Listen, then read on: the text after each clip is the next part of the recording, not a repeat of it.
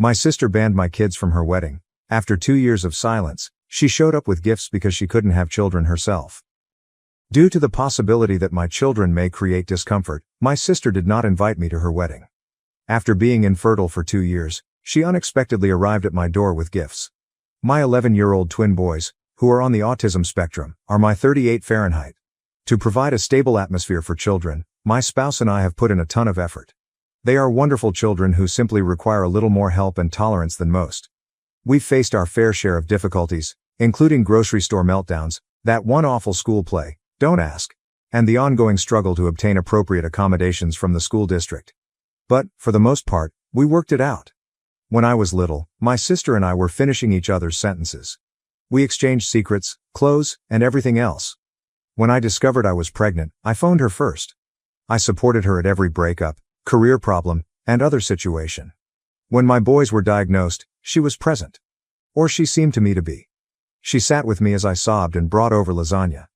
About 5 years ago, she met her now husband, and things began to change.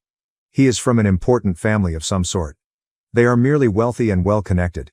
They are not very significant. They act as like they are royalty because his dad served on the local council years ago or something. Over time, my sister began spending more time with his friends and family, which caused us to postpone our plans, the typical drift. Then it became every weekend. Initially, it was just, oh, Josh's mom invited us for dinner, or Josh's friends are having a thing. Then, they became the subject of every call. The boys took note. They would inquire as to why their aunt had stopped visiting. I didn't want them to feel rejected, so I fabricated excuses. I informed them that she was either traveling or working. I detest lying to my children, but what could I have said? Your new boyfriend thinks you're weird, so your aunt doesn't want to deal with you. Because that's how it seemed. I was pleased for her when they became engaged. I really was. I sent a card, flowers, and other things. She gave me a strange look and said, "I'll think about it," but she never mentioned it again when I asked if she wanted me to assist with wedding plans. I assumed she was occupied or something. I still purchased a dress because I thought I would somehow attend the wedding. I still have the tags on it and it hangs in my closet. Then one day, while browsing Facebook, yes, I still use it, don't judge me, I came upon a ton of photos from her wedding. I was not invited to a wedding. Not only was she not invited as a guest, but she was not even in the wedding party. My parents were present. There were our cousins. There were even a few high school acquaintances she hardly ever speaks to anymore. Not me, though, not my spouse. And certainly not my children. I called her right away, and to my astonishment, she did respond. She hesitated for a moment before responding that her in-laws didn't want any disruptions at the wedding and that my children would cause discomfort when I questioned her about what the hell happened. She claimed that although she fought really hard to include us, she ultimately gave in because she didn't want any controversy, and it was her special day. It's like my children are living drama machines. I was standing in my kitchen, looking at the dumb refrigerator magnet she had gotten me from her trip the previous year, and I can still clearly recall where I was when she said it. "Sisters Forever" was inscribed on it. While we were still on the phone, I removed it and tossed it in the garbage. I assumed my parents would be as indignant as I was, so I contacted them next. Not at all. In fact, they stood up for her. Stated that I should make an effort to comprehend her viewpoint and that sometimes difficult decisions must be taken.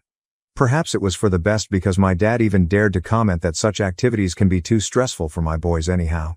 As though they are more knowledgeable than I am about what's best for my children. As though we hadn't been organizing activities and excursions for years. I realized then that this was nothing new. My cousins' children were always treated differently than my boys. Less excitement and fewer birthday gifts. They brought my kids educational toys to help with their development. They would take my niece to the zoo, but they said my boys might not enjoy that kind of thing. They also bought my nephew a drum set, a 4-year-old drum set. And then I blocked them all. I modified my phone number, went across town. This sped up the process, but we had already planned to relocate since we needed a house with a better layout for the boys. My husband was totally on board. If it's possible, he was even more enraged than I was. In any case, he never really got along with my family. Because he works with his hands, they always treated him as though he wasn't good enough. God forbid someone chooses to work as a carpenter rather than spend their days in an office. We created a brand new existence, with pals who genuinely care about our family. We discovered a parent support group for children with autism. As a result, we became acquainted with other families. Our neighbors invite us to their barbecues, And they don't care if one of my children has to take a quiet period or wear noise-canceling headphones. Just regular folks that treat my children like children, you know. It was more than 2 years prior. Sincerely, I believed that chapter of my life was over. Occasionally, mutual friends would post about them, but I would simply scroll past them. Immediately following the wedding, I learned through rumors that my sister was attempting to conceive. Immediately starting a family, or whatever.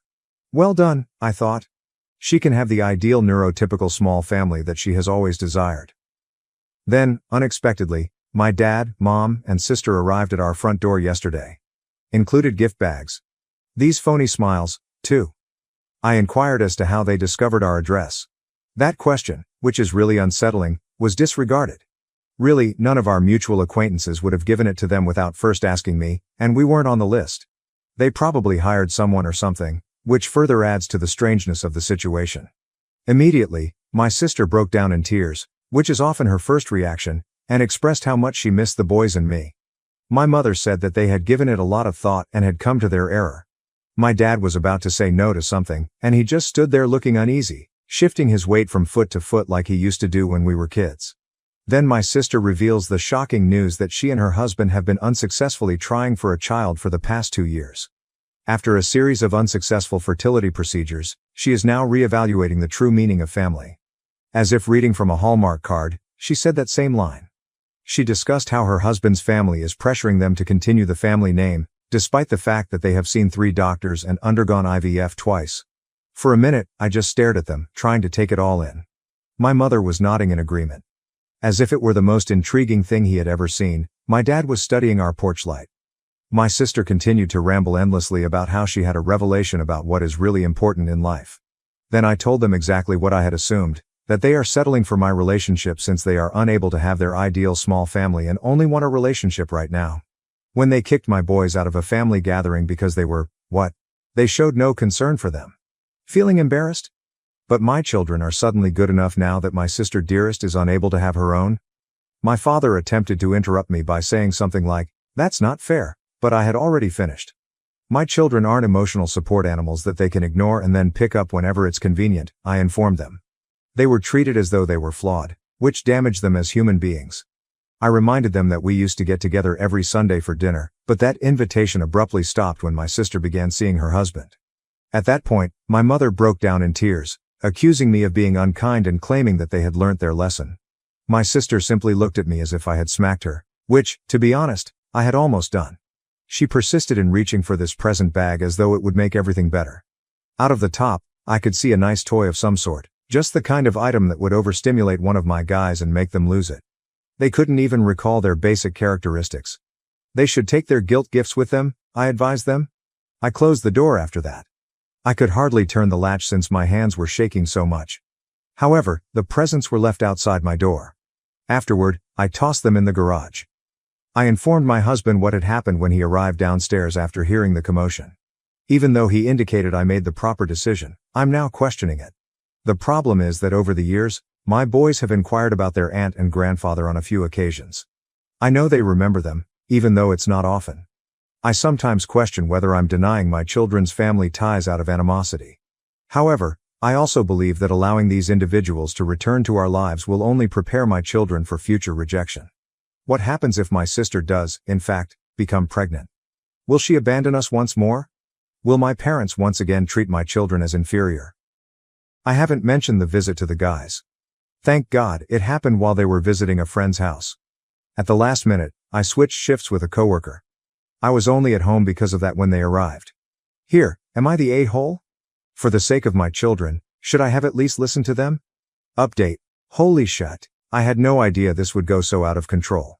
I appreciate all of the support and comments. I will miss my inbox. However, a number of you misinterpreted certain points, so allow me to clarify. First, none of my boys are severely autistic. They occasionally struggle with social cues and have certain sensory difficulties, but with the right planning, they can definitely handle a wedding. They've attended past events without any problems. That was merely a pretext. Actually, one of them is really quiet and spends most of his time sitting and playing his games. The other one is more active, but if you explicitly explain the regulations, it complies quite nicely. Unless you consider any youngster who isn't completely silent to be disruptive, they aren't. 2. You weren't there for those who said, well, maybe they really have changed. My sister's expression when discussing her infertility problems was not visible to you. Re-establishing contact with family wasn't the goal. She wanted what she was unable to have. When I gave her a toy she desired as a child, she used to receive the same expression. 3. And no, they didn't offer an apology. Nobody said, I'm sorry, once in their little address. Now, it was all about their feelings and desires. How difficult things were for them. How it would be good for them to reconnect, nothing about the harm they had caused or how my children were impacted by their behavior. 4. My husband's family lives on the opposite side of the nation, so someone inquired about them. Although we video chat on vacations and they send birthday cards, they aren't really involved on a daily basis. That's significant though, because they've never been strange about the boy's autism. 5. And please go fuck yourself to the individual who sent me a private message accusing me of exploiting my children's disabilities as a justification for my anger. You don't know what we've endured.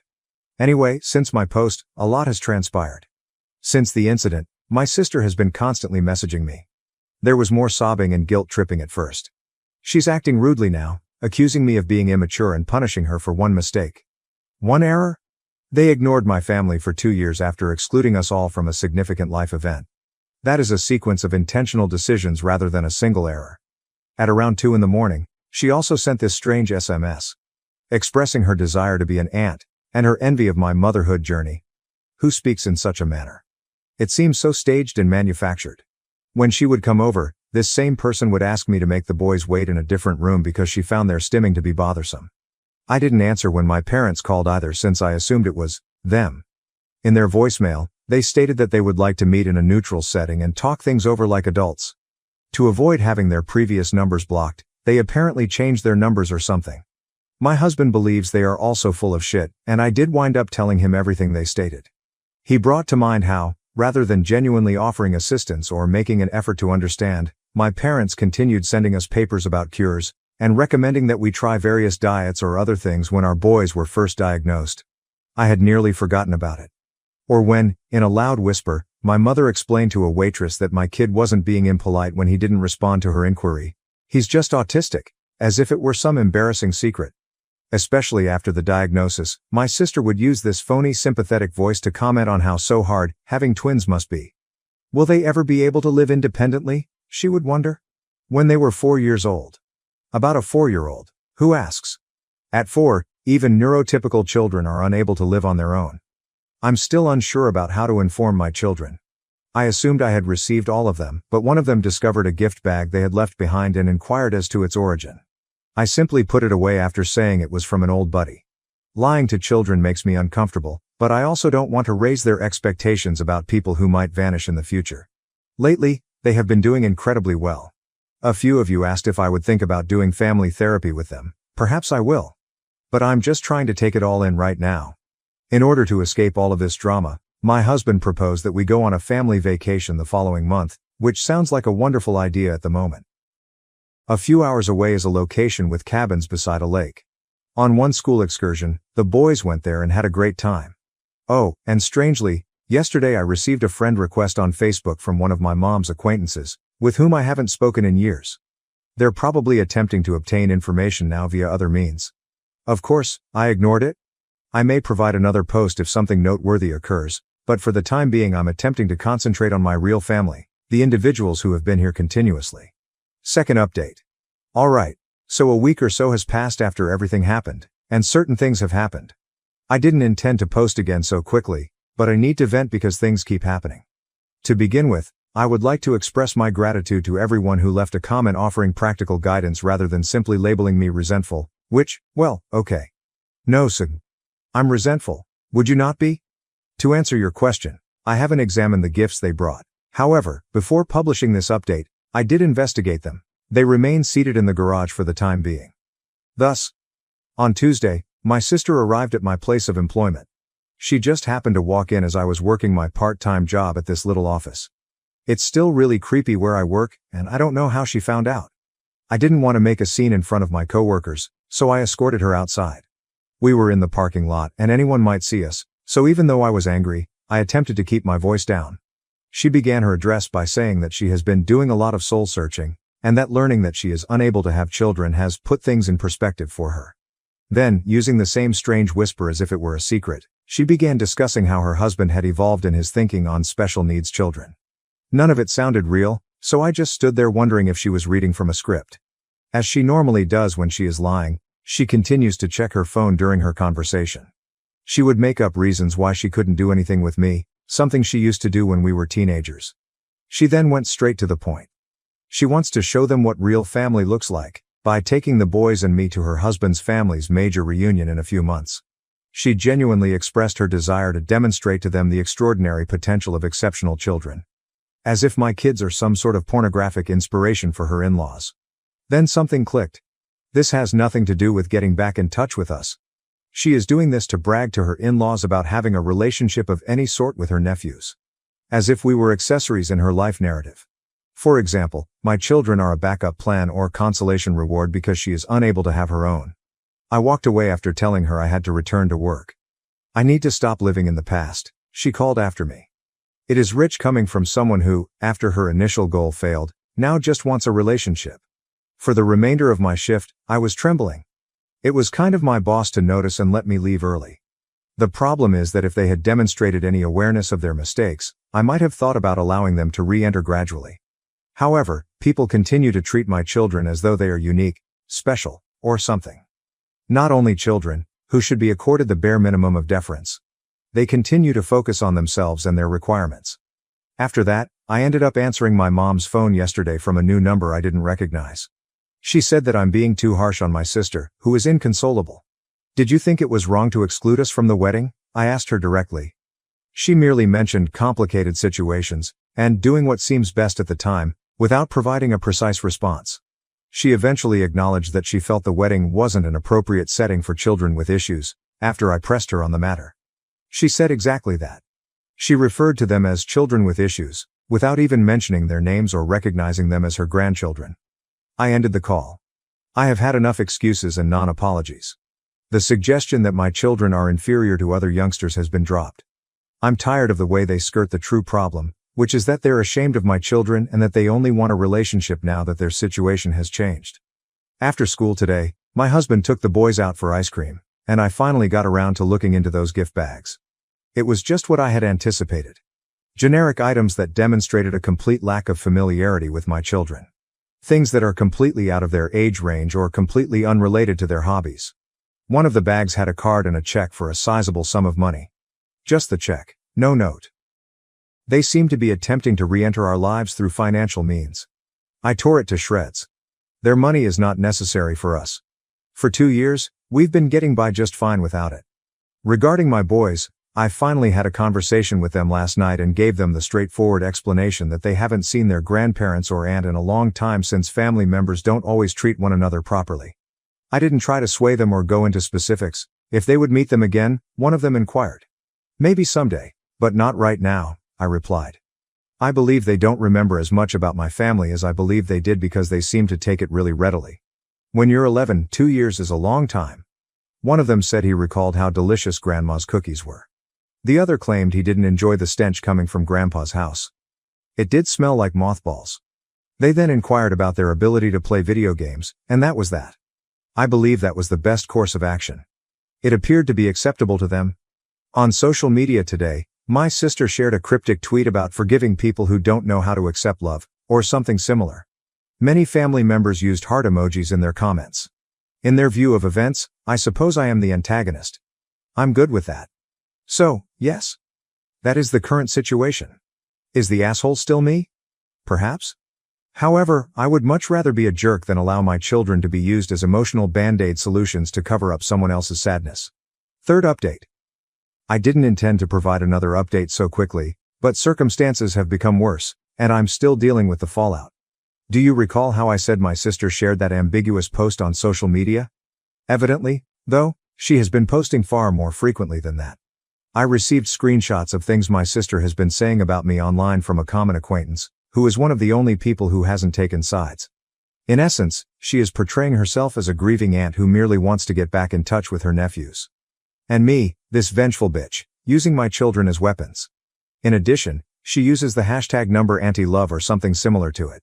She is disclosing details about my children, including their ages, the fact that they have autism, and even some old pictures of them, which greatly aggravates me.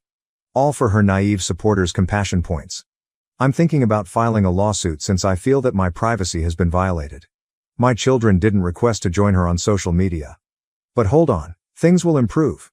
Or worse. In fact, the school called me yesterday to report that my parents had arrived in an attempt to visit the boys. They wanted to surprise them at lunch, so they told the office they were the grandparents.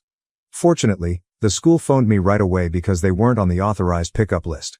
I've never been more appreciative of school security measures. I immediately lost my shit and called my parents. I threatened to obtain a restraining order if they attempted something similar in the future. In fact, my dad attempted to excuse it by claiming that they didn't think it was a big issue and that they only wanted to see the boys. Is it not a huge problem to arrive at an elementary school without warning?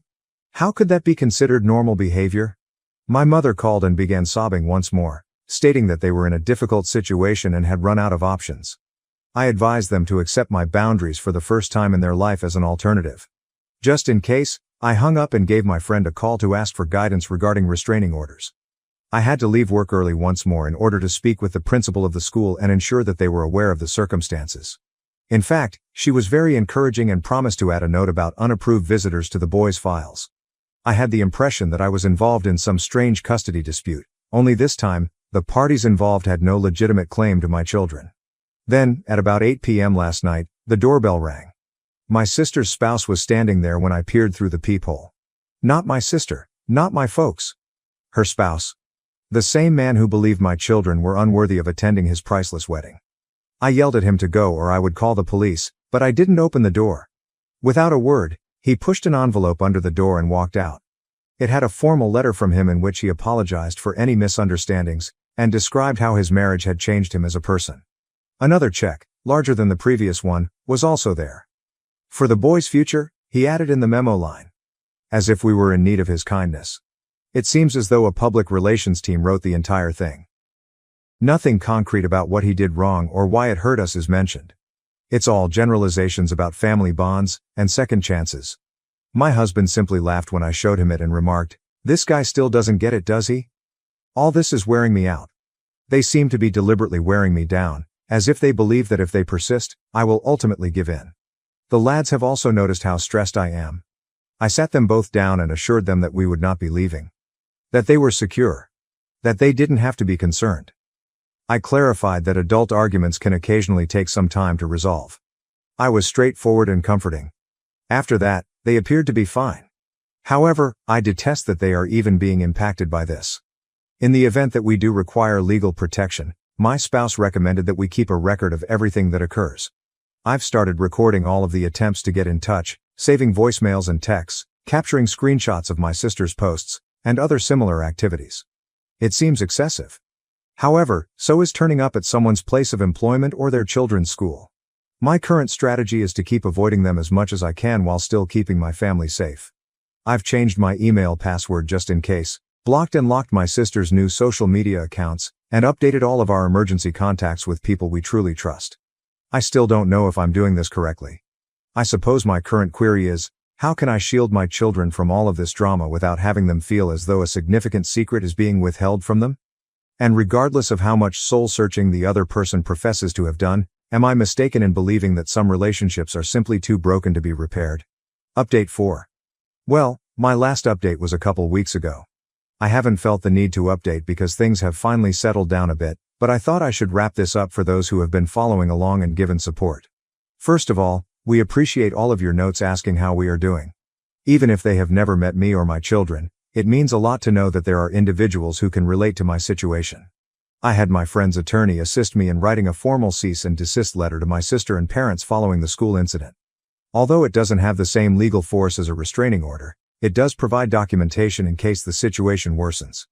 In essence, the letter threatened legal action for any more unexpected visits to our house, my place of employment, or the children's school. Interestingly, it appears to have been successful. To the best of my knowledge, my sister has ceased sharing information about us on social media, and there have been no more unexpected visits.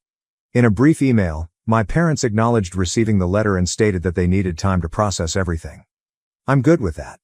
In the end, my husband and I decided to go to the lake. For a long weekend, we rented a cabin and simply unplugged from the outside world. It was adored by the lads. They observed wildlife, gathered rocks, and learned how to skip stones on the lake from my husband. It was just what each of us needed. I've been thinking a lot about family and its true meaning. As a child, I always believed that family was something that could not be compromised. For better or worse, you are trapped with your family. However, as I've grown older, I've come to understand that family is actually about who supports you regularly, who embraces you for who you are, who makes an attempt to comprehend and assist you. I'm not sure if my parents, sister, and I will ever get along again. Perhaps one day, if they can show that they've really changed and are prepared to accept my children for who they are. I'm not holding my breath though. And I'm not waiting for it to happen by putting my life on hold. Something that truly resonated with me was mentioned by someone in the comments section of my last post. You owe nothing to the family you were born into, only to the family you have chosen. I think that's correct. We're just going about our lives for the time being. If nothing significant changes, I doubt I'll update again.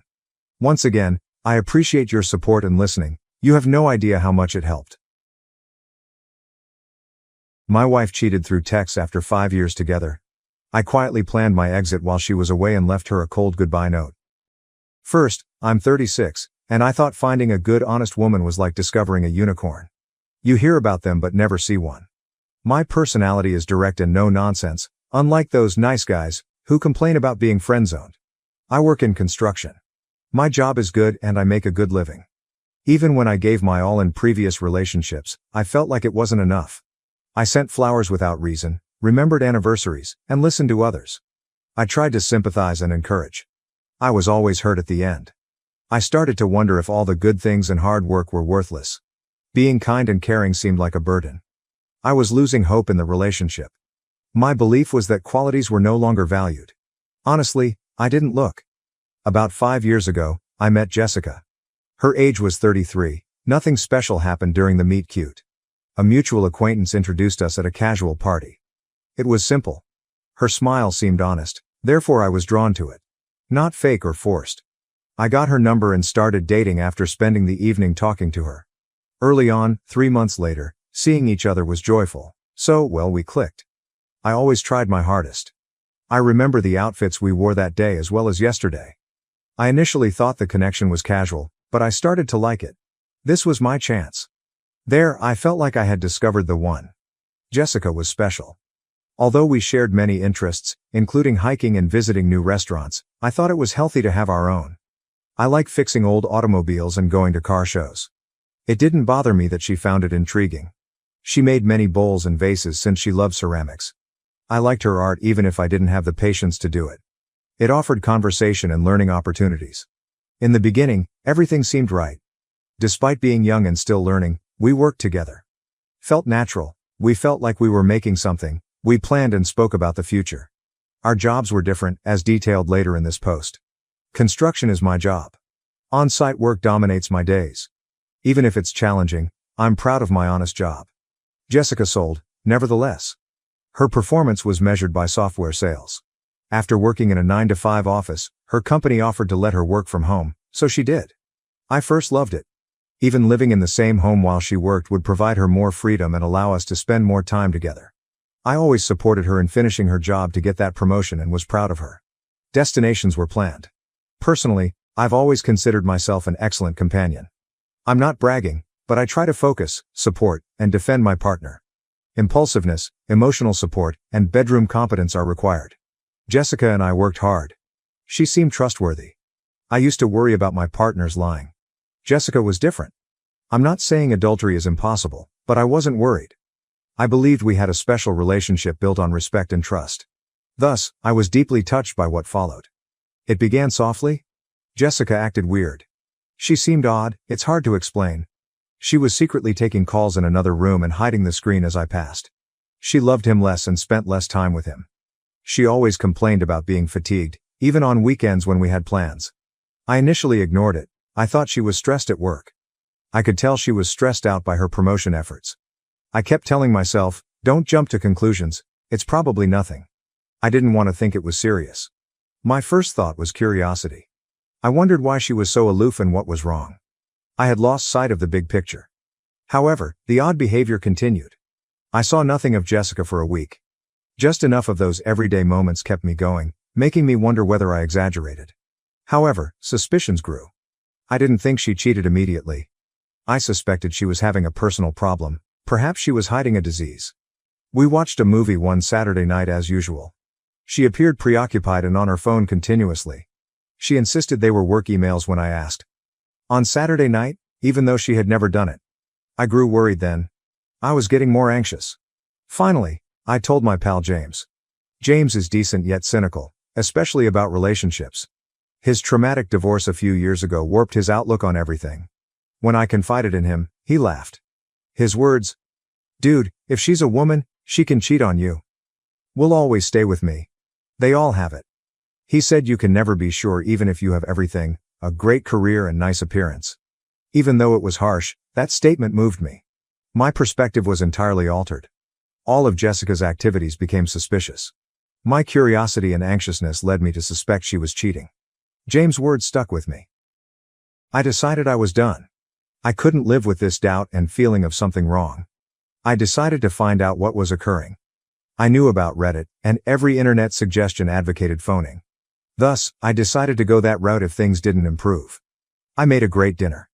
I made lasagna, her favorite, while we were having fun. I put candles on the table to create a relaxing atmosphere. She should feel comfortable confiding in me. I brought it up after waiting for her to arrive home after eating. I told her I was worried about her weird behavior and wanted to know why. I asked, "Are you cheating on me?" She seemed surprised. Her shaking hands prevented her from looking at me. To be honest, watching her stutter and struggle for words stung. Finally, she denied. She was shocked I asked that question. That she loved me and we had been together 5 years. Her crying was almost uncontrollable. A complete concert. My trouble was that I didn't believe her. Perhaps James's words were ringing in my thoughts. Maybe it was my instinct. It didn't feel right. I expected her to be upset at my accusation. But she wasn't. She looked more depressed, like she was offended I ever contemplated it. I apologized for blaming her, but she took it too fast. It wasn't rational. I'm not proud of what I did, but it was necessary. I pretended to trust her. We went to bed after I apologized again and said I was being overly careful. But I couldn't sleep. I calculated this move. I knew I needed her to trust me again to find the truth. Her defenses had to drop. Waiting for the right time, I understood what to do. The night would be long. Everything was leading up to what I needed to accomplish. I wouldn't feel comfortable until I knew the truth. The suspicion was slowly eating me up when I thought, if she thinks I am this stupid, she has another thing coming. I waited until Jessica was asleep. My phone says 3:17 a.m. I lay there staring at the ceiling for hours. I was queasy and my heart was beating, but I had to do it. I removed her phone from the nightstand, cautiously got out of bed, and went to the bathroom. I scrolled through her texts after opening. Scrolling her gallery yielded nothing. Then I checked her texts. That's when I noticed.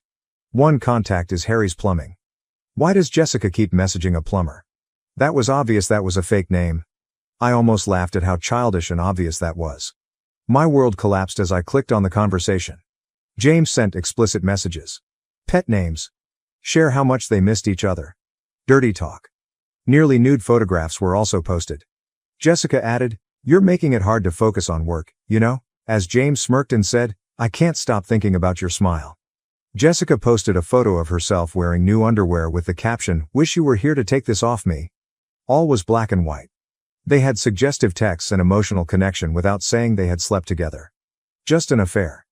It lasted at least 2 weeks, matching her unusual behavior.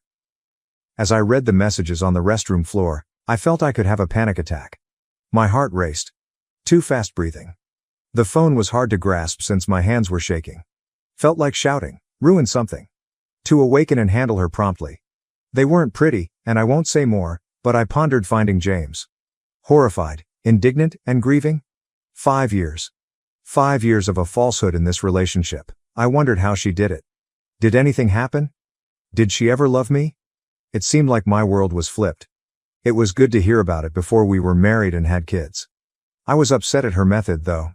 Everything, the ridiculous emoticons, the childish code names. It felt like I was losing control and my sanity. I knew I had to leave. I had to breathe and determine what to do. Next hour, I documented everything. I took notes and screenshots to capture everything. Once I had everything documented, I needed a plan. Sitting on the restroom floor, I contemplated everything. Not knowing what to do. My head was full of ideas. I was mad. I considered alerting our parents, putting everything online, or handing out flyers at her workplace. Move out, hire a lawyer, or leave silently. I realized I had power and wanted her to know how hurt she had made me. My finances are solid. Union membership gives me security. However, Jessica struggled. Sales wasn't her thing. Her income was low. I knew I helped her live in our expensive city. She would struggle without my pay. Ideas came from this. I knew I could survive without her. Reddit is my current location. Totally wrecked. In anguish. Am upset. I'm also considering my future move. I don't know how to end it, but I must. First update. Many things have happened since my last post a few months ago. I apologize for the delay. I know many of you wanted an update. I needed time to think clearly and make the right choices. Making this a crisp division was my intention. After learning about the affair, the initial weeks were awful. Jessica found me cold and uncaring. We slept in separate rooms. Rarely did I speak to her in full phrases.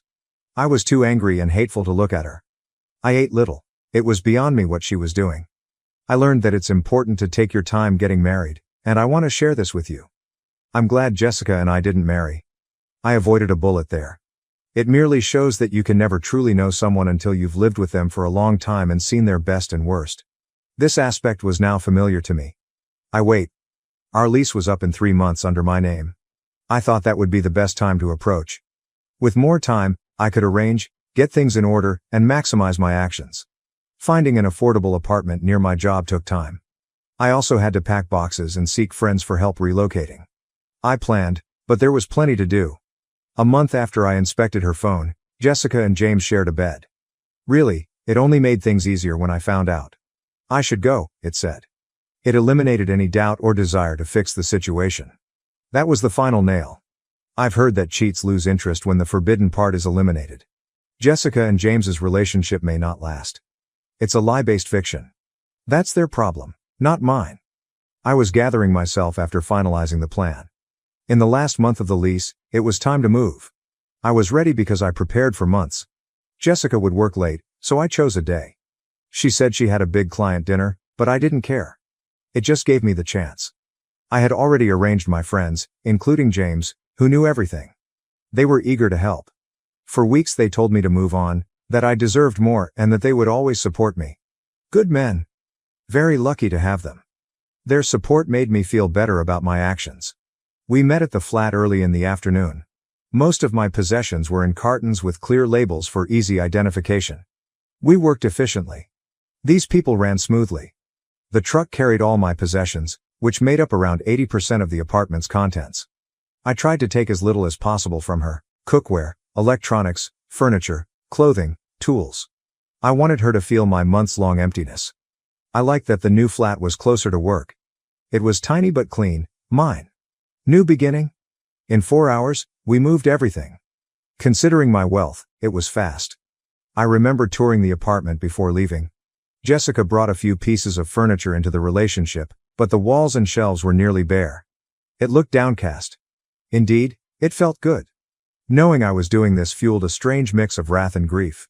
Freedom was also felt. I was free at last. I did one last thing before leaving. Simple letter on paper. Goodbye. Enjoy, James. I thought about writing a long, indignant letter to communicate my anger and annoyance, but I decided that less was more. This concise, direct message was better. I set the note on the kitchen counter so she would see it when she came in. It's trite, but it seemed right. I considered saying something caustic, but this was enough. I told my friends I could handle the rest, but they helped me unpack some essentials at the new place. I needed time to adjust. After thanking them again, they left. I was lucky to have them. Next came the hard part: ghosting. My phone exploded when Jessica got home and found the note. She panicked and sent calls, texts, and messages on all social media sites.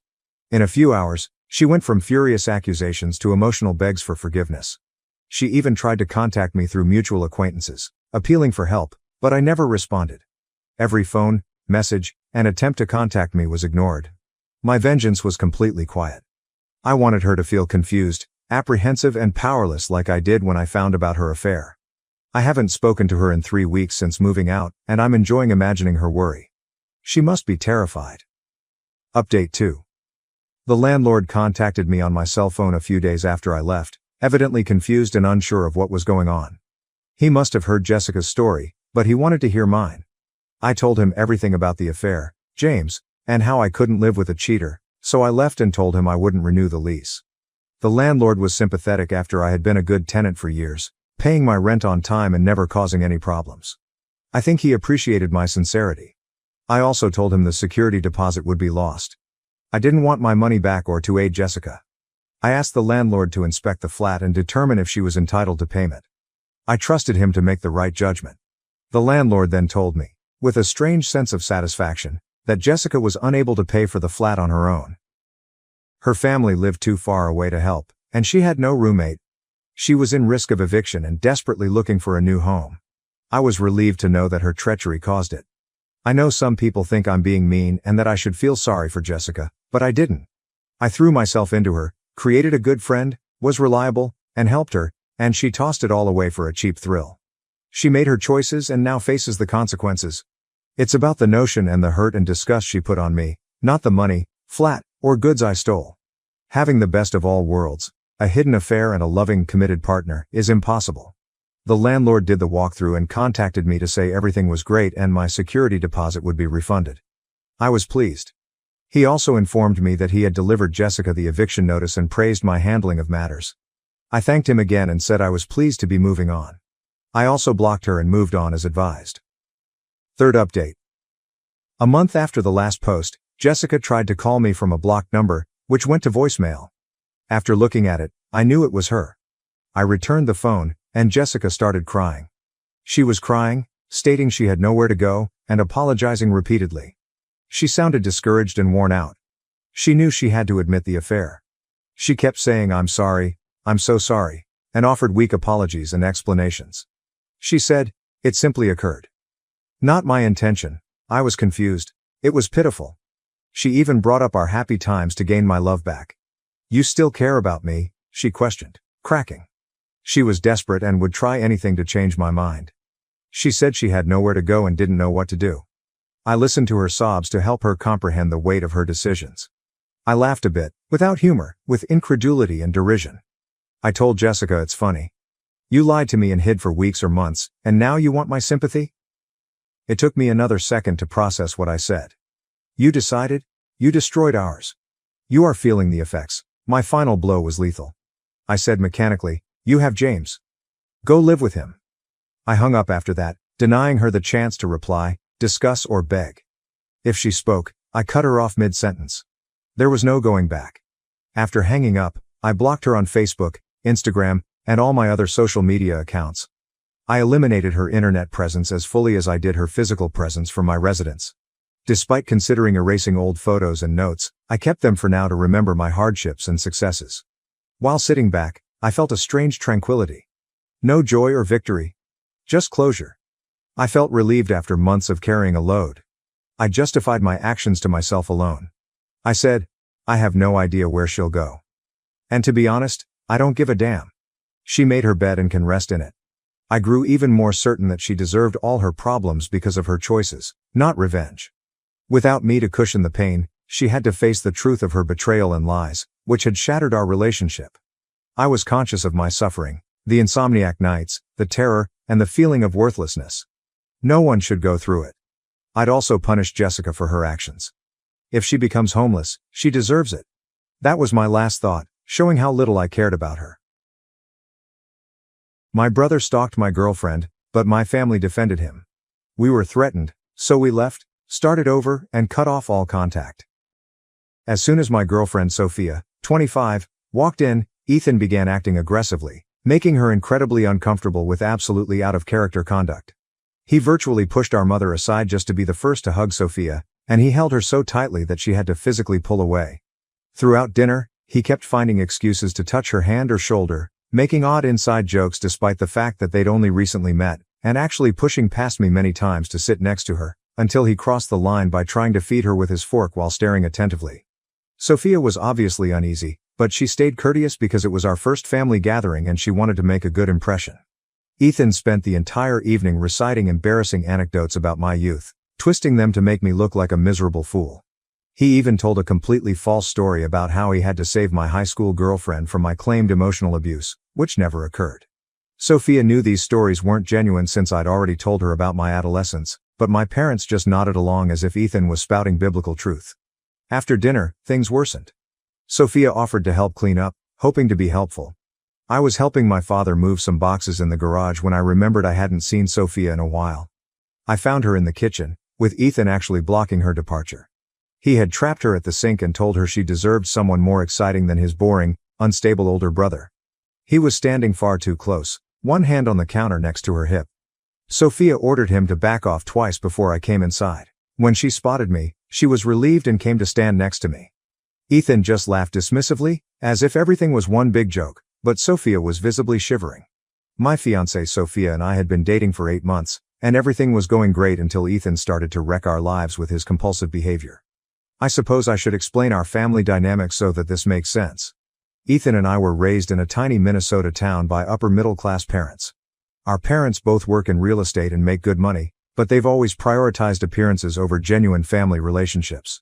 Ethan was born when I was 3 years old, and he has always been the focal point of our parents' lives. He could do no wrong, but everything was always my fault. Growing up, Ethan exhibited some pretty alarming conduct, which my parents completely disregarded. When he was 6, he purposefully smashed my game console because I refused to let him play whenever he wanted. Instead of penalizing him, my parents got him his own and told me I needed to learn to share more effectively. At 12, he murdered my pet hamster by giving it chocolate, knowing it was deadly, but my parents stated it was a mistake and that I shouldn't have a pet if I couldn't properly care for it. In high school, he created allegations that I cheated on my then girlfriend, resulting in our split. My parents claimed he was merely protecting her. That tendency persisted into maturity. Ethan still lives at home with our parents, works at my father's real estate firm, and generally does whatever he wants. He has ruined every relationship I have tried to form. With my previous girlfriend, he convinced her family that I had a gambling problem, which was absolutely false. Before that, he told another woman that I had cheated on all of my ex-partners, which was also false. My parents would either justify his acts or accuse me of being overly dramatic. When I met Sophia, I resolved to do things differently. I kept our relationship absolutely quiet from my family for the first 3 months to protect her from Ethan's regular techniques. Sophia is truly the best thing that has happened to me. She is an intelligent and caring pediatric nurse at our local hospital. We met in the hospital cafe while I was visiting a coworker who had recently undergone surgery. She was on her lunch break, and we started talking about how bad the hospital coffee was. After a few more coffee discussions, we began dating, and everything seemed great. Sophia knows everything about my family history because I wanted her to be prepared. In fact, she was the one who pushed me to try to introduce her, claiming that things might be different now that we were all adults. One of my favorite things about her is that she constantly looks for the best in people. I eventually agreed to introduce Sophia to my family at a dinner party last month, and then everything started to fall apart. The main difficulty began several days after the dinner. Sophia began to receive weird phone calls and messages from numbers she did not know. At first, she responded with heavy breathing or immediate hang-ups. Then they started leaving more weird voicemails, labeling her stuck up and cold for turning down a better option. Some of the messages included exact data about her work schedule and what she wore that day, proving someone was watching her. Sophia didn't realize it at first, but a couple voices reminded me of Ethan's high school classmates. This gang of boys still goes out with him and basically follows his orders because his parents give him money to spend. When Sophia blocked those numbers, they simply began phoning from new ones. Then Ethan's pals began showing up at the hospital, appearing to be visitors but actually lingering around the pediatric wing, where Sophia works. They would look at her for hours, making loud comments that she could hear. Last week, one of them followed her to her car after she worked the night shift. She was so horrified that she contacted me crying from inside her car, afraid to drive home in case they were monitoring her. I had to come pick her up and drive her car back, while my friend followed us in his car to ensure we weren't being pursued. Sophia has begun experiencing panic attacks before her shifts, and her coworkers have realized something is plainly wrong. Yesterday, I finally got enough evidence to approach Ethan. I had voicemail recordings, messaging screenshots, and hospital security camera footage that showed his friend stalking Sophia. I visited our parents' house, where Ethan still resides, and showed him everything. He just sat there, smugly smiling, as I spoke. Then he looked me directly in the eyes and stated he had no idea what I was talking about. But maybe if Sophia wasn't such a spoiled brat, no one would feel the need to teach her a lesson. Something inside of me snapped when he said that, and I hit him in the face. Ethan immediately began screaming as if I had tried to kill him, despite the fact that it was only a little nosebleed. Our parents rushed in, and of course, they lost it. At me, not him. They didn't even look at the evidence I tried to provide to them. My mother became enraged over her poor baby boy being attacked, while my father yelled that I had always been jealous of Ethan and needed professional help for my anger issues. When I tried to explain the harassment, Mom said Sophia was probably flirting with Ethan at dinner and is now playing the victim because she was caught. Dad urged me to leave his house and not return until I had apologized to Ethan and gotten my head straight. I am writing from Sophia's flat, where I have been staying since last night. She finally fell asleep in the other room after crying for hours, frightened of going to work tomorrow. Sophia's supervisor has been understanding thus far, but she is concerned that if the problem escalates, she may lose her job. She enjoys working with children in pediatrics and should not be forced to give it up because of my insane brother. I really don't know what to do anymore. Every time I think Ethan cannot go any lower, he proves me wrong. Our parents are absolutely encouraging his actions and have been gaslighting both me and Sophia about what is happening. The police will not take action unless there is more direct evidence linking Ethan to the harassment. Sophia is terrified, her job is in jeopardy, and my family treats us as if we are the problem. Has anyone ever dealt with something like this? How do I keep Sophia safe while dealing with such a toxic family? Should I do more to capture everything that happens? Any advice would be highly appreciated. I'm at my wit's end. Update 1. First and foremost, I'd like to thank everyone who responded to my first post. Reading all of your answers helped me realize how serious the problem is. Sophia and I attempted to follow a lot of the advice many of you gave about documenting everything and taking legal action. Unfortunately, things have become worse over the last 2 weeks, and I need to rant about it. We followed the instructions and went to the police. Sophia and I spent hours gathering proof, including screenshots of all the threatening messages, voicemail recordings, and hospital security footage that showed Ethan's buddies lurking. We also received written testimonies from 3 of Sophia's coworkers who witnessed the stalking conduct. The officer we initially spoke with was concerned, particularly regarding workplace harassment, but things quickly became difficult. It comes out that Ryan, Ethan's best buddy and one of the main perpetrators of the abuse, is the son of a local police sergeant. When we stated Ryan's name, the officer's tone completely altered. He began by stating that without concrete proof that Ethan was coordinating everything, there was little they could do. He further indicated that Sophia was misinterpreting friendly attention from people who were just hanging around the hospital for legitimate reasons. He even had the arrogance to wonder if Sophia had somehow piqued their interest. We wanted to speak with another officer, preferably a female, but they refused. Finally, they stated they'd send a warning to everybody we could identify from the tape, but that was all they could do in the absence of specific evidence of actual threats. It felt like an absolute waste of time. My parents' reaction was far worse than I anticipated. The day after we went to the police, Ethan arrived at their house with a black eye, claiming I had struck him again. I hadn't seen him since the night I hit him 2 weeks before, but my parents quickly believed him. My mother called, sobbing about how I'd lost control, and was trying to destroy Ethan's life. She said going to the police demonstrated I was purposefully attempting to damage his future over a stupid misunderstanding. Then my father called. He was infuriated. He threatened to cut me off financially, which would have been problematic if I still relied on them. Fortunately, I have a steady career in software development and my own apartment. He also threatened to fire me from the family real estate company, conveniently forgetting that I never worked there. That is Ethan's job. It truly demonstrates that they don't regard me as my own person, but rather as an accessory to Ethan's life. The true calamity occurred this past weekend. My mother repeatedly called and texted, saying they wanted to fix things as a family. She assured that Ethan was sorry for everything and wanted to apologize to both me and Sophia. She stated that they had discussed limits with him, and he was aware that his behavior was wrong. After discussing it with Sophia, we decided to give them the opportunity to make things right. That was an enormous error. We went to my parents' house expecting a family dinner to reconcile things. I sensed there was something odd from the moment we went in. The house was full with my parents, Ethan, our aunt and uncle, who usually support Ethan, and, worst of all, Ryan and 2 of the guys who had been pursuing Sophia at work. My mom referred to it as a family intervention. For 2 hours, they all took turns criticizing Sophia's character, while Ethan sat there looking smug. My mother delivered a lengthy lecture about Sophia's obvious jealousy of Ethan's attractiveness and success. What success? And how she had been flirting with him during dinner. She claimed Sophia made up the harassment because she felt sorry about leading Ethan on, and was now attempting to cover her tracks. Sophia, according to my aunt, was probably used to having attention from males at work and mistook nice conduct for stalking out of guilt. Ethan played his job brilliantly, appearing sad and perplexed as to why Sophia would fabricate such nasty lies about him. He kept stating how happy he was to finally have a sister-in-law and how saddened he was that she was attempting to turn everyone against him. Ryan and his friends backed him up, claiming they had simply come to the hospital to see Ryan's ailing grandmother, who supposedly transfers between floors and apartments every day. The toughest thing was when they began questioning Sophia's mental stability. They mentioned that she sometimes works night shifts, which suggested that a lack of sleep was contributing to her paranoia. They discussed how stressful working with sick children must be, as if she was putting her professional stress into harmless interactions with Ethan and his pals. My mother even had the audacity to suggest a therapist who may help Sophia work through her tendency to create drama.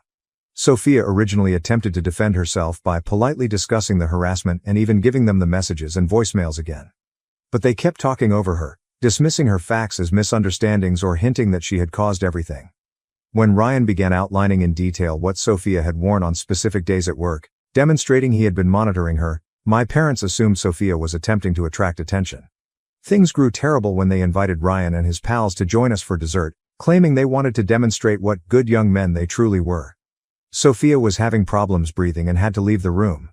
When I attempted to follow her, my mother grabbed my elbow and told me it was time to choose between my real family and a clearly unstable girl who's just trying to cause problems.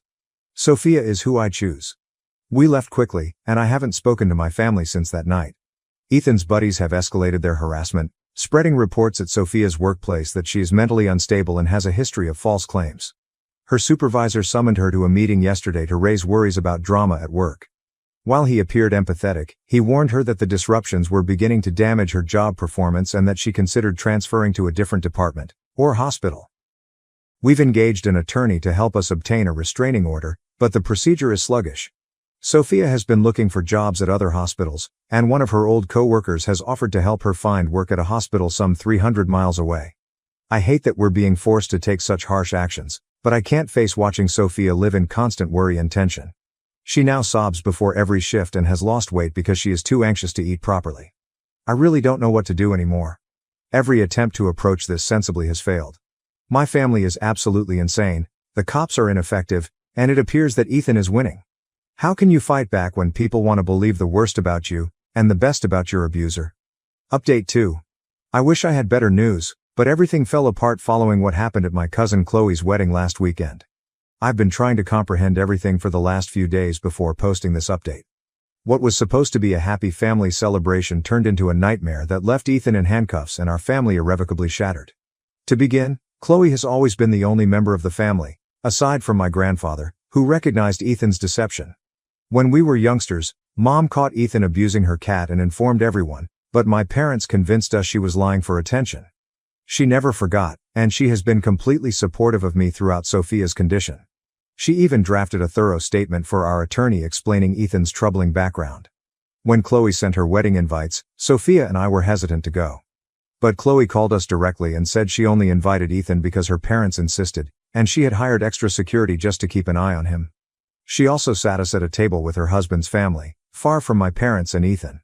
We assumed that with all of the witnesses and security present, Ethan wouldn't do something stupid. We were mistaken.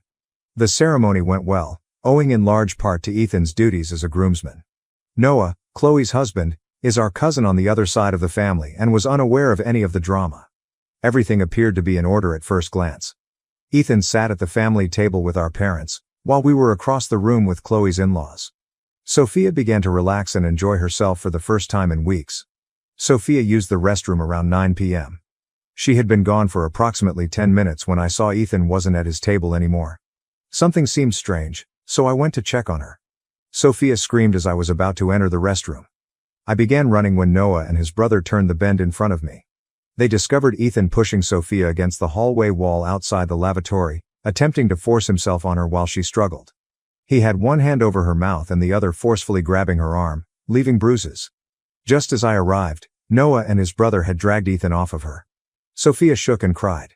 Her dress was torn at the shoulder, and there were already visible bruises on her arm.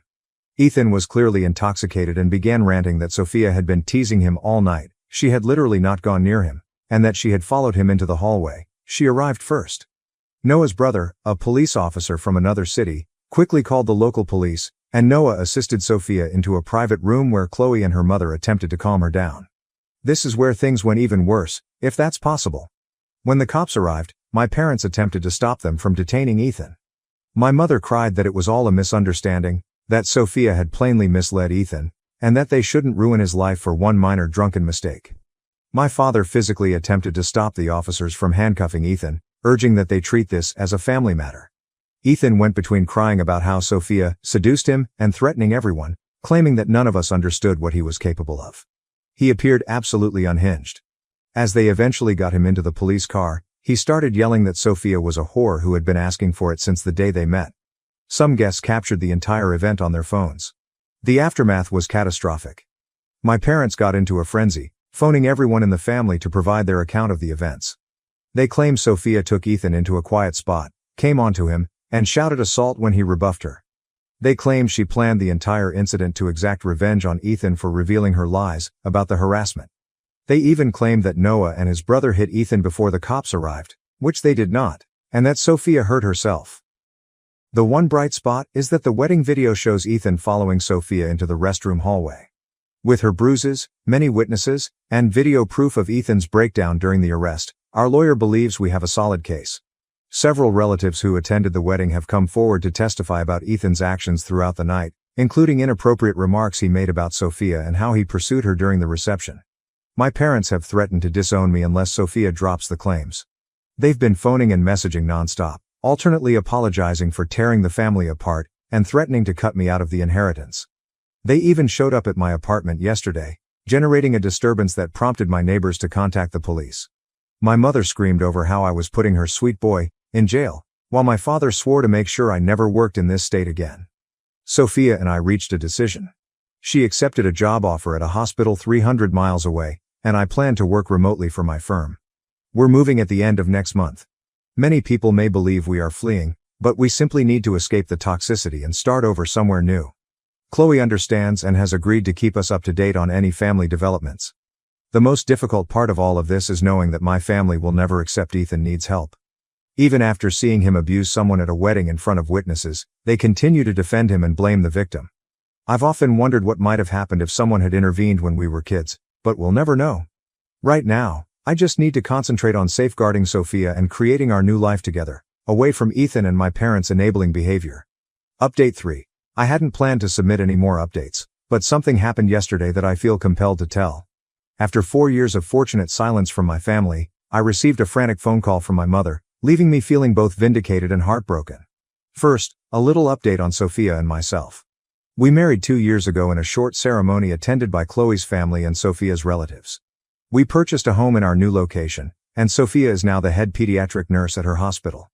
I am still working remotely for the same company, but I was promoted to senior developer last year. We're expecting our first kid, a baby girl, in 3 months. Life has been serene and cheerful, which makes what I am about to say much more frightening. Yesterday afternoon, I was in a conference when my phone started ringing incessantly with calls from my mother. I normally disregard strange numbers because my family has a tendency of purchasing new phones to reach us, but this time she left a message that sounded truly frantic. When I called back, she was sobbing so hard that I could not hear her. Ethan married a woman named Olivia last year. We were all unaware of it because we hadn't spoken to that side of the family since the wedding. Apparently, Ethan met Olivia in church, and their families swiftly planned their marriage. My mother kept going on about how wonderful everything was, how Ethan had finally found a good Christian woman who understood him, and how they were all so happy, until last week. Olivia's coworker called the police last Thursday after she failed to show up for work for 3 days. Officers discovered Olivia seriously injured during a wellness check. She had 2 broken ribs, a shattered wrist, and several bruises across her body. But here's what really stunned me. When the police looked into it further, they discovered that my father had been assisting Ethan in concealing the abuse for months. Olivia eventually broke down and told the police everything. Ethan began striking her just 2 months after they married. Every time she threatened to leave or tell someone, my father would intervene, using his real estate contacts to push Olivia's family about their mortgage or threatening to fire her from a job at one of his friend's companies. He even persuaded Olivia's parents that she was mentally disturbed while fabricating allegations about Ethan, employing the same tactics they employed against Sophia. The final event occurred when Olivia was promoted at work, which would have provided her financial independence. Ethan lost control and thrashed her so brutally that she couldn't enter. When she called my father for assistance, he advised her to ice it and remember her wedding vows. That's when her co-worker stepped in and called the police. Ethan and my father were both arrested, one for domestic abuse and the other for witness intimidation and conspiracy. My mother urged me to return and help fix things. She kept stating, the family needs to stick together during a crisis, that Ethan and Dad needed my help, and that Olivia was obviously exaggerating everything, just like Sophia did. I lost it. I informed her how I felt about her enabling Ethan's actions throughout his childhood. I reminded her of what they did to Sophia, and how they decided to support Ethan despite witnessing him assault her at Chloe's wedding. I questioned whether she had ever considered that if they had helped Ethan when he was younger or held him accountable for his behavior, Olivia might not be in the hospital right now. My mother burst into tears, admitting that they should have acted sooner. She acknowledged that she and Dad had always known Ethan had problems, but they believed they were protecting him by keeping everything hidden. Too little, too late. I hung up and blocked her new number. Chloe called me later to confirm some information she'd received from extended family. Olivia's parents are distraught and regret not believing her sooner. They totally support her in bringing accusations against both Ethan and my father. Police are also looking into potential additional victims, since numerous of Ethan's ex-girlfriends have come forward with similar allegations of abuse and stalking. Sophia proposed that we contact Olivia through Chloe and offer her assistance if she requires it, which we will most likely do. Sophia mentioned how fortunate she was to have assistance when coping with Ethan, and Olivia may need someone who understands what she's going through. Some may believe I'm being cold toward my parents, but I've learned that encouraging toxic behavior simply creates more victims. My family had numerous opportunities to change, but they decided not to. Now they can deal with the consequences of their decisions without my assistance. My goal now is to defend my own family, my wife, our unborn daughter, and the quiet life we've created away from their toxicity. Update 4. Many people have messaged me asking for updates on the situation with Ethan, my father, and Olivia, so this is what has happened in the last 6 months. First, some wonderful news from our end. 3 months ago, Sophia and I welcomed our daughter Isla. She's completely healthy and stunningly lovely. Parenthood has been incredible, and it has only confirmed that breaking connections with my problematic family was the correct decision. Chloe and her husband came to see Isla last month, and seeing them with her only confirmed what true family love is like. Now for an update on Ethan's and my father's cases. Chloe has been keeping us updated because she still maintains contact with some distant relatives. Ethan agreed to a plea deal last month. He will serve an 8-year jail sentence for serious domestic abuse, with the possibility of parole after 5 years. My father's case is still ongoing, although his attorney is apparently attempting to work out a settlement. His real estate license has been suspended pending an inquiry, and most of his business partners have parted ways with him. My mother's progress is the most startling. After our previous phone chat, she began therapy. According to Chloe, she has moved out of the family home and filed for divorce from my father last week. She sent me a 12-page letter apologizing for everything, enabling Ethan his entire life, failing to protect me as a child, and, most importantly, how they treated Sophia. She revealed that she and my father had essentially produced the monster Ethan by never holding him accountable. I have not responded to your mail. Part of me respects that she is finally confronting the truth, but it is too little, too late. Where was this understanding when Ethan was torturing animals as a kid? Or while he was stalking Sophia? Or when they witnessed him assaulting her during Chloe's wedding? Sophia and I are still talking about allowing her to have supervised contact with Isla, but that will be years away, if it ever happens. Olivia came out to us via Chloe. She is doing better. She lives with her sister in another state and is having extensive therapy. She has filed for divorce and is completely cooperating with prosecutors. According to Chloe, numerous other women have come forward with claims that Ethan mistreated them in the past, including 2 from his church. The police are looking into those situations as well. Olivia's parents have been wonderfully supportive once the truth was revealed. They publicly apologized to her for not believing her sooner and severed all connections with my parents. They're even collaborating with domestic violence organizations to help other families identify indicators of abuse and manipulation. Our extended family is fundamentally divided into 2 factions. The majority of our younger cousins and relatives have supported us and Olivia, while the older generation continues to make excuses for Ethan and my dad. Chloe's mother, my aunt, has formed a family therapy group for relatives who want to understand how things got so bad and how to make things better for future generations. Sophia and I are focused on our kid and our lives here. Sophia went back to work part-time last week and was promoted to director of pediatric nursing. I'm still working remotely, but I'm considering starting my own software consulting firm. We've created a fantastic community here, complete with amazing friends and chosen family. Sometimes I consider contacting my mother or responding to her letter, but then I look at Isla and think about how my parents would expect me to let Ethan near her if we were still in contact, claiming he deserves another chance. That thought alone reminds me that we made the right decision by staying away. The pattern of cruelty and enabling in my family ends with me. Isla will grow up in an environment that values healthy relationships and respects limits. Cutting off toxic family members is sometimes the best thing you can do for your child, no matter how painful it is. My husband left me in an Italian town after a fight, thinking I'd come back. But I didn't. Now he's the one trying to find me. Let's see how she gets back, Ethan jokes, slamming the car door in the evening air. Our rental car's taillights faded as they disappeared around the tight Italian street, leaving just dust and my husband's friends' laughter. I stood paralyzed, mouth wide mid-sentence. Our disagreement outside the modest cafe was rendered irrelevant by his unimaginable deed. He's coming back, I muttered, getting odd eyes from people eating dinner at sidewalk tables. This is just to scare me. The knot in my stomach intensified as minutes became hours. Darkness fell over the unknown town whose name I couldn't pronounce. I never envisioned Ethan drinking that much at lunch when I begged him not to. His friends, college buddies celebrating their yearly guys' reunion that I grudgingly joined, encouraged him. When I suggested returning to our hotel, Leo replied, "She's always controlling you, man." Ordering another round.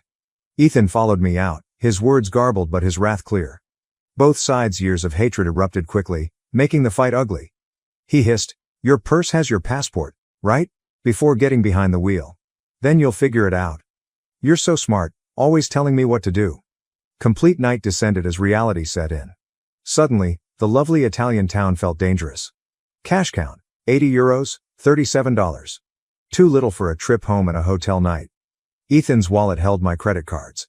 When my small purse was full, he offered to carry them. I discovered the lowest pension in a shabby room above a bakery with a tiny bed and corner sink.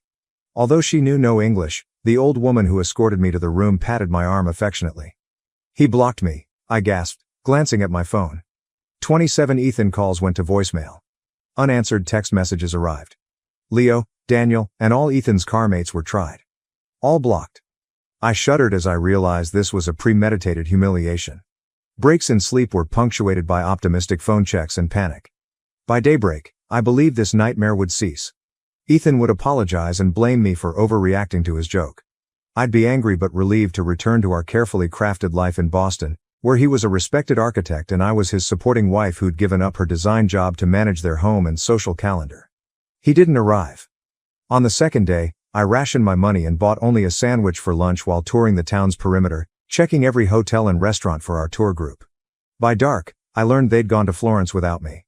On the third day, a friendly cafe proprietor saw me waiting outside and offered me free espresso and, in terrible English, directions to the police station. The officer looked unsurprised by my narrative, as if abandoned tourists were common, but his limited English and my non-existent Italian left me with a filed report and a sympathetic nod. The hardest decision of my life came that afternoon. In front of a crowded pawnshop display, I removed my wedding ring, the 2-carat diamond Ethan had upgraded on our 5th anniversary to replace our humble band. The merchant gave me significantly less than it's worth but enough to support my next step. "America, call family?" the pawn trader said, counting euros. Though I nodded mechanically, a different idea was emerging inside. Family meant explaining, hearing my mother's "I told you so" about Ethan's rage, and facing acquaintances who saw our marriage's flaws I'd tried to hide. When I arrived, the bus station was silent. I only saw travel magazine locations on its electronic board. An overnight bus to Rome connected to ferries, buses, and locations Ethan and his buddies wouldn't look for me if they tried. Finger hovered on my father's name and contacts. He sent money for a flight home in one call. One call would take me back to my existence of steadily shrinking to fit Ethan's ego and demands. Ethan joked about hiding my portfolios when I considered returning to interior design. He asked, "Why complicate things? We don't need the money, And I need you focused on our life. I chuckled at it then, but sitting in that dingy station, I viewed it as another fence in his pen surrounding me. Where you go? Inquired the ticket agent, an older woman with sympathetic eyes who'd been watching me stare at the departure board for 20 minutes. Greece, I said, realizing my choice. The furthest coastal village you can get me to. 14 hours later, I fell off the last bus, stiff from uncomfortable seats and strain. A place whose name I couldn't pronounce has whitewashed homes and the fragrance of salt air and olive groves. My phone battery died between nations. My stomach was empty with hunger, and the weight of what I'd done, or been done to me, weighed on my shoulders. Exhaustion blurred my vision as I headed toward the town center. 3 days of emotional whiplash had left me raw, alternating between rage at Ethan, anxiety of my uncertain future, and a strange, unexpected glimmer of deadly release. I could spend 2 nights in the cheapest room with my leftover euros. After that, I had no goal, friends, or local language words beyond please, and thank you. But as I watched the sunset turn the Aegean waves gold and pink, I felt tranquil for the first time in years. Ethan wanted to teach me reliance. Instead, he accidentally freed me. As I left the settlement, the Greek sun burnt my feet in sightseeing sandals. Dehydration, hunger, and mental weariness made my world spin after my water bottle ran out hours earlier. Silver-green trees bordered the dusty route, their leaves gleaming like coins in the wind. I faintly saw olive orchards before my knees crumbled. I scarcely felt the ground collide with my face. A peculiar peace swept over me as darkness edged my vision. Maybe it was fitting. Abandoned by my husband in one country, collapsed alone in another. I closed my eyes, exhausted since Ethan left. Fosmu, Koritsimu? My light, my girl? She spoke through my haze, followed by aged hands rolling me over.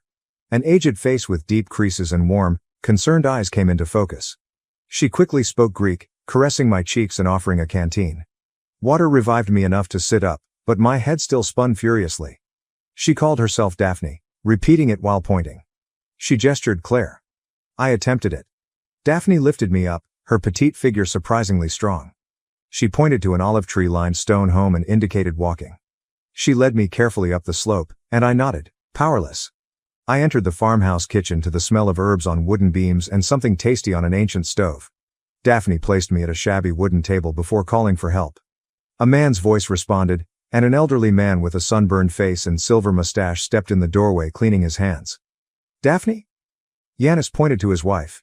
He tentatively nodded at me, his eyes inquiring yet friendly. Daphne gave me a drink of chilled water and a bowl of basic soup. As the perfume reached my nose, my stomach growled, making Daphne smile. The evening was a mess of miscommunication. I used minimal words, hand gestures, and tears to describe my circumstance. Daphne nodded like she understood, but I knew she couldn't. Yanis was quiet but attentive, asking Daphne gesture-based questions. I took their spare room, a basic room with whitewashed walls and a tiny bed covered in a handmade quilt. I fell asleep, too fatigued to protest. Crowing roosters and fresh bread greeted morning. The foot of my bed had a basic cotton dress and cardigan that seemed decades old but just laundered. They were loose on me but a wonderful change from my trip suit. Daphne smiled at me and served strong coffee and delicious bread with olive oil and honey in the kitchen. I felt embarrassed after dawn cleared my head. I was fed and clothed by these strangers without inquiry. I needed to explain, pay, and move on. I expressed my thankfulness and want to return to the community using bad English and my phone's translation software, charged by Yanis adapter. Daphne's face dropped quickly. She vigorously shook her head, pointing outside to the rain on the windows and then to my still blistered feet. Stay, she said, using one of her few English words. Rest. I tried to depart several times over the next 3 days but was gently resisted. Daphne stopped me at the door with my purse and shoes, her sorrowful expression making me feel guilty. She held my hand and opened a little wooden box on the mantel to expose photos. Her fingers trembled as she pointed to a young woman with Daphne's eyes and Yanis' smile. Irini, she whispered, pointing far away. Australia. She cradled and held her hand at waist height, indicating a child, shedding tears. Grandbaby, she said in English, pointing to a recent baby photo. No, see? Then I understood. Daphne saw me as a replacement for her daughter. My heart broke for her loss, not manipulation. I nodded slowly and put my purse on the door hook. As I adjusted to their agricultural life, new rituals emerged daily. Daphne taught me how to pick chicken eggs without scaring them and hang laundry so the mountain air would catch it. Yanis patiently taught me to recognize vegetable garden weeds after I accidentally pulled out a herb. The labor was physical, Unlike my meticulously groomed life in Boston, yet rewarding in ways I'd forgotten existed. My body objected at first, used to designer gyms and measured workouts. My hands got calluses and muscles I didn't realize ached each night. Each day, my pain subsided and my strength increased. Most crucially, farm chores and language lessons replaced my ongoing mental cycle of abandonment. Sitting on the modest porch while Daphne stitched and Yanis smoked his pipe at night, I found serenity. My betrayal still hurt, but here, among ancient olive trees and rural life, it felt like an unexpected chapter. Daphne sat with me shelling garden peas 2 weeks following my arrival. After thoughtfully studying my face, she asked slowly in her improving English, "Home? You want to go home?" She gestured like a plane and pointed at America. I was surprised by the question. Home. Our stylish Boston brownstone with designer furniture and matching decor came to mind. It also highlighted Ethan's controlling behavior, his helpful management of our finances that left me without independence, his subtle discouragement of my friendships, and his dismissal of my job goals. I cried as I spoke in a language Daphne couldn't comprehend but felt feelings that crossed the linguistic barrier. I told her about Ethan's betrayal, years of gently giving up parts of myself to make peace, and being abandoned like baggage in a distant country. As I spoke, Daphne's aged hand covered mine. She pointed to her heart, then the farm, then me once I finished. It was clear, I could stay if I wished. Work, I responded gently, imitating Yanis's olive tree care. I stay. I work. Daphne's smile burst like the Aegean daybreak. She nodded and squeezed my hand before returning to the peas, as if we'd decided on tomorrow's dinner rather than a life change. My olive-growing education began when I stayed. Next morning, Daphne woke me up with Irene's work attire and thick boots when stars still shone. I followed her and Yanis to the grove, where the first light of dawn barely revealed the ancient trees, half asleep. "Elias," Daphne replied, pointing to the fruit-laden branches. She delicately raked the branches with wooden rakes to release the olives onto nets below. My first attempt rained branches, leaves, and a few olives, prompting Yanis' meticulous correction. My city-soft hands had blisters by mid-morning, the sun shining overhead, and my shoulders burning from exertion. "Boston lady hands," Daphne mocked, scrutinizing my palms at lunch. She returned with a herbal, beeswax-scented salve from the house. The cooling relief was immediate as she put it on my raw flesh. "Tomorrow, better," she said. To her surprise, she was right. I improved my technique, strength, and hands every day. Within weeks, I could work with them for hours without complaining, proud of the fruit piles. Sorting was harder than harvesting. We carefully selected the olives by quality at a large table under a pergola, perfect for premium oil, slightly blemished for second grade, damaged for soap production. Daphne initially watched me closely and gently corrected my blunders. Her corrections decreased as my eye learned minor differences. "You learn fast," Yanis said one evening, improving his terrible English and my basic Greek. He gave me his highest compliment, and I felt warm. I learned beyond the groves in Daphne's kitchen, which originally intimidated me with its lack of modern amenities. My Boston cooking skills included following fancy magazine recipes for dinner gatherings that delighted Ethan's coworkers. Daphne's cuisine was based on years of experience and observation, not measuring cups or temps. "Watch," she'd say, kneading bread dough with practice. I tried to emulate her moves but failed miserably. My first outside stone oven loaves were deformed, underbaked, or burned. Daphne advised me to practice, breaking up my worst attempts to taste them. All learning is waste. I found her acceptance of imperfection revolutionary. In my past, mistakes were hidden, not stepping stones to mastery. The simplicity of their meals showed how processed my American diet was. Everything came from their land or surrounding farms. Sun-warmed veggies, morning eggs, and cheese from the goats down the road. The flavors were fresh and needed only olive oil, lemon, and Daphne's garden herbs. This diet and work altered my body. As lean muscle replaced fat, my luxury clothes loosened. Olive oil soap and sweat brightened my skin, once preserved by pricey creams. A stranger peered back at me in the small mirror over the bathroom sink. Tanner, stronger, and somehow more substantial despite weighing less. Daphne and I communicated beyond labor and food as my Greek vocabulary grew. Her black and white village childhood photos were displayed in her picture albums during evening breaks. I was surprised to learn she taught before joining her family's olive business after marriage. Imitating keyboard typing, she asked, "You?" She saw images of my interior design projects from before marriage on my phone, a career Ethan had disregarded as a hobby. Daphne pointed out her favorites and made admiring sounds as she studied them. She said, "Beautiful thinking," patting her temple. Her affirmation of my creative labor brought tears to my eyes, simple appreciation that Ethan had steadily withheld throughout our marriage. Daphne taught me to knit one rainy afternoon, patiently letting me drop stitches and make uneven rows. My first project was a lumpy, uneven scarf I fashioned by hand. I was more proud of it than the luxury cashmere Ethan gave me for Christmas. Next came a clay mug Yanis helped me make and a woven basket a neighbor taught me. Each thing had hours of study and connection, stories no luxury could. As I became less materialistic, my collection grew.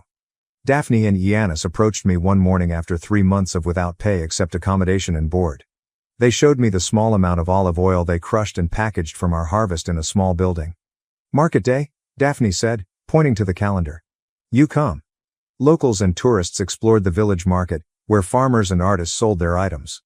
Daphne and Yanis placed golden green oil, olive soap, and preserved olives on their plain table. They surprised me by placing me at the front of the table to talk to customers. My terrible Greek and their limited English caused confusion and hilarity, but sales increased throughout the day. Daphne gave me a euro envelope after the market closed. "Just, your part," she said. "Fair work, fair pay." I looked at the small amount, maybe enough for one supper at Ethan and my favorite places. This money symbolized independence acquired via hard work, which I hadn't enjoyed in years. No attachments, no hidden gratitude or compliance expectations, just fair pay for honest effort. I kept the envelope beneath my pillow that night, touching it occasionally to establish its authenticity. Ethan took charge of our finances, to simplify things, leaving me with credit cards tied to accounts he oversaw during our decade of marriage. This modest stack of euros was the first step toward reconstructing my life. As I fell asleep, I realized I hadn't thought about Ethan during market day, preoccupied with Greek transaction terms and product pride. Olive trees, cookery courses, and the rising confidence that I was capable of more than he had ever allowed me to believe had replaced him in my thoughts. Daphne and Yanis asked me to dine at the village square taverna the next week, my first since arriving. A borrowed blouse from Daphne made me uneasy as we entered the busy business. Michalis, the owner, enthusiastically hugged the couple before looking at me. "Our American," Daphne proudly remarked in Greek, a term I know refers to me, Claire. Michalis grinned and took us to their usual table. Yanis cleared his throat and spoke carefully English over grilled seafood and village wine. "Claire, we want talk business with you." He surprised me with his seriousness. Had I erred? Was I ready to move on? Daphne patted my hand across the table and continued where her husband left off. "We old now? 68, 70 years?" she said to Yanis. "No children here. Irini not coming back." Yanis nodded solemnly. "We think retire soon. 2, 3 years? But olive trees," he gestured. 200 years old. Need young hands." Understanding made me gasp. Daphne smiled with crinkled eyes. "You learn fast. Work hard. We teach everything." She spread her hands in offering. "Business yours." The idea shocked me. They scarcely knew me, a foreigner who came into their life months before. They offered a future I couldn't foresee. "But I don't know enough," I mumbled. "The trees, the pressing, the business side." "You learn." Yanis insisted. "We teach. No rush." My real apprenticeship began that night. Not only an extra pair of hands, I inherited generations of knowledge. Each morning, Yanis showed me how soil variances affected taste profiles, how to spot disease early, and when to harvest each region for best oil quality. Daphne taught me their business records, which included handwritten ledgers and basic computer spreadsheets their grandson had set up during a holiday visit years earlier. She tracked income and expenses in a useful but archaic way. I spent hours improving their systems to simplify inventory and sales monitoring. "Look," I showed Daphne one night how to filter the spreadsheet to reveal which oil sold best at which marketplaces. Her eyes expanded as numbers revealed patterns. "Smart," she nodded. "Boston lady brain good for business." With their permission, I made minor marketing changes. I learned about flavor profiles and meal pairings from Daphne's many culinary classes and updated our hand-labeled bottles. I answered tourists' questions at our market stand with a simple pamphlet on their traditional practices. I made connections outside Daphne and Yanis' circle as my Greek improved. The pharmacist who prescribed Daphne's blood pressure medicine stopped by our market booth for non-business chats. The baker's wife invited me to her monthly coffee with village women, a daunting yet valuable immersion in local language and customs. When the taverna started serving our premium oil and placing small cards with our new labels on each table, Michalis became an unexpected ally. "Good for you. Good for me." He winked when I thanked him. 2 nearby eateries contacted us about providing after hearing about us. I attended my first village ceremony, the butcher's granddaughter's christening, 6 months into my new existence. From the rear of the modest church, I watched the community ritual with a lump in my throat. The elderly priest recognized me and greeted me afterward, stopping his Athens seminary English.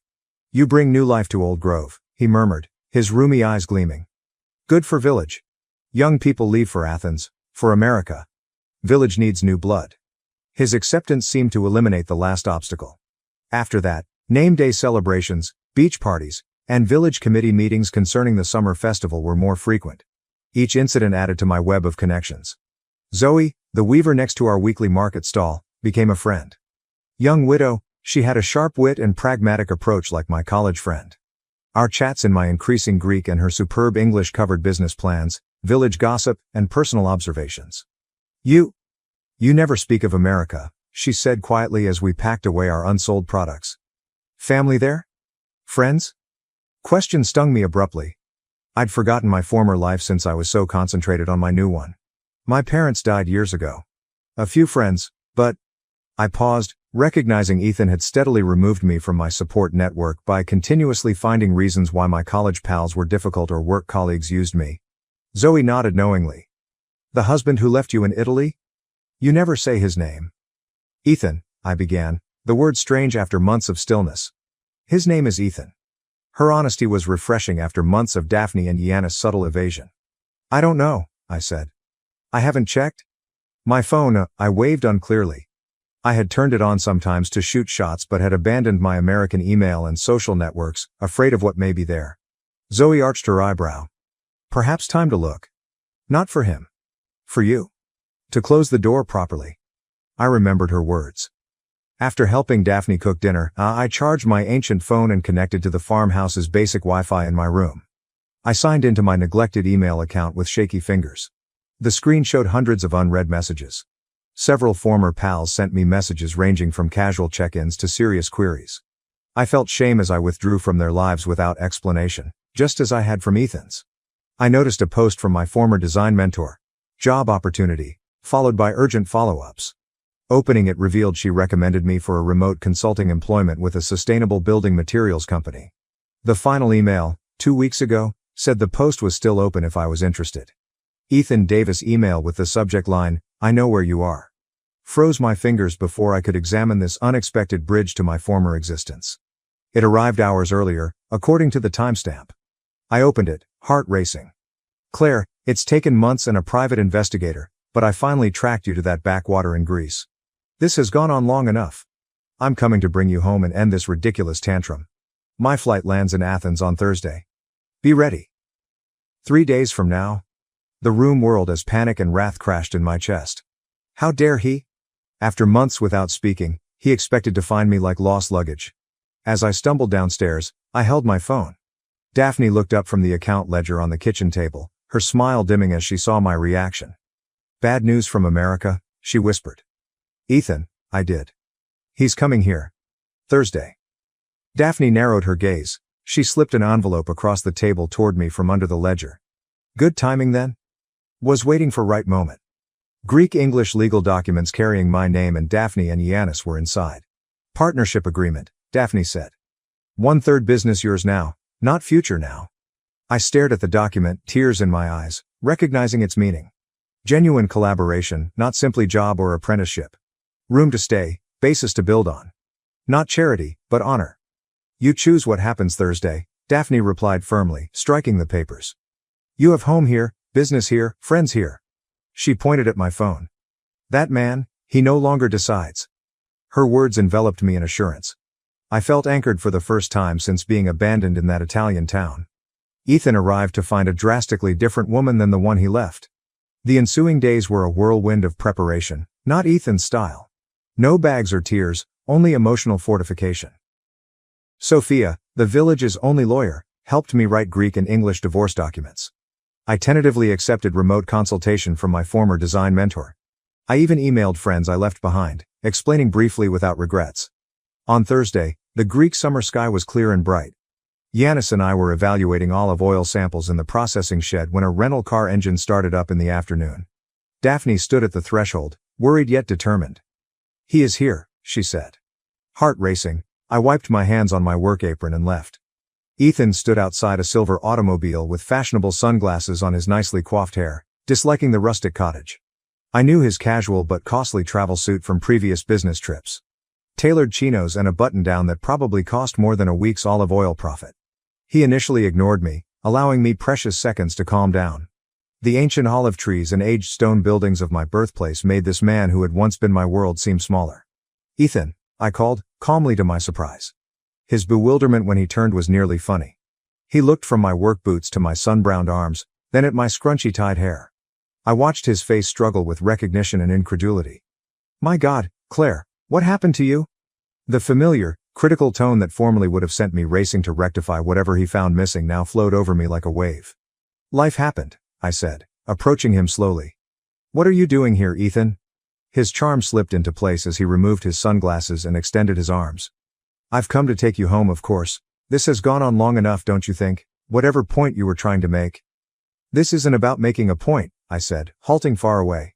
This is about making a life. His smile sank. I heard Daphne and Yanis leaving the home quietly behind me. While they couldn't understand us, they hid in plain sight, ready to act. Ethan hardened as he saw them. Are these the people you've been staying with? Have they been holding you here? Because if so, I interrupted. They've been teaching me. About olive farming, about community, about kindness without conditions. I pointed to the woods. I'm part owner now. I have a business here. He looked incredulous, then condescending, as I knew. A business, Claire? Be serious. You're a designer, not a farmer. This is what, some eat, pray, love phase after our fight? I admit I shouldn't have left you in Italy.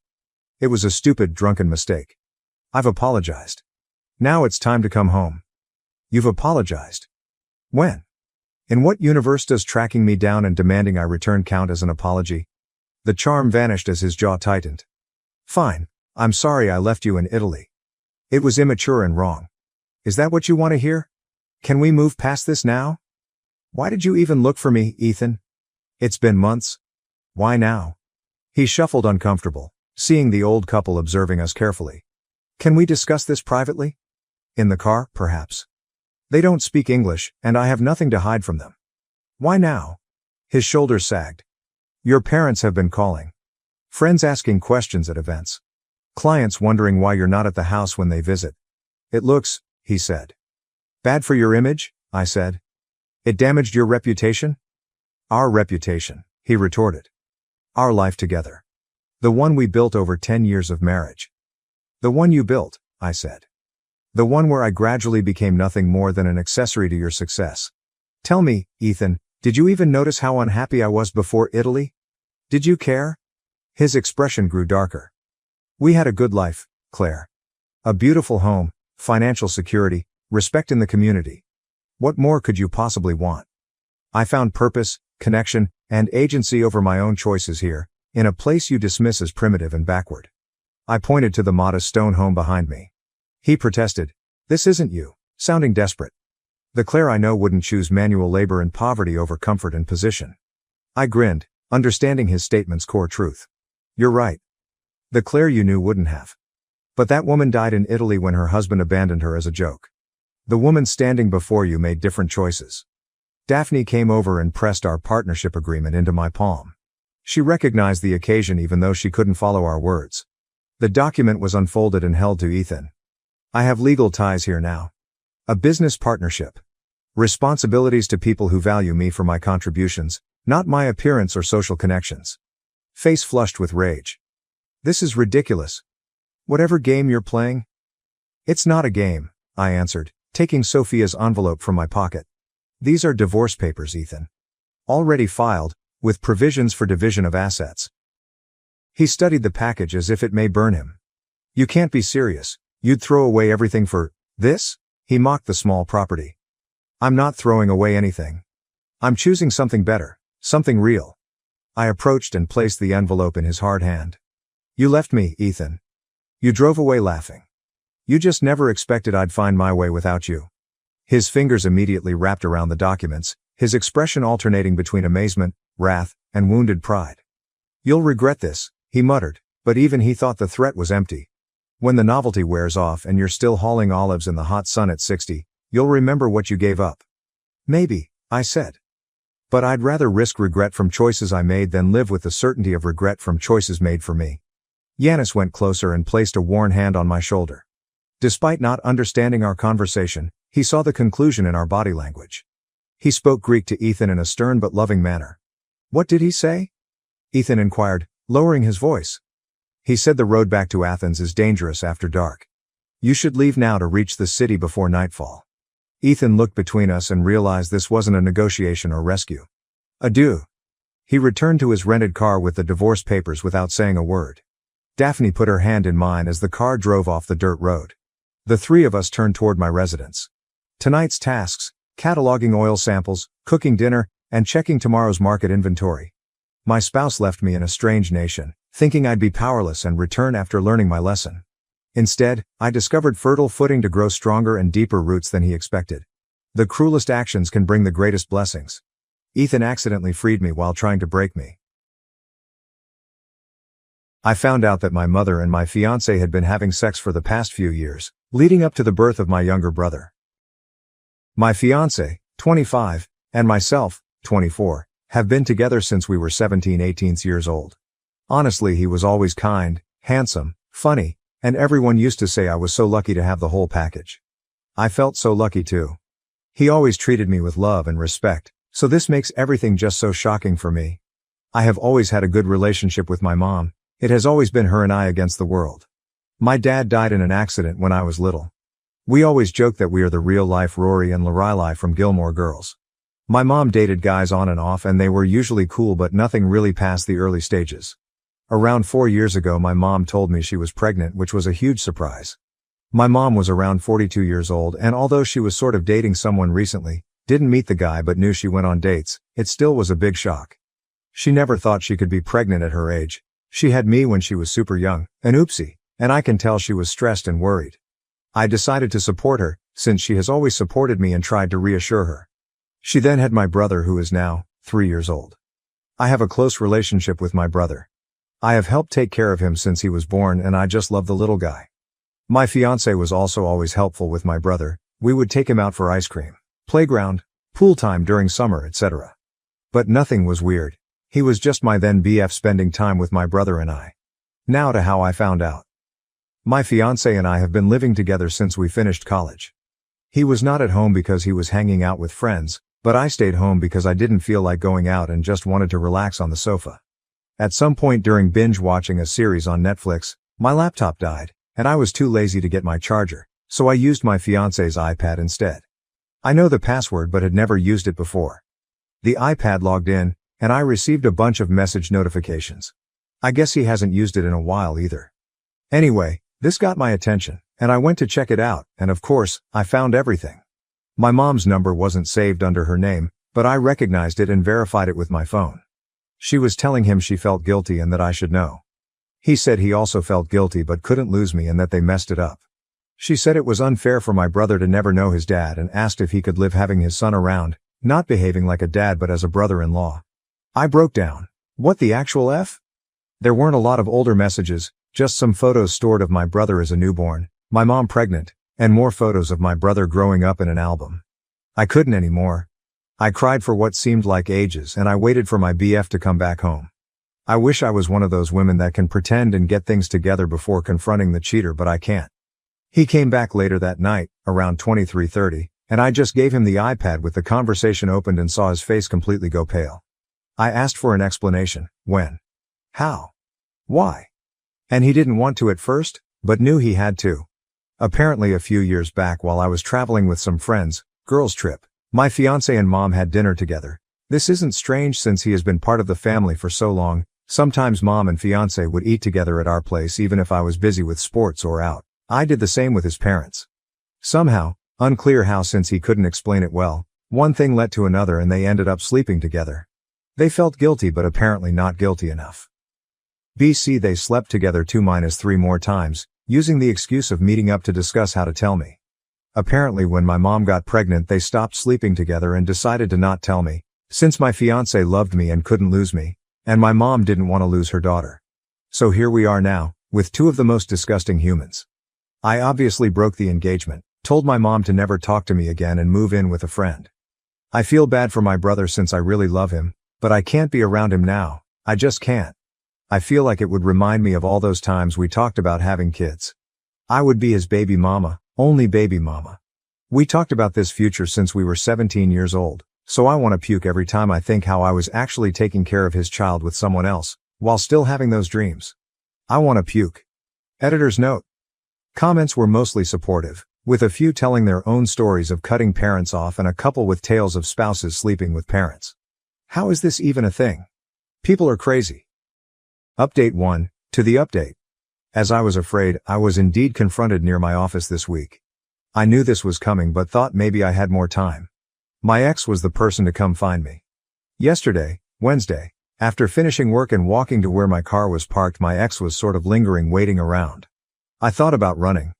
Not gonna lie, but I guess in the moment I felt strong enough to get over it, instead of having that hanging above my head waiting to be approached again. He asked if we could talk and I said yes, but I didn't feel like having that conversation over coffee like we were old friends. It felt ridiculous, so I told him to just talk right there. We were in the streets but somehow it wasn't crowded, but also not completely lonely. Felt right. He basically said sorry 100 times and that I deserved better. I agreed. He said he did love me and that he still does, but he would understand why I wouldn't want anything to do with him. He said that if I did in fact consider giving him a chance, that he would go to therapy, alone or together or both, and that he would work hard to win my trust back. I told him it wasn't possible. There was too much damage. This sounds calm when I type it, but in the moment things came out more with louder tone and harsher words. Anyways, he did say that he is in the or will be, it was a bit of a blur, process of getting custody, partly, from my brother, and that he in fact does want to be a dad to him. He said he does not want to be together with my mom, that it was just a stupid mistake. Sure, BC 4-5 times is just a random thing. He couldn't explain why he did it in the first place. I think he doesn't even know himself. I asked if he cheated with someone else before. He said no, not sure if to believe it, but he sounded honest. I asked why he didn't come clean, and he said that after he did the deed he always felt panicked and it hit him that he could lose me and he just didn't want to. I told him it was meant to be found out, that what was his plan? To have my brother around and ignore their relationship forever? He said he didn't think far enough and that he was basically going with the idea one day at the time.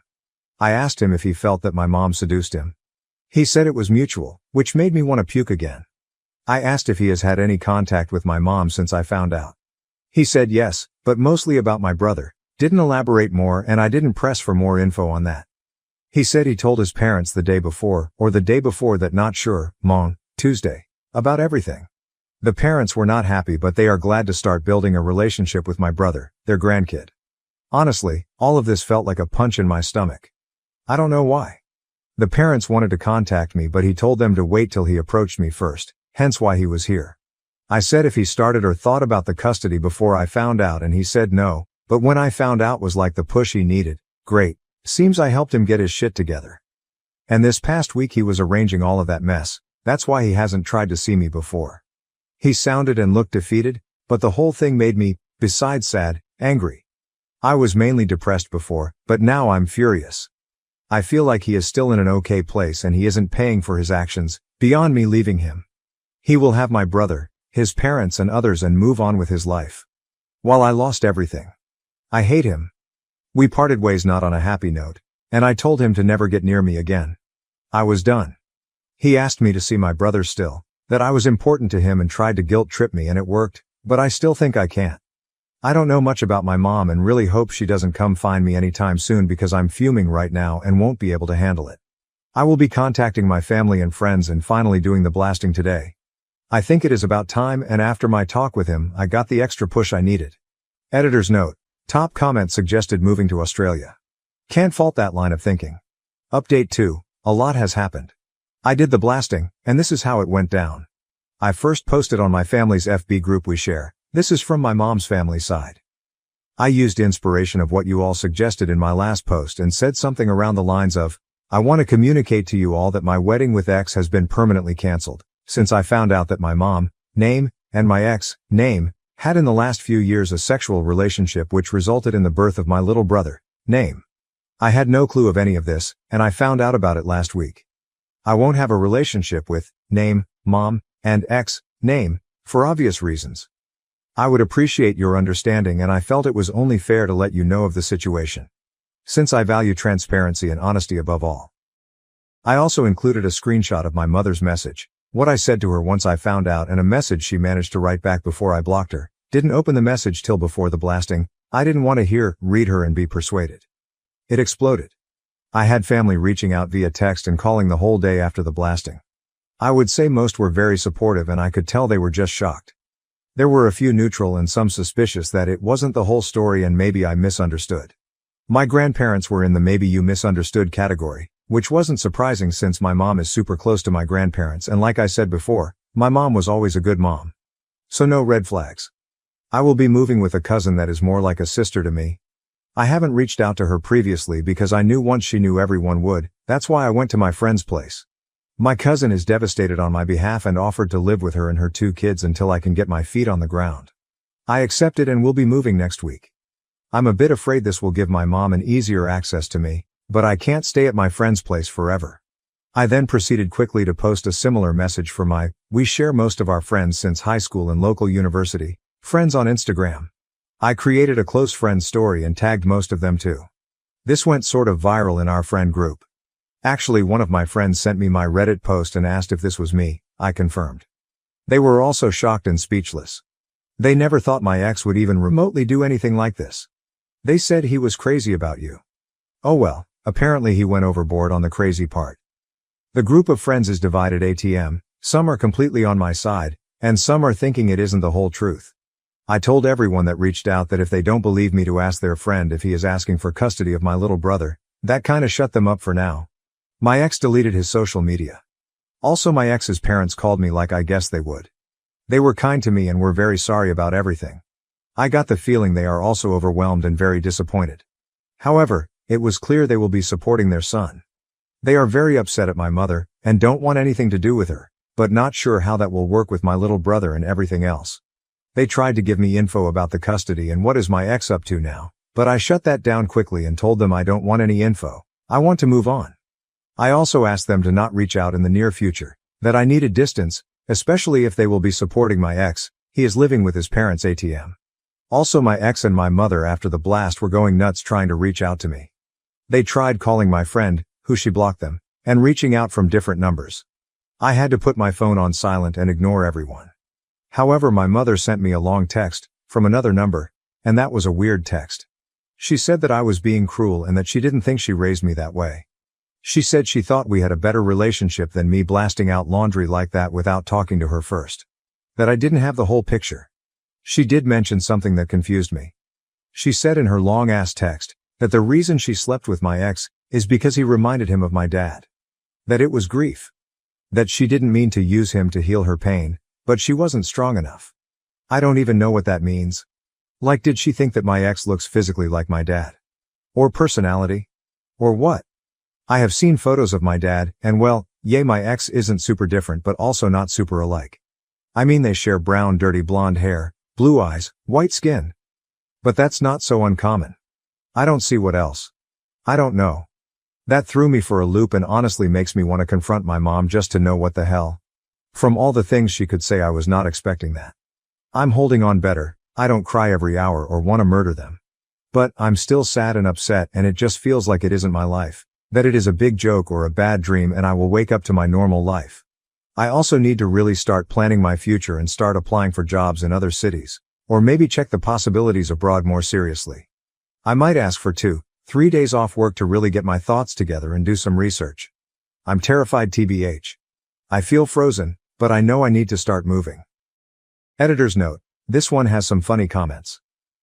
Commenter 1, that mom is hilarious. I thought I raised you better. I never in a million years thought you'd fuck my boyfriend, but here we are. Commenter 2, my petty ass would be sending her that. Commenter 3, right. The irony of her blaming you for airing laundry when she did that. Commenter 4, the laundry wouldn't be dirty if you hadn't fucked my boyfriend on it. I was sick to my stomach when I discovered my wife's secret Google account, which contained hundreds of photos of my ex-girlfriend. I, 36, met my wife Bailey, 33, 9 years ago through mutual coworkers, and we hit it off immediately. I fell absolutely head over heels with this woman. She was everything I was looking for. I had gotten out of a toxic, dare I say abusive long-term relationship right before that with a woman Bailey had been acquainted with, but not friends with. I had her blocked on everything and had no contact with her since breaking up. We got married right after the tail end of the pandemic, bought our first house together, and started trying to conceive. That was difficult because Bailey has PCOS, but last year she finally gave birth to our first daughter. I'm having a blast being a dad. It's kind of a dream come true. I finally got my happy life with my perfect wife. My perfect wife. Until last Monday. My laptop's battery hit the bed, so I opened up Bailey's work tablet with an attached keyboard. You can set it up like a monitor, to check on some tax stuff. She wasn't home, it was just me and the baby, but we've never asked permission to use each other's devices. We've always been open like that. There's nothing for us to hide. That's what I thought. When I opened up the internet I noticed she had the incognito tab open. Never in a million years did I expect to discover what I did. My wife has a secret Google account with a photo album saved called XX. So I clicked on it. Did I discover an affair? Nudes? Nope. In this Google album were over 300 photos, 348 actually, of my ex. The woman I was with right before I met Bailey. The woman who tormented me and made me feel worthless. The album said it was started back right around the time Bailey and I started dating, and was updated as recently as 2 weeks ago.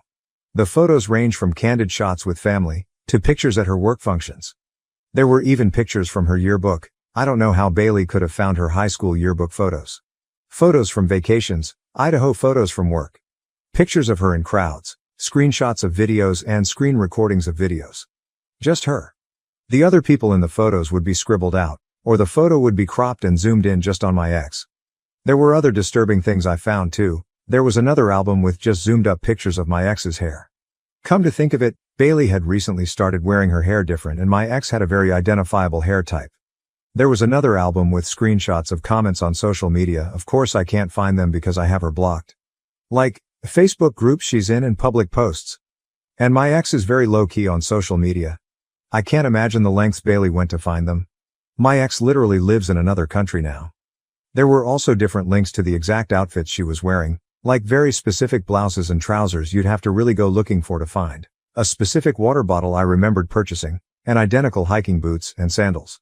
So basically, my partner of almost a decade has been a single white female. My girlfriend has secretly stalked her to the point of buying her exact clothes and changing her hair, and now I'm starting to realize Bailey's new interests over the years were just my ex's. Bailey has turned herself into my ex. Everything feels like a lie. Our love feels like a lie. The things we share feel like a lie.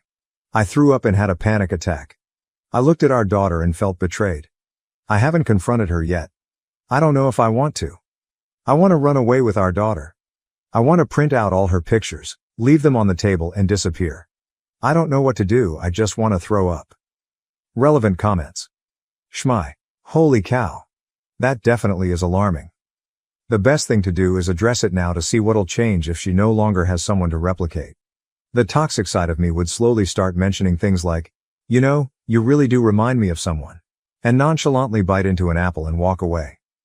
OP, I feel like what's worse is that she's subtly made these changes over time under my nose. So my ex has a specific career and Bailey didn't express interest in switching careers to the exact same thing until after I had mentioned what my ex did. Didn't notice at the time, but I remember telling her ex went to school for that. The hair was more recent, the outfits and objects, slowly over time. The interests, I'm not sure how much she's stolen personality-wise from my ex and what she actually likes. It's all incredibly exhausting and confusing. Miss_chapstick. I'm so sorry. This sounds like something out of creepypasta. OP, I'm actually surprised with the amount of support I've gotten here in the last hour, haha. Believe it or not, there are no other red flags in our marriage. Now I don't know what else I've missed. OP added. While I talked about my ex, most of the things I told my wife about were negative and painted her in not such a good light. My wife knows these things and knows they were traumatic. Of course, I've mentioned things like what she does for a living and things she used to do. I think everything else she found she got through intense cyberstalking through my ex's friends and family. The yearbook photos, I have no idea. Edit, removed specific info so I don't accidentally dox myself. Update. I'm pretty sure I accidentally got my original post removed just now because I tried to update it with a link to my update. Oops. Anyway, I'm the guy who found the Google Drive full of pictures of my ex. So, I was not expecting my original post to go viral on YouTube and TikTok, and have so many responses. Yikes. I am overwhelmed by the support. I am humbled by the number of people who have been through this experience, on both sides. I have an update, but it's probably not as exciting and as juicy as you want. It's not bad though. First, let me clear things up. If people think this post is fake because it doesn't make sense, or our trying to conceive timeline is short, or the way I worded things makes it look like a teenager or woman wrote it, continue to think that because it means I've successfully been vague enough and worded things to not accidentally dox myself. Believe this is a creative writing exercise, so I don't embarrass myself. For real. No, I didn't actually throw up. I was in the middle of a panic attack. Private browsing. Tabs were open to the websites with clothing and objects. Another tab was signed into Google Photos. When I exited the Google Photo tab to look at the websites with clothing and came back, it was already signed out and I couldn't get back in. A lot of the clothing I recognized wasn't because I remembered my ex wearing them. There were more recent pictures of her in the file wearing them, and I remember the day Bailey bought the water bottle that also happened to be in the folder. The hair. Bailey and my ex are the same race and my ex wore braids in a particular way. Not so particular that it's exclusive to my ex, because Bailey has also worn different braids, but seeing pictures of her made me put two and two together. Is there any way Bailey could have gotten with me in an attempt to get to my ex? Was Bailey possibly obsessed with my ex before she met me? Probably not, because Bailey grew up here and my ex originally moved here for university. And while you can drive across the border, it's not that easy and I don't think Bailey was going back and forth to stalk her in person. Also, the reasons why my ex and I broke up have nothing to do with Bailey and she could not have had any involvement. On to the actual update. The next day when I had calmed down I called several social workers and therapists. I was planning to confront her there. Unfortunately, the only places that take our insurance did not have an opening for another couple weeks. So despite what a lot of you think, I've known my wife for nearly a decade and even while I was confused and upset and doubting things, I didn't think she'd be a danger to me. We took the baby to grandma's and I asked her to go for a walk with me. I did not beat around the bush and straight up told her I found the folder. Her face got very red and she was frozen, but also tried to play dumb at first. I was persistent and she started crying and begged me not to leave her. This is what I uncovered. Bailey first started looking up my ex out of curiosity. To keep tabs, I guess? But over time it became more pathological. It's like she got addicted to it, but she also wanted to please me. Okay, maybe I talked about my ex a lot more than I thought, and Bailey wanted to emulate the good parts. She told me she really doesn't know who she is, and my ex's image was something she latched onto because she had me first. Finding information about her became a game. Finding the clothing and objects became a game, by searching things like, blue water bottle green stripe, until the couple compared the product to a photo and found the exact one.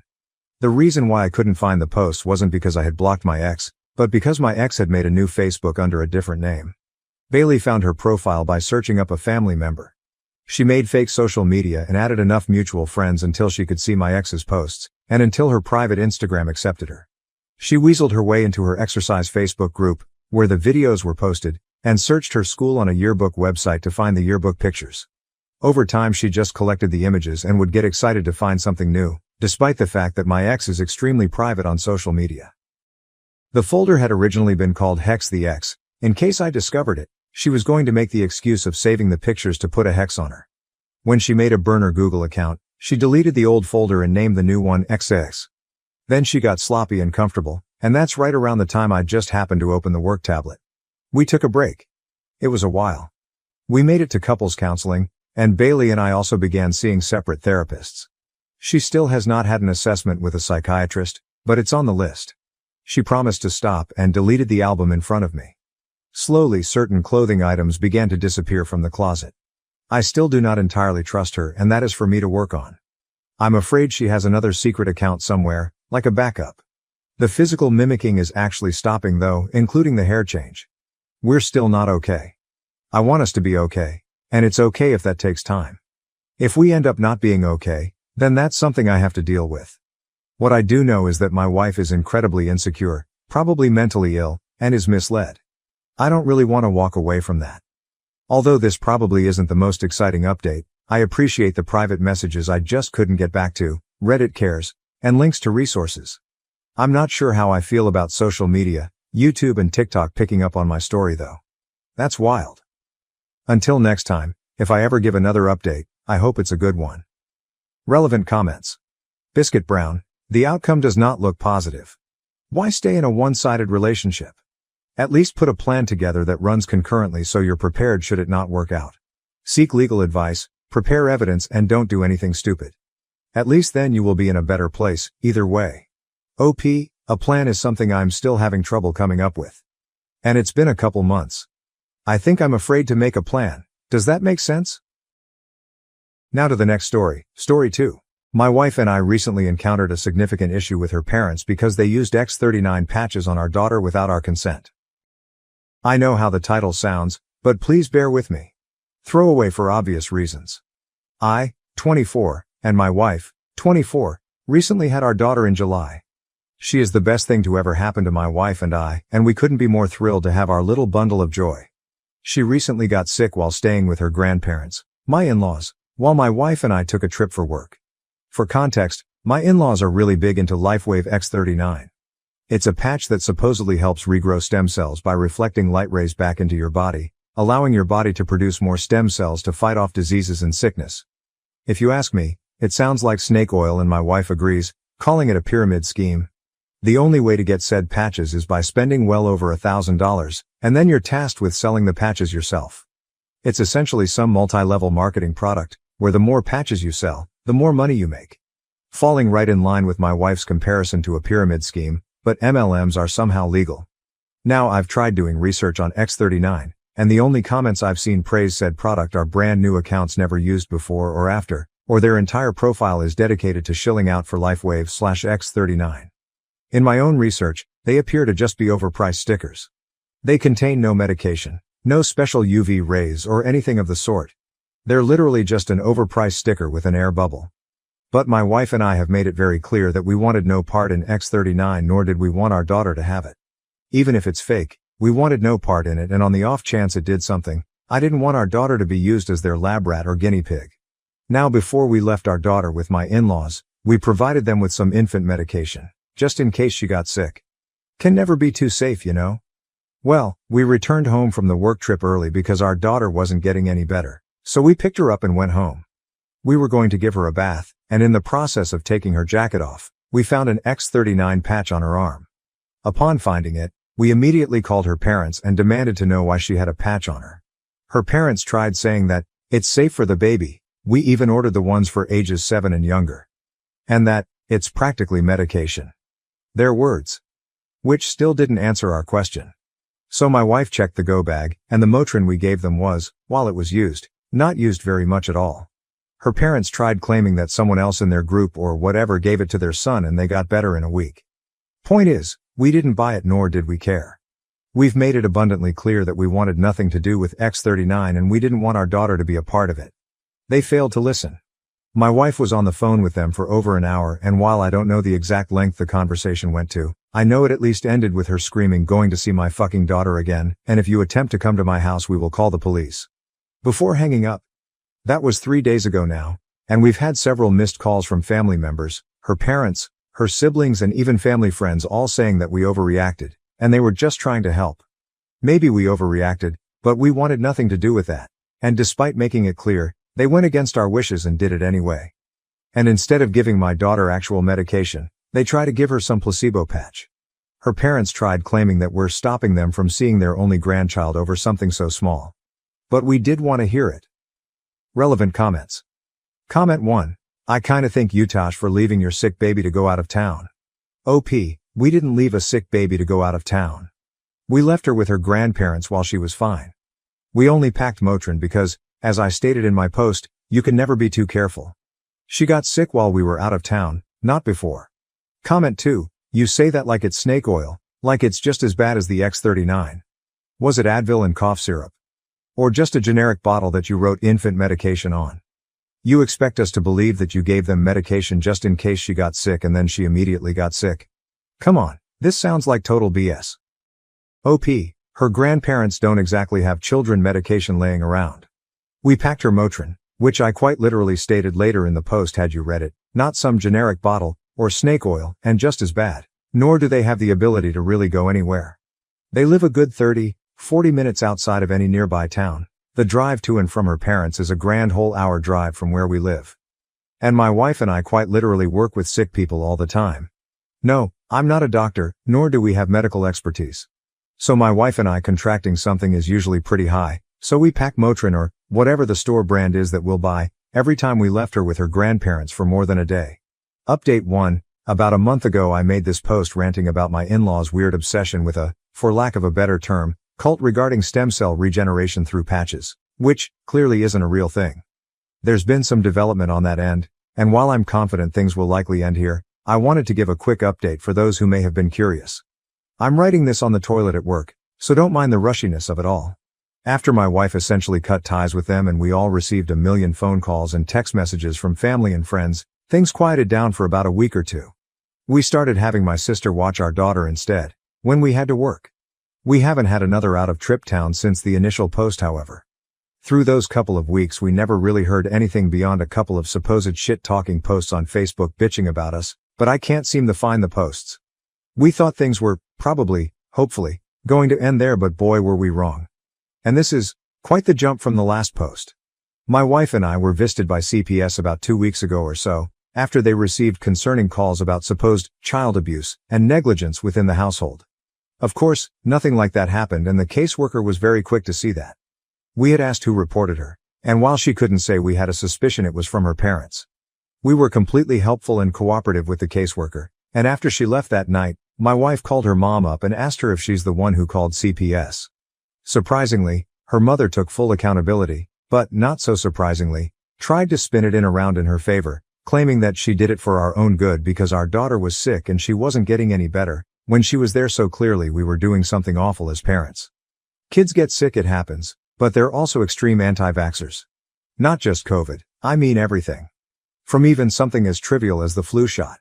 Yet, they're willing to shill out thousands of dollars for some supposed stem cell regeneration sticker. The fucking hypocrisy and irony in their bullshit is unmatched. My wife didn't really know how to react to that, so she basically told her mom to go fuck herself, and she wants nothing to do with her again. I know I saw a few comments on the last post saying maybe we shouldn't have cut them out entirely, but now I'm starting to question why we didn't cut them out years ago, before our daughter was even a thought in our heads. About a week after the first audit, my mother-in-law showed up to our house on my day off while my wife was at work, and essentially demanded to see our daughter, forcing her way into our home by pushing past my arm. When I told her to get the hell out of my house, she had no business matching in here like that. She essentially told me that I'm unfit to be a parent because I'm depriving my daughter of help she desperately needed, because she's clearly a very sick child. My daughter is perfectly healthy right now, and in fact, has had no stuffy nose and no high temperature. Nothing. I told my MIL straight up that she was batshit insane.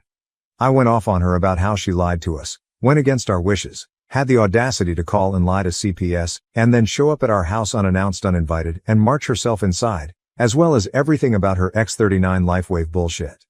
We argued there for a while, before I finally got so fed up. I told her to leave my house before I called the police. She stormed out of the house, and in true Karen fashion, said, "This isn't over," before slamming my door. I immediately called my wife, who was of course irate. The following morning, we filed a restraining order at the courthouse from her mom and dad, because they're clearly not in their right mindset. The caseworker had to audit us a few more times as per their guidelines over the past 2 weeks, and yesterday was her last day, where she informed us that we're doing good and she's sorry for the trouble they caused. We kept her up to speed on the LifeWave shit, the showing up unannounced and the restraining order, and though she couldn't really take a side, she seemed apologetic. But my wife and I are pretty livid. We started looking at houses in another state to get as far away from her in-laws as possible. Our company has offices out there, so it's entirely possible we could just be transferred. So we're crossing our fingers that all goes well, the restraining order gets filed soon enough, and we'll get a place clear across the country so that this will hopefully be my last update. New update. Things aren't going to be as juicy in this post as the last two, but some new things have happened, so I'll just jump right in. After my in-laws called CPS on us for no discernible reasons other than we forbid them from seeing our daughter, things mostly quieted down. Some of you suggested that we should do more than just get a restraining order, so we bought some security cameras and had them installed all around our property, and our neighbors, who were pretty good friends of ours, was in the loop for the most part, and any time we had to go somewhere, not only did we have video cameras recording every time someone entered our driveway displayed directly on our phones, our neighbors kept us updated too. She stopped coming around for the first few months since she called CPS on us, but just the month before last, As we were preparing to move, my in-laws somehow got word we planned on moving states and attempted to block our driveway as her dad tried blocking the front door. Not sure what their plan was there because we have a back door and an extra side door leading from the kitchen, but I digress. Her mom blocked the driveway, stopping our U-Haul or car from leaving the property, and wouldn't budge, even after we told them we would call the police. They told us they'd move if we told them where we were moving to, but my wife told them that wasn't happening and they had 10 minutes to leave or we'd be calling the police. My neighbor came over during the commotion, but my in-laws still wouldn't budge. My daughter is crying during all of this as my wife is trying to console her, as my neighbor and I are attempting to remove my father-in-law from the doorway, but he wouldn't move. Eventually my wife called the police, and I'm guessing another neighbor called them as well because they responded within mere minutes. My in-laws kept screaming that we were taking their rightful grandchild away, and that we'd all be damned to burn in hell for this, but honestly that just made me laugh. The police kept asking them to leave, but they wouldn't. Eventually they were arrested for refusing to leave, and the police were nice enough to call a tow truck for us to be able to back out of the driveway. Lo and behold, as the police were handcuffing my in-laws, they both had on those X39 patches, and even the police questioned them about it. But whatever, what's done is done. We were able to finally leave and on to new adventures. We've been settled in at our new house for the better part of over a month, and we're enjoying it greatly. No word from her in-laws, and they have no idea where we are. We have them blocked, but we'll eventually get messages from unknown numbers or Facebook accounts asking where we moved, but there's no way they're that foolish to believe we'll actually tell them. Luckily, neither my last state or this one have any grandparents' rights, so we're in the clear there. Thank you everyone, hopefully this is my last update. Relevant comments. Comment 1, seriously look into a P.O. box and have all mail routed there. OP, hey there. We actually did get our mail routed to a P.O. box. Comment 2, why were they not arrested for violating a restraining order? OP, we informed the police they had a restraining order, I just don't think they cared.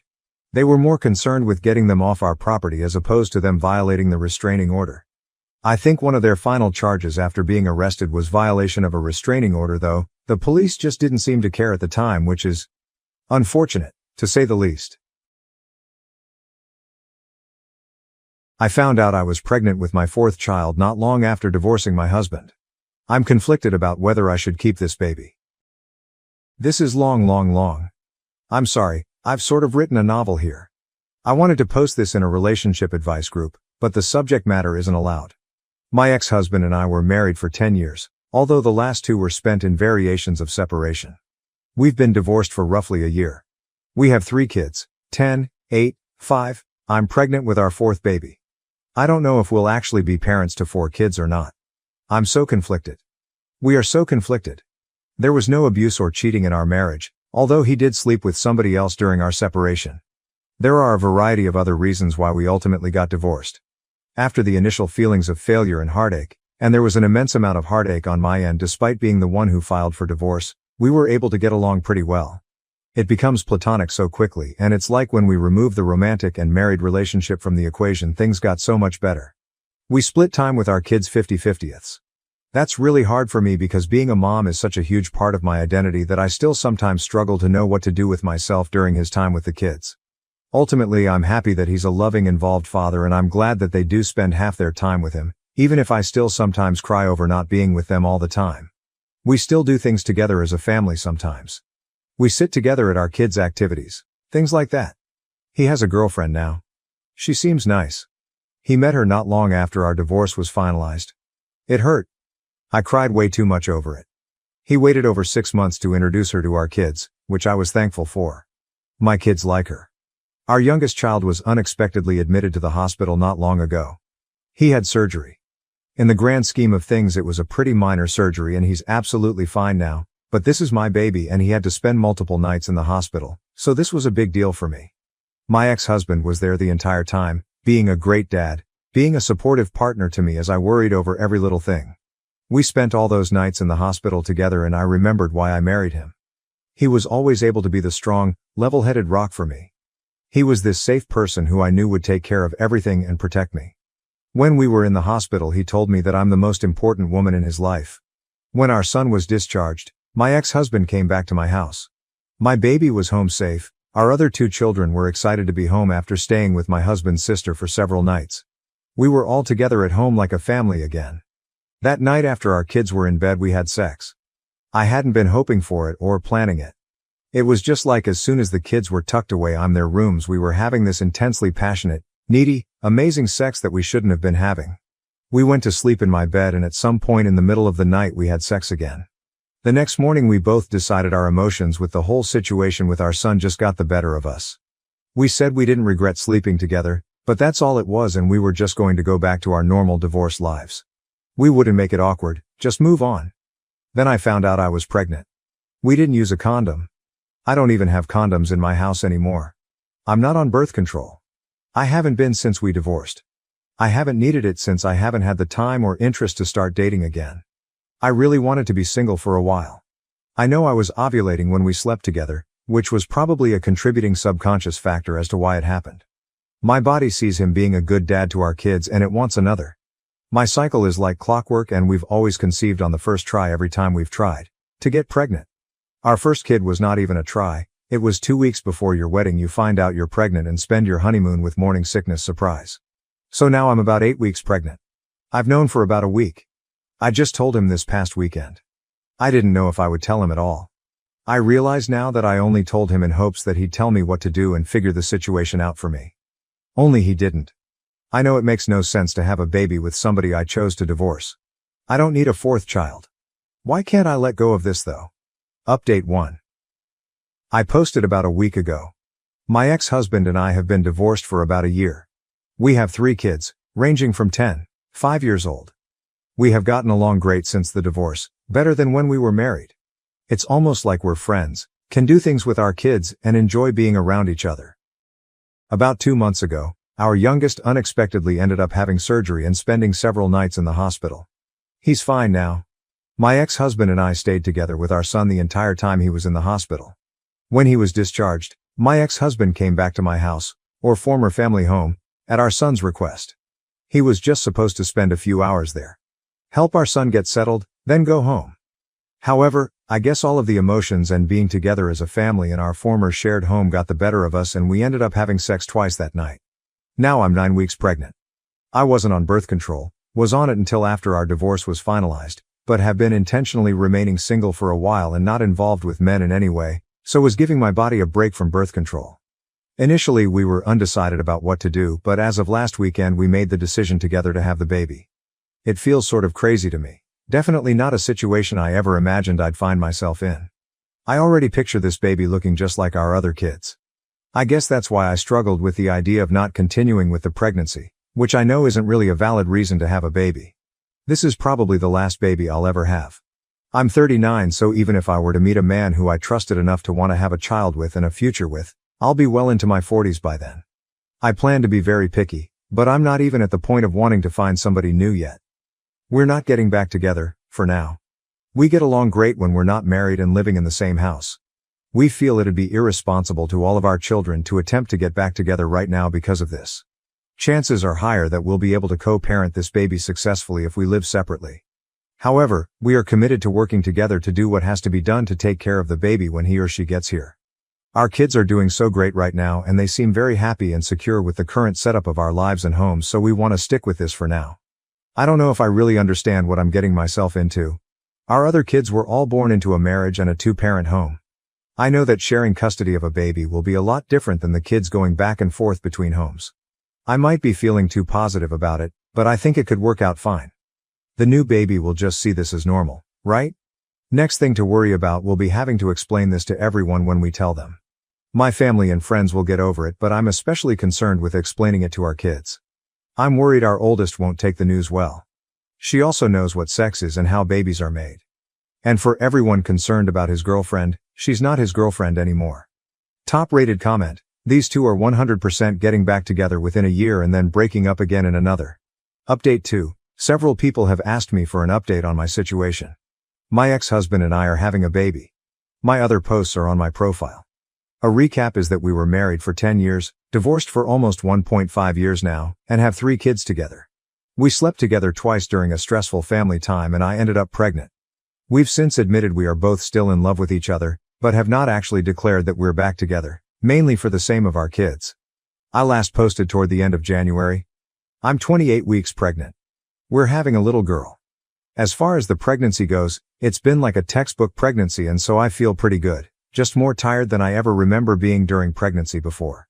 My husband and I continue to live separately and share custody of our kids. We each have them 50% of the time. They're all aware that we're having a baby, and none of them seem to be deeply confused or emotionally damaged by their divorced parents having a baby together. We explained it in an age-appropriate way. Our oldest child was more grossed out that her parents had sex than anything else, since she now understands what sex is and how babies are made. We've been involved with her quite a bit and she's excited now. I even took her to one of my appointments. She's excited to have a baby sister, and she understands that mom and dad love her and her siblings, that we love this new baby, and that we love each other as people and as parenting partners without actually being together as a married couple in one house. Meanwhile, my husband and I have started to attend couples counseling. We tried marriage counseling when we were separated before we divorced, but I think we were both already pretty mentally done, so counseling didn't do much for us then. I think we're getting way more out of it now because we're actually invested in it and putting in a lot of effort. Sometimes I feel great after a session, and at other times I feel not so great and am reminded of reasons why we divorced. Overall, I think it's a good thing for us no matter what happens with our relationship. We've been sleeping together for the last few months. We already agreed that we won't be seeing other people at this time. I wouldn't be saying this while pregnant anyway, and it's not as if I'll even have time with 3 kids and a newborn. We agreed that we will not open ourselves to being with other people while we are working on our relationship and before that conversation is had between us. We are carrying on just as we have been since our divorce, as far as our kids are concerned. Dad doesn't spend the night at our house. We do things together as a family sometimes, but we were doing that even before anything was rekindled between us. We're not acting as a couple when we're together as a family. We're friendly with each other, but there is no holding hands, kissing, etc. Our main concern is our kids. We refuse to say we're back together. If we officially get back together, we really want to feel certain that it'd be for the long term, that we're ready to commit to that. We don't want to give our kids whiplash or do anything to make them insecure about our family. We would like to get to that point, but we aren't there yet. I think if my husband had his way, we'd be there. He's ready to say he's there now. He'd love to move back home. But he understands and agrees with my reasoning. I'd love for him to move back home too, based only on emotions.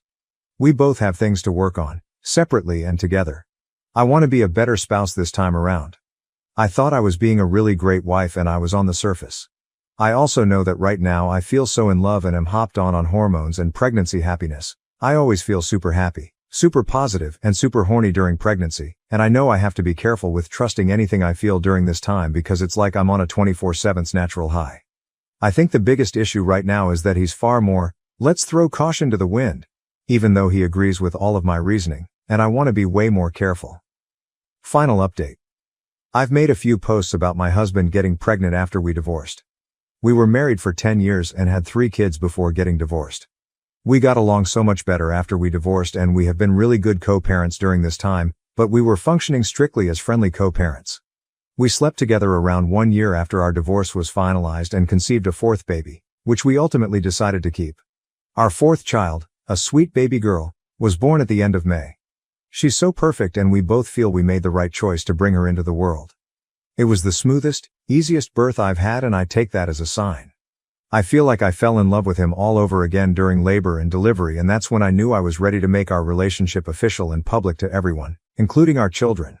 Contrary to all the assumptions, our kids really don't seem to be negatively affected or confused about the baby, and I don't think the newest baby is getting any less love or attention than our 3 kids born within our marriage have. This is normal to them now. They understand we're still a family, and no matter what, we'll always be a family whether mom and dad live together. We are still living separately and technically still maintaining the custody schedule we had in place for our oldest 3 kids. Although, the kids are with me every weekday right now since it's summer break and I'm on maternity leave. We have a different arrangement for the baby, but he does take her overnight a few nights a week. I got our family home in the divorce and he spends time here with all of us.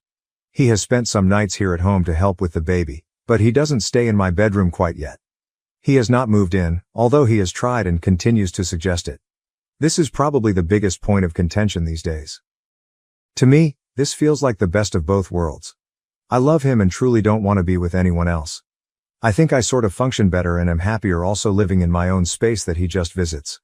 I know it's not the norm, and some might say this means I don't really love him as much as I think. I really believe I'm just one of those people who needs more independence and alone time, and maybe we never would have got divorced in the first place if this had been the arrangement from the beginning. Is it sort of selfish? Maybe. I don't know anyone else with this arrangement, but I know some people out there do this. For all intents and purposes, we are together in a relationship again. We've made it official and exclusive, as juvenile as that sounds. We had already made it official between ourselves, but we hadn't really announced it to family and friends or our kids. We are still in love with each other or back in love with each other, and we are not seeing anyone else. Our kids have adjusted well. They've been seeing a therapist since we filed for divorce, so that has really helped us navigate some of this. Prior to the baby's birth, we did not tell them that we were essentially in a relationship. Only so long you can keep that a secret from your kids. Even though they're young, they're perceptive. So we've recently explained to them that mommy and daddy love each other, but we get along better living in separate homes, and for now we think this is the best thing for our family. The only problem is that now they keep asking about when we will all live together again. I'm sure it's a little confusing to them, but I'm not sure how we could be handling it any better. We attempted marriage counseling when we separated, before divorce. It was not successful. I don't think either of us was 100% committed to it at the time. He really did not take it seriously back then, but I was more stubborn and resistant than I originally realized. We're in couples therapy now, and it's like night and day compared to last time. I'm scared to live together again, so we aren't going to do that anytime soon. It's not that I don't trust him. I don't trust us as a couple. I refuse to put my kids through all of that again. So, getting remarried and moving in together isn't something in the plans right now. Maybe one day. I hope we can get to that point. I just don't want my kids to have to go through a divorce and splitting households yet again. I feel like they'd lose all trust in us then. OP on their living situation. I think it might be best for us to find a way to each have our own place next to each other or on the same property, instead of one actual house that we share. Other than not living together, we are together. It's no different than any other couple that's dating but doesn't live together. Well, it's a little different since we share kids and we were once married, and I still usually refer to him as my husband, but not too different.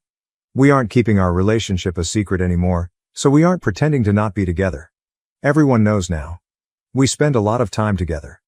But yeah, he may eventually want more than I do, as in a relationship where we live together 24/7. At this point, the hubby's ex-GF was firmly in the rearview mirror, and OP was still brushing it off as if it is no biggie, but I found one exchange that people may find interesting. OP, downvoted. Yes, he had a girlfriend at the time. It's in my post history and I'm not trying to hide it, but we have moved well beyond that now. Response. People are downvoting her comment because it is pretty black and white when it comes to cheating. Cheating hurts others, and a lot of people value living in a world and having actions that don't result in hurting others. He was in a relationship and committed to his girlfriend when he decided that he had the right to sleep with his ex and not immediately tell her that he did it. She deserved better than to get trauma from someone who claimed to be committed to her, but was willing to step out on her. Cheating on someone does result in emotional trauma, which will affect how they will view love and relationships going forward. Personally, if he wasn't ready to be in a relationship with her, then he should have left her alone. I am tired of men in particular getting into relationships with women when they know they are not clearly over their ex-partner. It is a sign of selfishness and pure disregard of another human being's health. She was used as an emotional support and sex object by him, because no one that respects their partner would do something this cruel. So I'm not going to cheer on someone who could have just avoided this entire situation by not being in a relationship when he was clearly not ready to be in one, and hurt someone deeply. Edit. I want to add additional thought as well. Cheating is not only an emotional hurt but a sign that you give zero care about your partner's health. He was presumably still having sex with his ex-girlfriend after sleeping with no condoms with his ex-wife. With the rate of sexually transmitted diseases and infections increasing and the likelihood of the disease being antibiotic resistant, he told his ex that he had zero care for health and emotional well-being. She had the basic right to know that he slept with another person while still being intimate with her, especially with no form of protection. Not calling the ex-wife dirty, but with the risk of catching a disease that's incurable, or opens you up to higher risk of illness. Every person who is engaging in a sexual relationship deserves honesty. OP. All of this may be true. I'm not arguing anything you said. But I'd like to know what everyone on Reddit thinks we're supposed to do about it.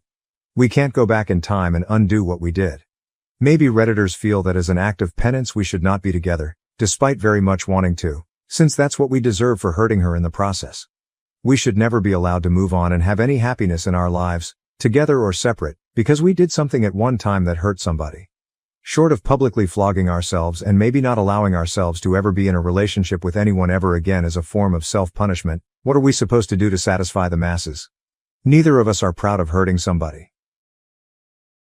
Am I the asshole for telling my friend, who is vegan and doesn't drink, that I'm tired of catering to her choices? My 50F friend Lauren, 46F, is a vegan who doesn't drink. That's awesome, and I have no issue with that. The problem is that she is part of a small group of friends who don't get out very often, but when we do, it always has to be limited due to Lauren's choices. We live in an area where our food choices suck to begin with, so having to go to eat where she can be satisfied is very limited. There really isn't much to do otherwise at night. In addition, she gets upset when any one of us eats something that has an obvious meat to it. For example, she doesn't say anything if we get a soup with chicken or something, but if we ordered a hamburger she would cause drama. Then she doesn't drink, which is no big deal, but she will then send us videos on the harmful effects of alcohol if we get a drink or two with dinner. It has gotten on my nerves to say the least. It's been a while now, so I am done with everyone catering to her needs. I have tried inviting everyone to specific places and invited Lauren as well. Then she puts into a group chat, "Hey ladies, since I can't eat at X, why don't we go to Y?" Then of course the other ones decide we should go to Y instead. I have backed off of going out because I don't want to spend money on food that sucks. Remember, it's vegan, not vegetarian, so it's very limiting. And is expensive, or have my intelligence questioned by sending shit about the effects of alcohol as if we are not beyond old enough to know or Google it. I barely drink anyway, but enjoy a glass or two every so often. She asked why I keep bailing, so I told her I respect your choices, but by the very nature of them they have limited mine. Being that I don't have the ability to go out often nor unlimited funds, I am only going to go when I know the entire experience will be what I want. So if I'm in the mood for a steak and a vodka tonic, I want to have them in a relaxed atmosphere, and that obviously bugs you. If I'm in the mood for a salad and water, I will gladly join you, or we can just hang out at the beach when we have time during the day. She didn't like that too much. She said that isn't what friendship is about, and I should enjoy the company enough not to care. I told her that I understood and I would gladly hang out with her when food or drink isn't in question because it's too expensive not to enjoy it. She said that there is nothing else to do around here. Then I asked if it's just about friends. Maybe she can eat first and join us out sometimes, and other times we can go to where she wants. She then told me that she's not going to sit around watching people eat meat. I said, okay, I get it, and you need to get that I'm not catering to your needs each time I'm free to hang out. I later got a text from a mutual friend that Lauren was upset, but she agreed with me because she was tired of the same shit. Of course this friend doesn't like conflict, so just listen to Lauren. So Ida, for not wanting to continue to eat food I don't like or refrain from having a drink or two to keep the peace here, or am I right in feeling like she's being selfish, expecting the rest of us to do what she's comfortable with each time? Relevant comments. Comment 1, NTA, but drop the friends that don't like conflict. Why surround yourself with spineless morons? OP, true. It was all getting on my nerves and why I was happy not going anymore. However, I sometimes wonder if I'm an asshole when others just easily bend to other people. I appreciate that. Comment 2, NTA, Lauren is an ass though. The condescending comments about meat and alcohol are beyond me. OP, the alcohol really pissed me off. It was such a self-righteous type of behavior to me. Comment 3, NTA. She's exactly right. That isn't what friendship is about, and so why can't she enjoy hanging out with her friends who are allowed to eat and drink whatever they want, while she eats and drinks what she wants? I'm sorry, there's probably not a great ending here, but the way she's framed the situation can easily be turned around back on her, so she's not right. Neither is she wrong. It just may be that you two are incompatible as friends. OP, yes, I'm feeling we are not a good fit. To be honest, I am working hard on setting boundaries, but sometimes I question if I'm not going overboard, especially when many other women my age seem to just go along with something. I felt like she was being extremely selfish, but thought I could be missing something, and why I asked. OP on if she had a problem with Lauren being a vegan and doesn't drink. OP, no. The problem is that I'm expected to become a vegan and not drink in her presence. I don't care what she does, but she cares what I do and the other women as well. OP on the food choices in the area. OP, nice try. I live in a small beach town. There is shitty food to begin with, so the options are extremely limited here. So I can't tell you how many salads I have been limited to eating while going out with her. There are no solely vegan restaurants and very few that have vegan options. She doesn't make it worthwhile to listen to negativity to get what you actually want, so that leaves fucking salad. So just because you misinterpret what I meant or assume the worst in people doesn't mean you're right. Fucking fame? Seriously. Damn. I thought my life was pretty lame just asking this question, and to think someone thinks I'd actually make this shit up. FFS. Update. Thank you so much to the countless people who commented on my post shown below. You made me realize that I wasn't an AH and shouldn't have put up with her BS. Many asked how I put up with it for so long. I don't have a good answer, but it was more about the group itself where I didn't want to create drama. My experience with friends has been lucky, as most everyone has been loving, fun and selfless. We can also call each other out on BS by busting chops and laughing. This was my first group who met semi-regularly, and the others were very sweet to where I felt uncomfortable rocking the boat. Anyway, yesterday it was a bazillion degrees out here in Florida and I was playing tennis with Lauren and 2 others. We were dying. I don't normally play with her, but these women are all on my team I joined coming up in the fall, so we needed to start practicing. No, I did not join because of Lauren. LOL. I've played against the other 2 throughout the years and they have been asking for me to play for a long time now. I live in a small area, so it's common for circles to mix like this. One of the ladies had to stop due to dizziness, cramping and nausea. We all decided that we should only play much earlier in the summer. Except of course Lauren, who didn't want to wake up early because she said she didn't play well then. That's when I had it. With the power of thousands of random Reddit strangers in my head, I basically told her off. I told her I've never met someone so self-absorbed in my entire life, and it was disgusting that she would even think that way in front of a teammate who clearly had heat exhaustion, let alone have it come out of her mouth. I said all this while her ass was sitting down, while the other woman and I got a cold wet towel for this woman and got her to drink. Lauren stormed off. These other 2 thanked me. One was her usual partner, who is the sweetest person alive and said she has been wanting to tell her off for a year now. The other one, who was feeling like shit, said she is going to tell the captain that she needs to go because she is like a cancer on the team. I am very happy to say that I will not be dealing with her selfish BS any longer. She can go shove a carrot up her ass for all I care. LOL, thanks so much everyone. Tonight I'm going to have a giant hamburger and a cold beverage in your honor. Cheers. Relevant comments. OP not respecting Lauren's wishes and trying to make this whole thing about herself and not Lauren. OP. I did say something and suggested other things. She wasn't having it. I wasn't pouting. We are busy and have lives, so this isn't the end of the world, and I was quite happy with that choice. I kindly told her my feelings and she told me I wasn't being a good friend because it isn't about the food. So then why do we have to eat her shit every time then? I wasn't hurt over the videos. It was fucked up to cross others' boundaries like that, as she was some self-righteous queen of health. She's controlling, as thousands have pointed out. That should be clear with her not budging on playing in the mornings after her teammate got sick from the heat. I spoke with her already calmly and nicely. She never budged and only expected me to continue to bend to her needs, inferring I was not a good friend.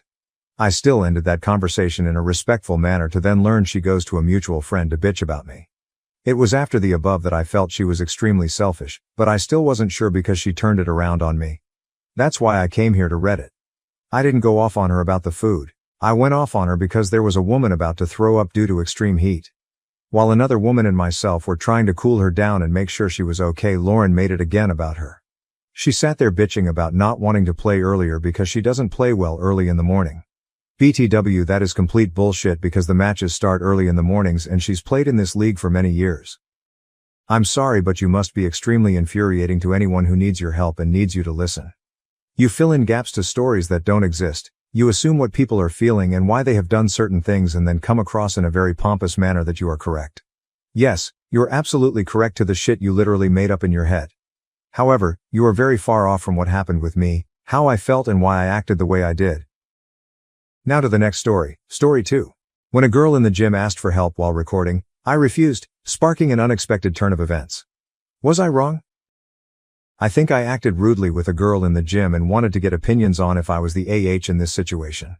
I, 41M, go to the gym early in the morning around 5:30 a.m.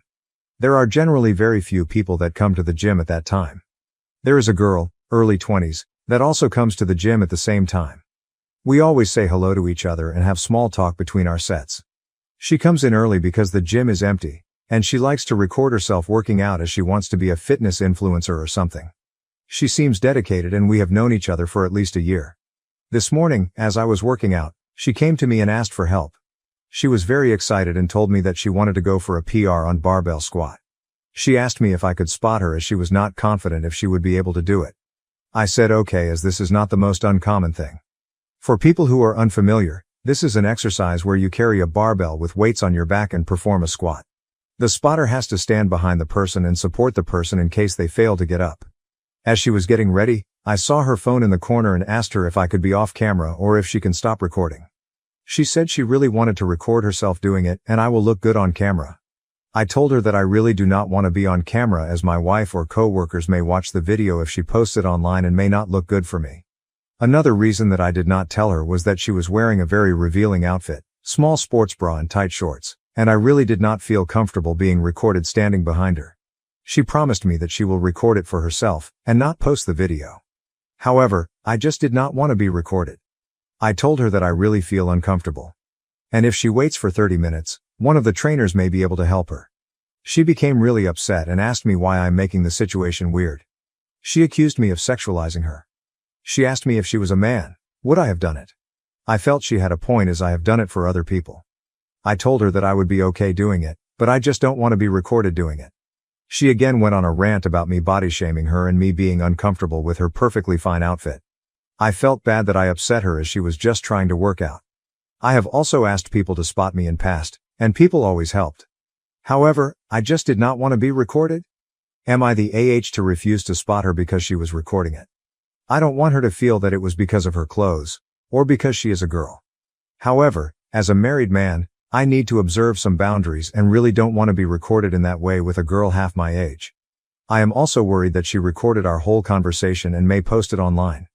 I do not know what I should do in this situation and am a bit worried. Relevant comments. Commenter, NTA. People who are pointing out the line of how you think it would look inappropriate if a coworker or wife saw you aren't familiar with lifting. If she reached failure, it would absolutely look bad on you, because people don't understand what spotting and having to assist with squats looks like. OP, that was exactly what went through my mind. Plus, who knows what commentary someone can put on top of those videos to make it go viral. Update. I had posted on a different forum 3 weeks ago about me refusing to help a girl in the gym for spotting her barbell squat because she was recording us. I did not think it would blow up so much that my wife got this story on her TikTok. What happened after was pretty unexpected and my life is a bit absurd right now. I was worried that she would post our conversation about me refusing her help online and show me as the bad guy. I told my wife about the conversation, and she said that she has seen posts where young girls do add nasty voiceovers and make men my age look like creeps for views. My wife told me that I should just complain to the gym management about her for recording me without my consent, just to get ahead of things. When I went to the gym next week, I saw her again. I tried to keep my distance, but she kept on smiling at me. As I finished my sets, she came to me and asked me if we could talk. She wanted to apologize for her behavior from the previous day and how it was wrong of her to assume that I would be okay with her recording me. It was a pleasant surprise, as I was not expecting that. I told her that it was okay, and I just don't like to be recorded in general. She followed me outside and continued the conversation. She asked me how long I have been working out and I could advise her on her form. I told her that there are some really good personal trainers in the gym I could recommend to her, but she told me that she is unemployed and cannot afford them. She told me she will buy me a coffee if I can give her some pointers. At this point, I felt I was just being rude and told her sure, and we went to a nearby coffee shop. Her name is Haley. She graduated last year, moved back to her mom's house and is looking for a job. She was very chubby last year and wants to look like the TikTok fitness models and is trying hard to get in shape. We had a nice conversation, and I was able to help her with some of her questions. She already knew my name and asked me if my wife would be okay if she follows me on Instagram. I told her that the main purpose of that account is for my wife to spy on my friends' lives, so I generally don't use it. She asked me if I use Snapchat, and I had to remind her that I am twice her age. This is where it got crazy. When I came home, I told my wife about what happened. My wife loves her Reels and TikTok and wanted to see if she ever posted the video from the previous week. I only knew that her first name was Haley and how she looked and told my wife about it. When I came back from work in the evening, my wife was already home and sitting on the sofa. She was grinning ear to ear and told me to immediately sit next to her. Apparently, this girl had been posing about me and calling me her gym crush for the last 2 months. My face is blurred out in all the videos. A lot of videos were of her sitting in her car every morning and making up completely fictional romantic stories about our interactions. Each video had like 100 plus likes, which my wife says is not a lot, but feels like a lot. She had posted some videos of us just passing each other and smiling, or our conversation where I was telling her to stop recording, with a voiceover about how I approached her in the gym and complimented her body. There was a video from that morning about her coming to me while I was packing up, with her saying how I asked her out for a coffee. She is just making up fictional romantic bullshit for getting likes, and people were commenting and cheering for her. There were also other videos of her working out and posing in the gym locker room.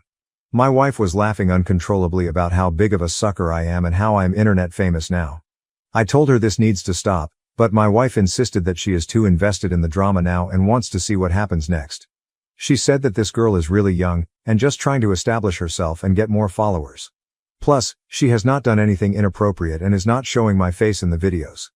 My wife just wants me to play along and see what crazy Haley does next. So for the last 2 weeks, I have been going to the gym, talking to her every day, and my wife keeps me updated on what story she came up with for the day. We go for a coffee every Wednesday and I am mentoring her about nutrition and what she should focus on, to the best of my abilities. It's all a game for my wife, and I do want Haley to succeed as long as she does not cross a line. However, the whole thing feels really crazy, and I'm too old to deal with this shit. I am not sure how long I can keep up with the act. Her behavior seems innocent, but also, I'm getting a bit uncomfortable with the whole thing now. Relevant comments. Did the girl know OOP is married? OP. Yes. She knows I'm married. I wear my ring in the gym, and also I talk about my wife all the time to her. I also feel it's a bit weird for a 22-year-old person to make up stories. My wife feels she is just using me as an NPC in her fiction to gain more viewers and create drama. We discussed it and she told me about how some girls just make up stories about bad first dates on TikTok as it gets them a lot of views. My wife feels it's weird, but I need to see the humor in this situation. At least it's entertaining and she wants to know where her story goes next. What was all about in the coffee discussion? OP. What are the coffee discussions like? It seems weird for her to do that if it is just for TikTok attention. It's easier for her to make stuff up. The coffee discussions are very fitness oriented, and she genuinely has legit questions. We do discuss stuff about our lives, mostly hers, and she shares her struggles in getting a job and life in general for a Gen Z person. However, she has never said anything inappropriate. I feel she must have had some footage of me passing her and smiling and greeting her and just used that in her edits. My husband accused me of murder out of the blue, and now our marriage is falling apart. How can I salvage our relationship and rebuild trust? This is long and ridiculous, sorry. My 30 female husband, Luke, 33 male, had a sister, Laura, 29 female. We were all close and saw each other 2-3 times a month, along with their parents. Almost 6 months ago, Laura fell down the stairs at their family home and died. It was a freak accident. There's a window on the half landing and she hit her head on the sill. I was the last person to see her. I was there for less than 10 minutes and she was in her pajamas making coffee. I didn't even stay for a drink, and I struggle with how such a brief and meaningless interaction could have been her last. She deserved so much more. My husband and I have only been married for a year, but we've been together for 4 and have known each other for 20 plus. When Laura's parents found her, they called my husband straight away and we rushed over. We faced the whole thing as a family. In the days after, Luke started quizzing me. Exactly what we talked about, what she was wearing, where we were standing, etc. It progressed to saying I was providing conflicting information. On tiny details he was deliberately misunderstanding, and accusing me of withholding information because I couldn't tell him things like what pajamas she was wearing. This escalated quickly but lasted for less than a week, as I lost my cool, and made it clear that I was done answering questions. He didn't bring it up again and I wrote it off as a grief quirk. His behavior was generally that of a normal grieving person. Last Friday he outright accused me of murdering her, in front of his parents. Out of the blue. We were all stunned. There was an inquest which recently concluded, and there was never any doubt the verdict would be accidental death. He said it was completely obvious, and he couldn't believe that no one else could see it.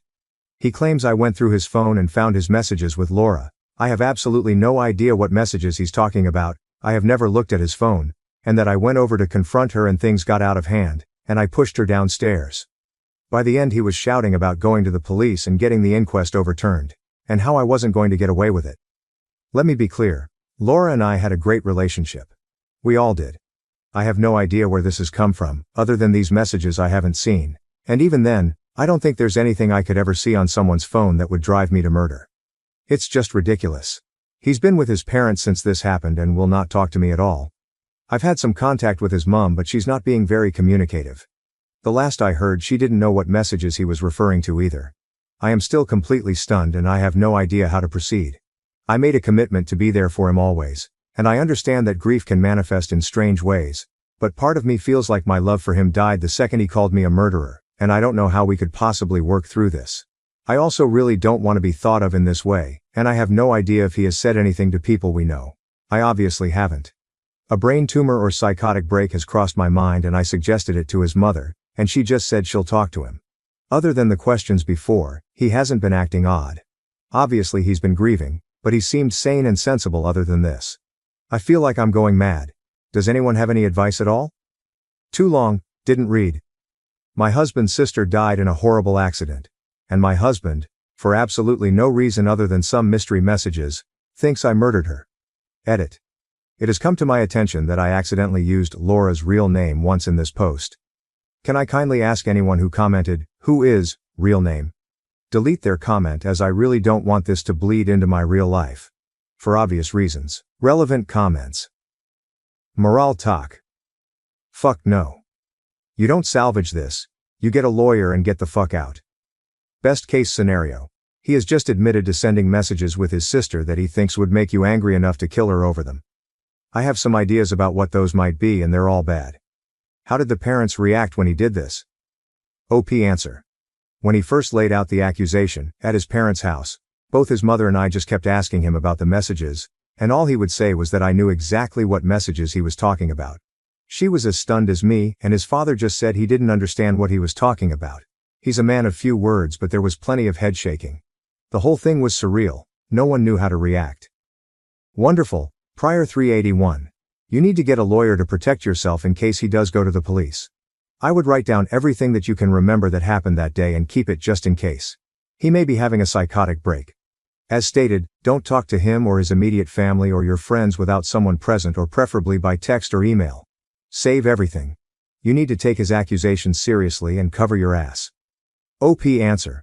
I was interviewed by the coroner's office after her death as I was the last person to see her. She died about 3 hours after I saw her, and I'd been to the supermarket and was home by that point. It's all verifiable and was a recorded interview. I haven't spoken to anyone but his mother, and that's only been over messages. She's never been a big texter, but she has seemed very cagey over the past few days. I don't know if this means she's seen the messages. I've asked and been ignored. Grulcious good. I think they mean to record everything you remember about the day your soon-to-be ex accused you of murder. OP answer.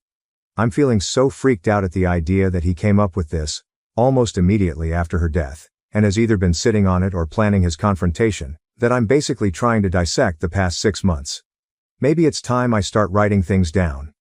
Right until it happened, things felt very normal. Obviously her death has been felt deeply by all of us and things aren't anything like they were, but there have been no signs of anything like this, even on the day. OP on getting the messages. I'm absolutely desperate to see these messages, because I'm right there with you on the sheer wackiness of what they have to contain. It hadn't occurred to me that they might not exist. I've never known him to lie, but I do think a mental health issue is a real possibility. His relationship with his sister didn't seem odd, and I've never been interested in his phone, but he's never been defensive about it either, so I think you might be right. If I had such incriminating messages, I'd probably worry about them before now. When told to find an old iPad to use to access them, I have his iCloud password. It has a backup from yesterday. I have no idea how to turn this into something I can actually use. It doesn't have a messages folder or any signs of how to use it for anything other than restoring a whole phone, which I don't want to do. Does anyone know how to actually get the messages from this? Sorry to throw a tech support request in. I can't believe I didn't think of this.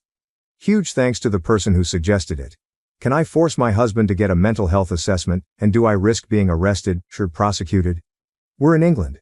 I'm in a bizarre and complex situation with my husband. I have broken the law, and I feel I have no choice but to do so again for my safety. I don't know what type of solicitor I need, or what the next steps should look like. We're in England, and I'll try not to editorialize too much. My husband's sister died suddenly at the start of the year. Her death was an accident, and there was no suggestion to the contrary. The inquest was recently concluded and a verdict of accidental death returned. I was the last person to see her, but her time of death, which was almost immediate due to her injury, was confirmed to be hours after I had left the house. All of this was verified at the time. In the immediate aftermath, my husband behaved strangely and kept trying to trip up my story of the last time we saw each other, which was a brief interaction. Last week, months after this was first and last mentioned, he outright accused me of murder, in front of his parents. He says I saw his messages with his sister and confronted her, and that he's going to have the coroner's decision overturned and have the police investigate. I haven't seen or heard from him since. Today is day 9. I posted for advice on Reddit. I'm pretty desperate at this point. And it has spooked me. Quite reasonably, I think. But also led to me committing a crime and planning another. My husband's iCloud credentials were saved on an old iPad in his office, and I downloaded his backup last night. I have read all of his messages with his sister, and there's absolutely nothing like he describes. I understand this is illegal and I'm concerned about the possible ramifications. I am also waiting for a call back from a locksmith to change the locks on the home we own together, which I believe is also against the law. So this leads to my actual questions. I feel justified in what I've done for my safety, but is there a degree of pragmatism under the law for these issues because of the situation, or am I shooting myself in the foot? I am resigned to the fact my relationship is over, but his parents don't seem to be taking this seriously, and they're icing me out. I believe this is a serious mental health issue which may put people, namely me, at risk. Can I do anything about this when all I have is the fact I'm being accused of murder? I feel he needs to be detained and this should be investigated as a full-blown psychotic break. Sorry, this is all a bit mental. In addition, what type of solicitor do I need? My understanding is that a coroner decision can't be appealed, is that correct? Are his accusations going to go anywhere? Can I protect myself from this or stop him escalating to telling others? We live in our hometown and everyone knows everyone. This could follow me forever and it's either a lie or a delusion. Any advice would be greatly appreciated. Relevant comments. When told OP can't lock out her husband or force him to get a psych evaluation, OP answer. Thank you so much for your response. Locking each other out doesn't sound like a pattern I want to get into, but I think I'll go ahead and change them once on the basis that it isn't. You did this so you have to leave the house, and also you'll be prosecuted. Levels of seriousness. In terms of him being deemed to lack capacity, is there any way I can trigger the process that you know of? Is something like this sufficient for the Mental Health Act to kick in? I've been Googling and you can be detained if professionals think your mental health puts you or others at risk, and you need to be in hospital, seems very vague. Obviously I'm biased, but accusing someone of murder and screaming about how they aren't going to get away with it feels like risky behavior. Does he need to have made explicit threats or is there a clearer bar to meet? Sorry for asking so many questions. No Firefighter 9257. You are jumping ahead of yourself and playing out situations that have not occurred. If your husband reports you to the police for accessing his data, and you are subsequently arrested or taken in for questioning, then obtain the services of a criminal solicitor for advice. With respect of changing locks, ending your marriage, seek a solicitor that deals with family law or divorce. If you feel that you are at risk from your husband, talk to a domestic abuse helpline. If you feel you are at an immediate risk of harm, then call the police. If you think your husband is mentally ill and presents a risk to himself or others, call the police. OP answer. I don't think that's a fair assessment. Being accused of arguably the most serious crime to exist has most definitely occurred. My understanding of the law is that something is illegal whether you are reported to the police or not. Those messages are evidence as far as I'm concerned that his accusations are false. They were apparently the trigger to me literally murdering someone I was extremely close to. I have illegally accessed them, and I don't think it's unreasonable to inquire as to the potential impact of that. I am fully aware that I need a solicitor, but as you're probably aware, today is Sunday. I don't know if I need to seek someone out based on a divorce, which honestly, if this is a mental health issue, is not going to be something I go for, or a criminal solicitor, or someone who deals with the Mental Health Act, as my absolute priority preference is getting him assessed. My only exposure to the legal system in my entire life was through the inquest. And that is obviously completely different to any of this. I'm not educated in this area. Commenter, it's sad, and slightly suspicious, that OP is jumping ahead to mental health assessments to defend themselves from accusations of murder when their husband is clearly going through some serious issues coping with the death of his sister. OP answer. What else can I do? He has blocked me everywhere, and we went from a normal couple dealing with the new normal 6 months after the death of his sister, to me being accused of murder over a family dinner because of messages which clearly don't exist. And it's been 9 days, and I've heard nothing since. Can I remind you that the inquest was held and concluded? I dropped off some Tupperware, grabbed an umbrella I'd left behind the previous week, went to a big Tesco, then went home and called my mum. I was already home by the time she died, and my whereabouts were extremely easy to verify because my husband was home all day.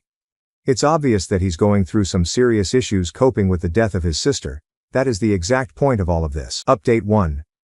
Firstly, Thank you to those who helped me get to my husband's iCloud backups through an old iPad. I wasn't expecting much from Reddit, but I got valuable practical advice before my post was locked, and I appreciate it. There were no crazy, or even suspicious messages. I've searched for over 100 terms and scrolled back over the years. I saw a side of them both I wasn't expecting, but nothing that explains the claim I murdered Laura over their chats. Nothing to suggest he was cheating. Absolutely nothing to suggest incest. I repeat, no incest. No weird gaps where deleted conversations or a switch to another app would fit. Just siblings making plans, sending memes, and gossiping. They said unexpectedly horrible stuff about a few people but not me. It was a sort of relief, but it raised more questions than it answered. I sought legal advice, also from Reddit, after posting here. Turns out my options are divorce him or sit down. I contacted my community mental health team, who said they'd reach out, but made it clear it wasn't urgent. I then called his mom and said that if I didn't hear from him by this weekend, I would get a solicitor and ask for a mental health assessment as part of the divorce. In response, he made a ridiculous post to Facebook, which neither of us have used in years, and everything blew up. I'm going to try to keep this succinct. On Friday night, he made a long accusation on Facebook, with new information. He said he'd been planning to leave me for months with his sister's support, and I found the messages, and murdered her.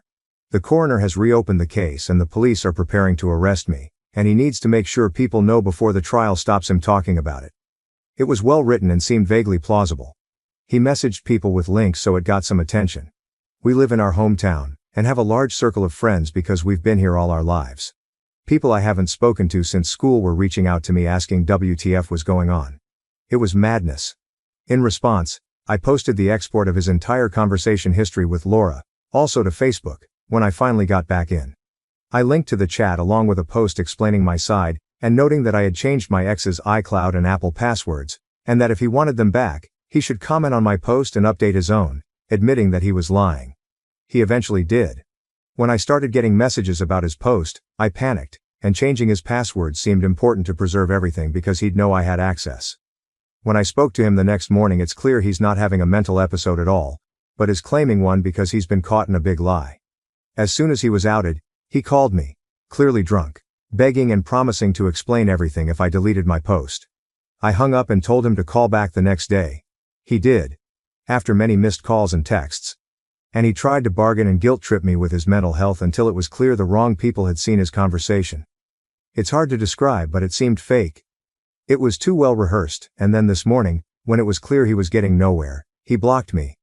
Begging for mercy and reciting facts about mental disorders doesn't align with someone in crisis with a sincere belief that someone murdered their sibling. The question of why he did all this remains unanswered, and he will not be getting his passwords until it is. The legal advice subreddit said this stuff is technically illegal, but it's beneath a court to take action, so I'm going to count on that because I felt like I had no other choice at the time, and now I don't see any other way to get answers from him. I am desperate and it's all I've got. So there we are. The relationship I have believed was my destiny since I was a teenager has boiled down to petty, convoluted and vindictive bullshit, played out on social media, for reasons still unknown. My hope for a brain tumor is fading and clearly tomorrow morning is going to be when I lawyer up and stop posting about this. I am mortified. I have no idea whether some people might believe him, and I still don't know why this all happened in the first place. Sorry I don't have a happier update, and thanks once again to everyone who offered advice. Relevant comments. OP on her husband's reaction after confessing to lying. OP answer, he didn't react at all. He'd called me tens of times at that point and we'd had 5 conversations on the phone about it. He was laser focused on me deleting the chat log from the get-go. But when I made it clear that posting that comment and editing his original Facebook post was the only way to progress the conversation at all, he finally did it. Then he went silent publicly as far as I can see, but continued begging me behind the scenes. Henna Karina. What on earth is in those chats that he's so desperate to keep people from seeing, and that would conceivably lead you to kill someone? Is there any chance they were using some kind of code or something? OP answer. I think it was the fact that it proved his story false, alongside the way they spoke about some people. It was really damaging stuff and I can see why he panicked. I hated to do it to him but I really couldn't think of anything else because so many people had questions. Sonic Blue 2117. Sounds like he's staging mental issues to get rid of you, or create a reason he's not responsible. Cheating? Money missing from work, personal or family? OP answer. This is exactly how it comes across.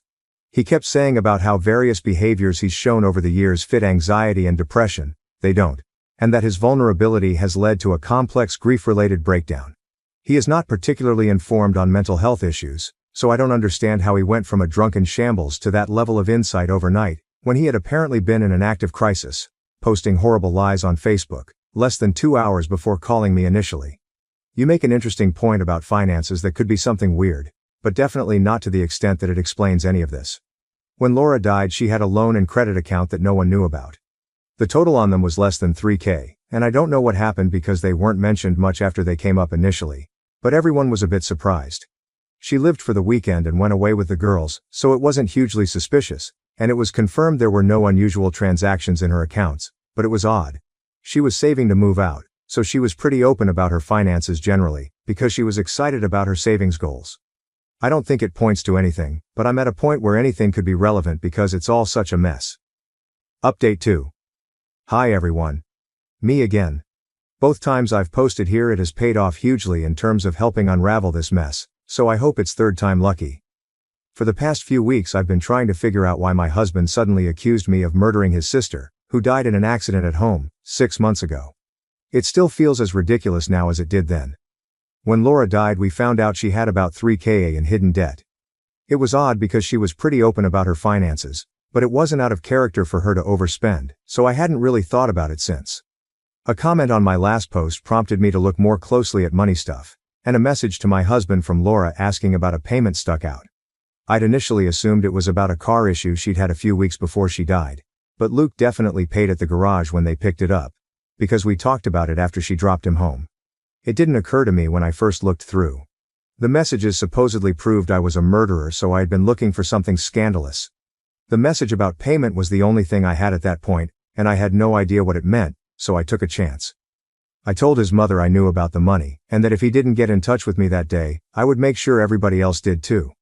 He called me straight away and asked me over to his parents' house to talk. He looked dreadful, and the first thing he asked me was whether I was happy now all of his friends hate him. I told him I don't give a fuck about his relationships and that I was there for answers.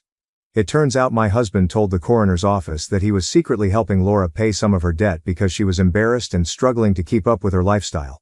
I assume it didn't seem suspicious because her death was clearly an accident, and that's what they were investigating. In reality, he took out loans and store cards in her name, and she somehow found out a few weeks before she died. Some guy he works with had apparently done it before and arranged it all, and if Laura hadn't found out, he claims they could have had it written off without her ever knowing. When she did find out, the guy left him high and dry, quell surprise, and he had to pay it off. I'm inclined to believe that's the gist of what happened. But I am shocked my husband would do something this stupid. When she died so soon after, his brief and apparently genuine suspicion was that she had told me about it that day, and we argued and I'd killed her. He couldn't explain why I would kill someone because they were a victim of fraud. But according to him, he felt guilty in the immediate aftermath and his brain made it fit. I mostly believe this, but he tried launching into more weaponized therapy speak at that point, so I cut the topic off. A few months after his sister's death, Luke received a letter from a credit company, not even the police, saying he was being investigated. Laura didn't have much, so her debts, which were less than $10,000 even with the fraud, were mostly written off. Something obviously flagged against my husband during that process. I don't know how or why. When the letters got more threatening, he believed the investigation would reopen the inquest, and that he would be accused of fraud, perjury, and because of his previously unknown motive, possibly murder. He claims the only thing the company investigating him actually knows is that the fraud came from our address. So accusing me would make it impossible to prove, because it would be a coin toss, his words, as to which one of us took out the credit in Laura's name. That was worth our entire marriage to him, and my reputation in the community we have been part of for our entire lives. He says self-preservation kicked in and nothing else mattered when he thought about what could happen to him. When I asked him how his witness statement fits into his plan, because it proved he lied either way by acknowledging he knew about the debt and paying it, he froze for roughly 1,000,000 years before saying he hadn't thought of that. Obviously my response was to ask why. If he hadn't thought of it, he specifically said it was a lie he needed to cover earlier in the conversation. Suddenly he's sobbing and his parents are rushing in to ask me to leave. I was in tears at this point, asking how the fuck he could do this to me over something so stupid. And how much his parents knew about this, as his mom was pushing me out of their house. All she said was that she couldn't have this conversation with me. She was crying too but wouldn't say another word. I am now 99% sure the fucker was trying to frame me. Not for her death, but for the fraud. He was going to claim that he was lying for me in the coroner's interview, right? If he wrapped it all up as quietly paying her off on my behalf than genuinely suspecting me of her murder, it would protect his reputation and point the finger at me. It just doesn't make sense any other way. Is my husband trying to frame me to weasel out of his actions, and how do I get to the bottom of this? I'm obviously open to theories because Reddit is the only reason I got this far in the first place. That being said, please don't come up with conspiracies about Laura's death in the comments. It's upsetting.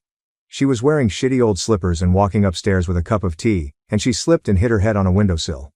This was never a murder mystery, it was someone's life, and she died just because. Maybe a butterfly flapped its wings somewhere, I don't know, but it's hard enough to accept without having guesses shouted at me on the internet whilst my marriage falls apart. Relevant comments. Even budget, Takro 78. I mean, framing you for fraud seems the most plausible from what you found, though it's an incredibly idiotic frame job that wouldn't work. So, I have to say, he sounds incredibly dumb. As an explanation, it's probably the best you are going to get, though very unsatisfying. I am mystified by his parents' behavior and what he thought that Facebook post was going to accomplish. It's not like the investigators are going to go poll the town. He could have just written back to them that he knew nothing about these cards and the only people at that address were you and him. There was no need in this weird plot to ruin your reputation publicly. But again, he sounds very dumb, so I guess that made sense to him. So sorry this happened to you, but I suspect in several years' time, hopefully sooner, you will see being rid of him and his family was actually a blessing. I wish you your very best life going forward. OP answer. This is what I don't understand. He's behaved impulsively before but never anything like this. I understand that he didn't take the fraud seriously until he was caught by Laura, and I can get that her death would have made him anxious about it. But I don't know what would possess him to think he could just pass it along. It's baffling. Even budget 2078. What's also strange is that it sounds like the fraud amount was low enough that, while yes he'd get in trouble, it isn't like he's going to be ruined. Not that this is a good thing, but white-collar crime is not exactly strongly prosecuted in the UK. Plus it sounds like a repayment settlement could have solved this. Unless he works in finance or needs a security clearance, this wouldn't be something he couldn't recover from. Also very odd is that you were his alibi for the accident. I realize that wasn't necessary as this was an accident regardless of alibis, but still it's very dumb if he was worried about this being known as a motive, that he would alienate his alibi. I keep coming back to the dumb part, only explanation that makes sense. LOL edited. Changed US to UK, where OP is. OP answer. This is exactly it. 3K would have been manageable. He could have set up a plan to repay it over a year, and he'd have needed to tighten up but would have been fine. It was a private company so getting their money back would obviously be more of a priority than seeking prosecution. This is also part of why his story doesn't make sense. It's such a small amount in the grand scheme of things to blow up your entire life. The only thing I can think of is pure desperation to protect his reputation. But even then, who goes that far? Strong Bottle, 4161. Is he someone that really prides himself of his reputation? Is his job in finances? OP answer. He's a mechanic, so he's got a bit of a masculine pride thing going on. He always wants to be seen as a good, salt of the earth, do anything for anyone type person, and whilst actually being a good person sometimes slips, usually in the way he talks to people after a drink. Never ever to the point where I'd think he'd take loans out in people's names or try to ruin me like this. Saint Blay. I'm sure you've been asked this before, but is he on drugs? OP answer. He's a casual drug user but I've never seen signs of it getting unhealthy. He does cocaine maybe 8-10x per year, and I've never known him buy it when his money would have been better spent on something else. He's better at spending money than having it generally, but he's never ever shown signs of being greedy or deceitful. The only thing I can think of is that it would have been in the lead up to Christmas, but his gifts weren't particularly extravagant so I don't think it was a desperate attempt at a magical Christmas. During Friendsgiving, I discovered my husband and his two friends had a hot tub pee game where they peed in the hot tub while I was in it. Last night we did a small Friendsgiving at my husband's parents' house who are out of town. It was mainly centered around his boyhood social circle, most of whom still have a family that live in the neighborhood. After we got done eating, a few of us decided that it would be nice to relax in the hot tub and look at the lights of the city. We had been there for maybe 5 minutes and my husband said, "Everyone ready?" His two friends gave a thumbs up and then in succession they each said done. My husband's friend Sakim said it was done last and they all started laughing and the other two said, okay, we'll buy the next round. It was an obvious inside joke, so I asked what they meant and they started laughing and explained the hot tub pee game that they had been playing since they were like 5 years old. I wanted to throw up and asked if they seriously all just peed in the hot tub. My husband said yes and it's no big deal. I was disgusted, so I got out, took an hour-long shower and went to sleep in his sister's old bedroom and decided I didn't want to talk to him until today. Today I feel like I've calmly approached him and tried to explain how dirty he made me feel. How unsanitary it was and how, while I appreciate that he has these long-running rituals with his friends, he needs to stop the ones that would make him laugh in middle school and for certain leave me out of them. All he keeps telling me is relax, you're making way too big a deal of this. I am sick of hearing him make excuses for this disgusting and childish behavior. How do I approach him to make him appreciate that I need him to never do this again? Top comment. Competitive_cuddling. Next time you're on your period, mark his forehead with your blood like Rafiki did Simba to assert dominance. Update post. I posted about this on Friday morning. We spent all day Friday fighting about how not only was it disrespectful but that he refused to even acknowledge my issues with literally being peed on. Around 10 p.m. I told him that if he said you're making way too big a deal of this one more time, I was going to file for divorce. He said it almost like he was daring me. TLDR, my mom and I are going to talk to an attorney today. My dad is a partner in his accounting firm and he thinks that since we are young and don't really have much, the divorce should be very quick and simple. My STB ex-husband has tried to call God knows how many times to apologize and saying he gets it now, but it's way too late for that. It was too late for that when he and his friends did the initial act. I have more self-respect than that. Relevant comments. Commenter. Well, I think it had less to do with the peeing and more to do with dismissing how you felt about it. He kept saying it's not a big deal, but he could have just been apologetic and understanding from the start. OP. When I approached him on Friday morning to calmly talk about this, if he would have said, I'm sorry, that was very rude of us and I will never do this type of thing ever again no matter who I'm with, I could have easily gotten past this. Commenter. Good for you. I do not understand people saying this is an overreaction. The person who is supposed to always have your best interests closest to his heart demonstrated that he doesn't care about your consent. He doesn't care about your boundaries. He doesn't care about your feelings. Like, why stay married to someone who can't even meet the baseline for decency? The only way I would consider staying would be a promise from him to seek therapy individually and as a couple. And he would need to apologize to you in front of those friends. And explain to those friends that what they did was not okay and why. And end that dumb childish game for good. And take a course in boundaries and consent. OP, I think if he were to come up with your second paragraph, on his own, not guiding him, I might be able to forgive him and cooperate.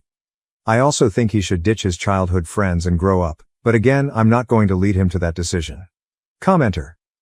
I'd be careful of anything he says now though, as he could find this post, see your comment and just tell you exactly what you want to hear.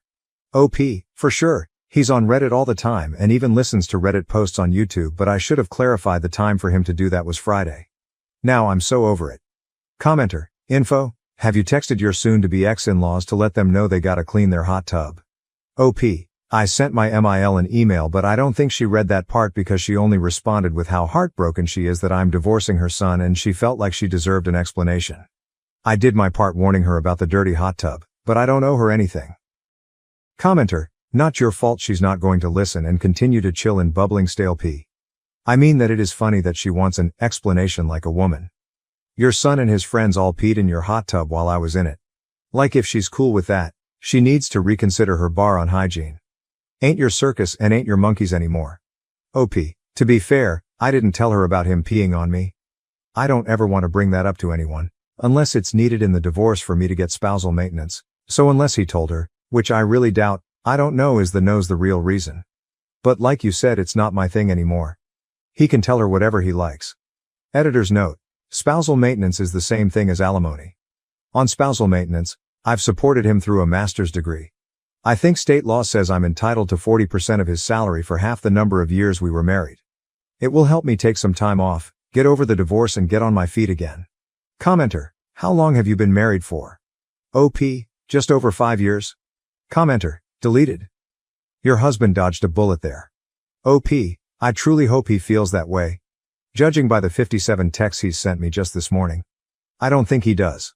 Commenter, downvoted.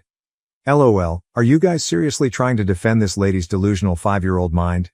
Just say it out loud. I am getting a divorce because my husband peed in a hot tub. OP. I've been saying to myself for 3 days now and it sounds more right than ever. Commenter, downvoted. It's pretty obvious you do not love him, LOL. It's cool if you want to bail, but threatening divorce in the middle of an argument is petty as fuck. OP. I loved him very much until Friday when he said you're making way too big a deal of this, for the 10000 the time. Then I was over it. Mini comment update, a few hours later. We are meeting with a lawyer in an hour. My mom keeps telling me to document everything as it will turn out better for me money-wise. Now to the next story, story 2. We broke up just after a month of dating because my boyfriend gave me a very bad and sexist book. Now I'm happy with my same-age husband. I met my boyfriend in our master's program. We became friends over this past year and started dating and becoming serious shortly before I left the state for a summer internship. He gifted me a book to read, saying it was one he liked. It's A Spell for Chameleon, by Piers Anthony, a fantasy novel written several decades ago. I knew nothing about it prior, and began laughing at it 2 pages in because of how ridiculous the writing was, especially about women. We Skyped after I got through the first chapter, and I tried respectfully explaining my doubts about the book. He made a deal with me. Knowing I'm a big Harry Potter fan, he promised to give the HP series a chance, starting with Philosopher's Stone, if I gave his book a chance and kept reading. This rocked my world, and I had a sudden burst of motivation. I'm on chapter 3, and I cannot stand this book. It is one of the most sexist and misogynistic texts I have ever had to read, and it honestly makes me feel like crap. Not to mention it's just poorly written all around, painfully spoon-feeding obvious symbolism, and excessively throwing in fantasy creatures concepts that do nothing for the plot.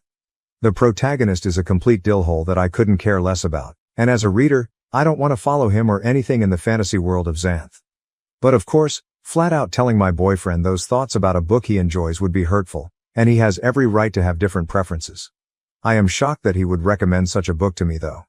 He is a respectful and educated man, treating me very well and identifying as a proud feminist. This recommendation was out of left field. Does he not remember how hurtful the author's writing on women is? Did he read it at a young age, and has since grown? I can't expect him to hold his end of the bargain and read Harry Potter, which is fine, especially if it means not having to put myself through Piers Anthony's excuse for writing ever again. I like my boyfriend a lot. How do I respectfully tell him why I cannot invest in this book anymore? It's important to me that he realizes the negative messages being suggested, but I want to do this without insulting his taste or making him feel at fault. TL Doctor, boyfriend gave me a book to read and I accepted. I think it's sexist and poorly written. How do I tell him that I cannot keep reading? Should I explain my concerns? Relevant comments. OP explains why the book is horrible.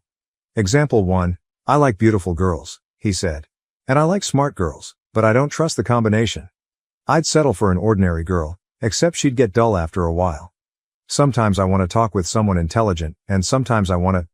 He broke off. Her mind was like that of a child. It wasn't really right to impose such concepts on her. Example 2. That's the point, he said. I like variety. I would have trouble living with a stupid girl all the time, but you aren't stupid all the time. Ugliness is no good for all the time, but you aren't ugly all the time either. You are variety. And that is what I crave for the long-term relationship, and what no other girl can provide. Example 3. All women are the same inside, they differ only in appearance and talent. They all use men. Example 4, that whole rape trial in chapter 3. Example 5, other girls manage to enhance their appearance by cosmetics or padding or specialized spells, but besides Sabrina all other females look somewhat artificial. She was no enemy. This was the PG-2 example I mentioned. Example 6, there was much more of her he longed to see, and to touch, but that could come only after marriage. She was that sort of girl, and it was part of her appeal.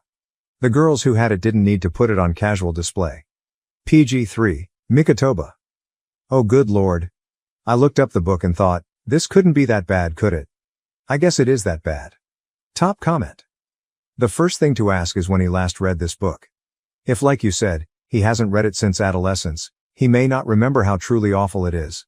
If he's read it recently and still recommended it, well, I'd be totally honest about how I felt about it. But that's just me. You can certainly just tell him you gave it a fair shake, but it wasn't your cup of tea. Update. The post was locked shortly after I put it up, so I wasn't able to comment back to most of you. I went through every comment and took them all into consideration. Thank you all for your thoughts. We Skyped the other night and the topic came up. I started by saying I liked him a lot and really do appreciate how much he's willing to share with me. He caught on to where I was going with this and started laughing. Then I started laughing. And I realized how silly small of a thing this all was. I guess I didn't want to risk hurting his feelings. When the reason why I didn't like the book came up, I explained, and he totally understood. It's been at least a decade since he's read the book, and he can see where I would feel uncomfortable. He will still consider reading the first HP book, since I gave his book a chance. And being a single dad, his kids also like the series, so it would be a chance for him to connect more with them. I ended by saying that I hope this doesn't discourage him from sharing more things he likes. If anything, it encourages me to find more that you'll appreciate. Q heart flutters. TL.er, good talk, he's awesome. New update. Hi. I would reply to this under the username you lazy chickbum, but it got locked a little over a year ago. Reddit banned me for sharing a mayor's office contact information lol, and I created this one shortly after. It's hilarious this post is being shared because it's from such a different time in my life. Your instincts are right. This relationship only lasted a month after this post.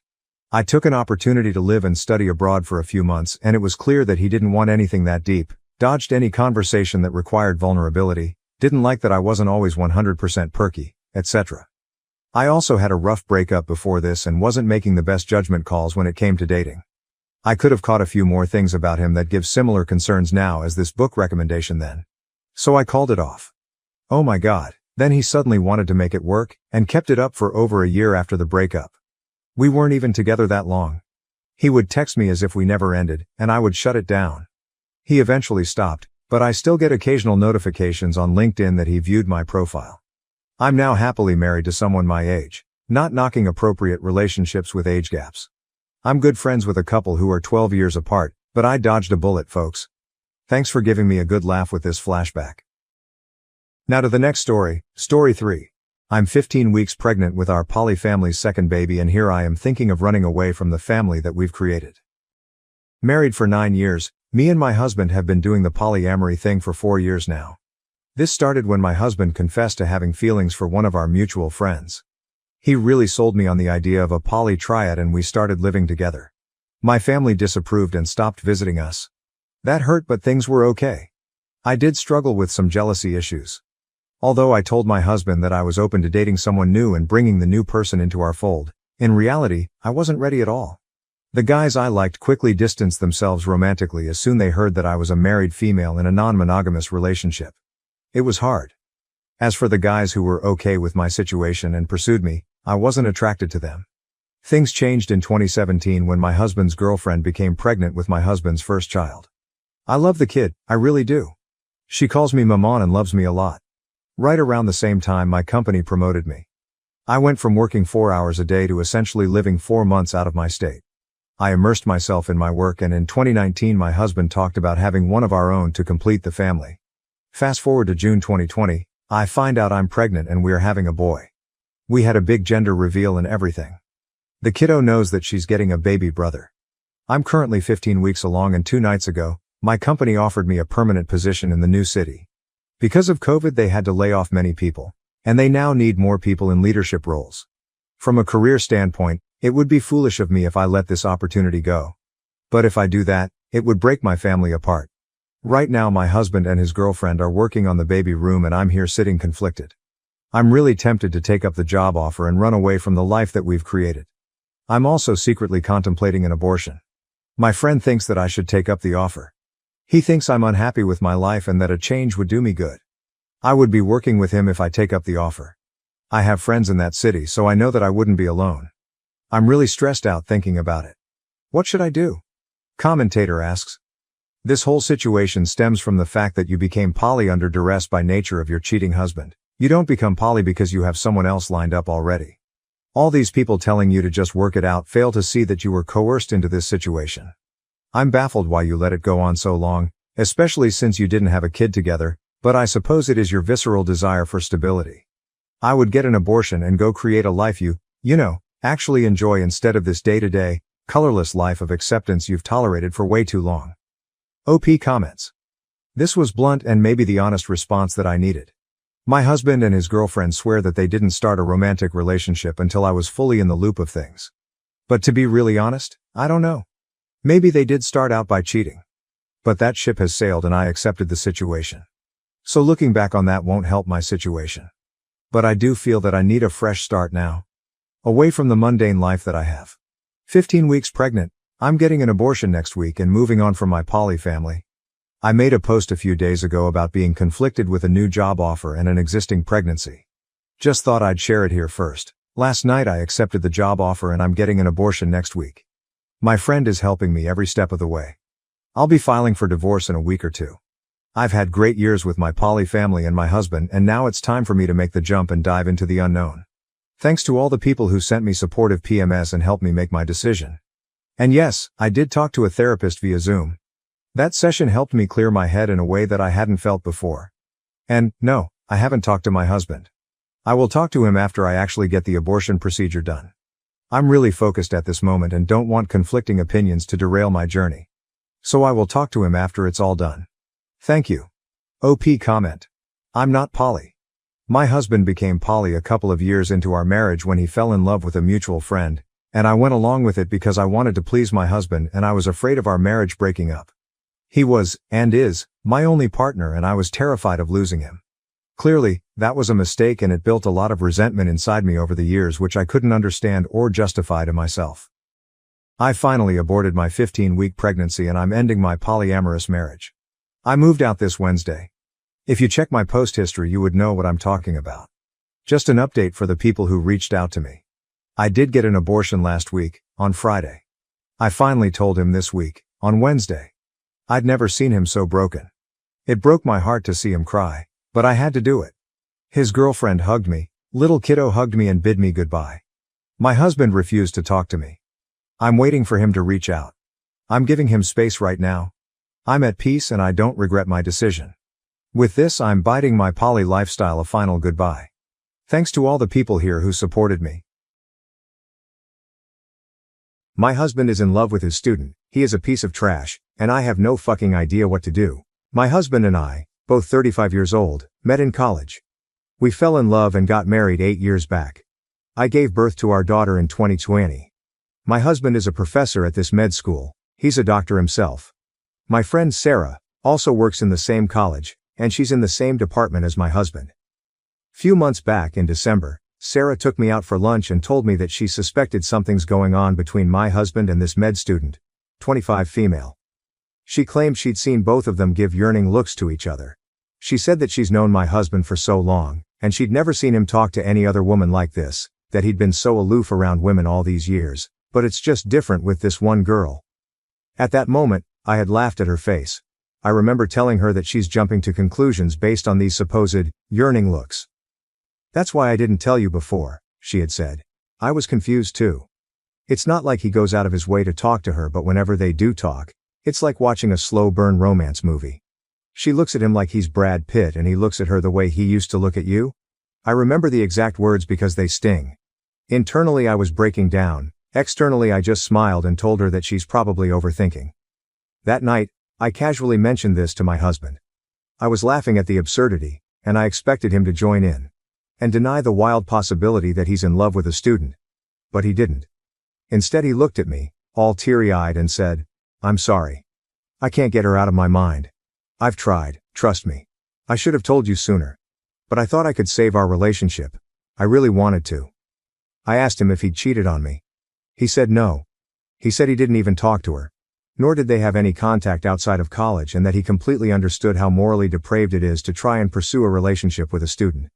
She wrote him a letter about a year back, confessing her love for him, and he had told her that even though he was into her, nothing would come out of it. Apparently that was when the yearning looks had started. I honestly don't remember how I reacted then. I think I just started packing and came to live with my parents along with my daughter. I've been living with my parents since then.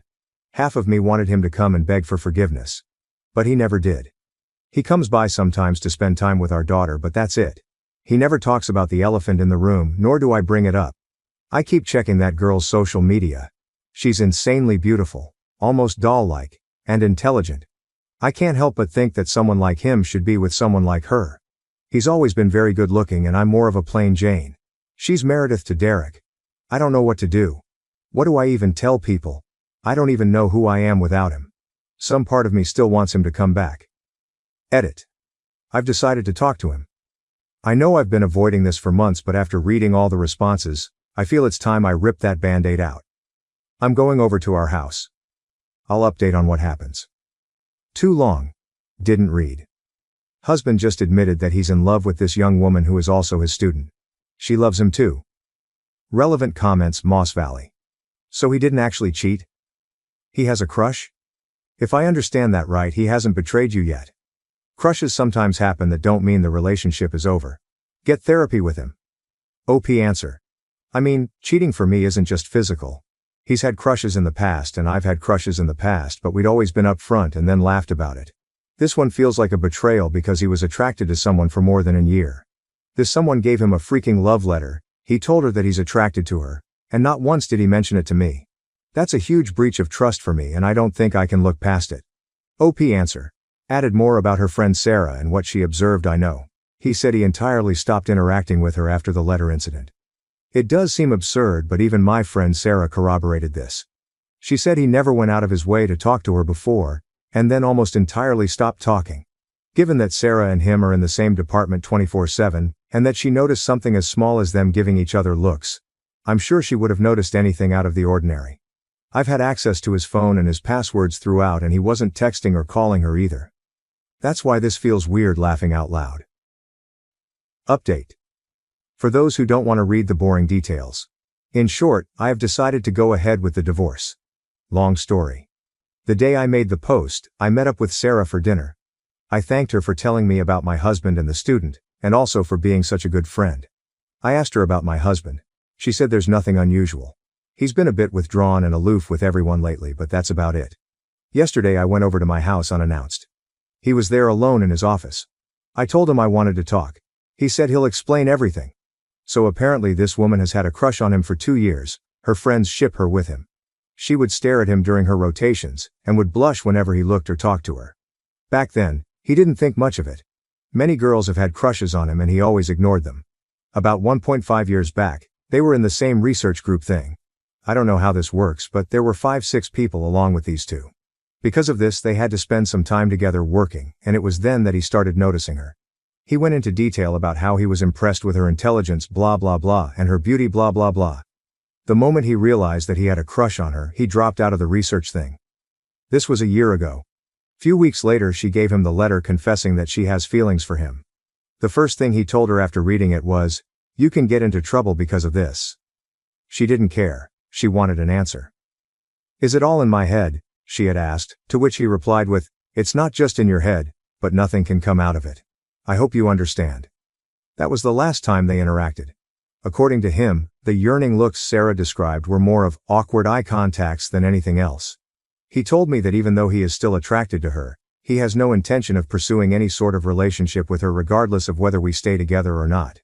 He said he's willing to change his job and go to therapy. I told him to give me some time to think about it. To sum up. 1. This has been going on for 3 years. Not once did he mention anything to me. 2. The student and him spent a considerable amount of time last year working on the research. 3.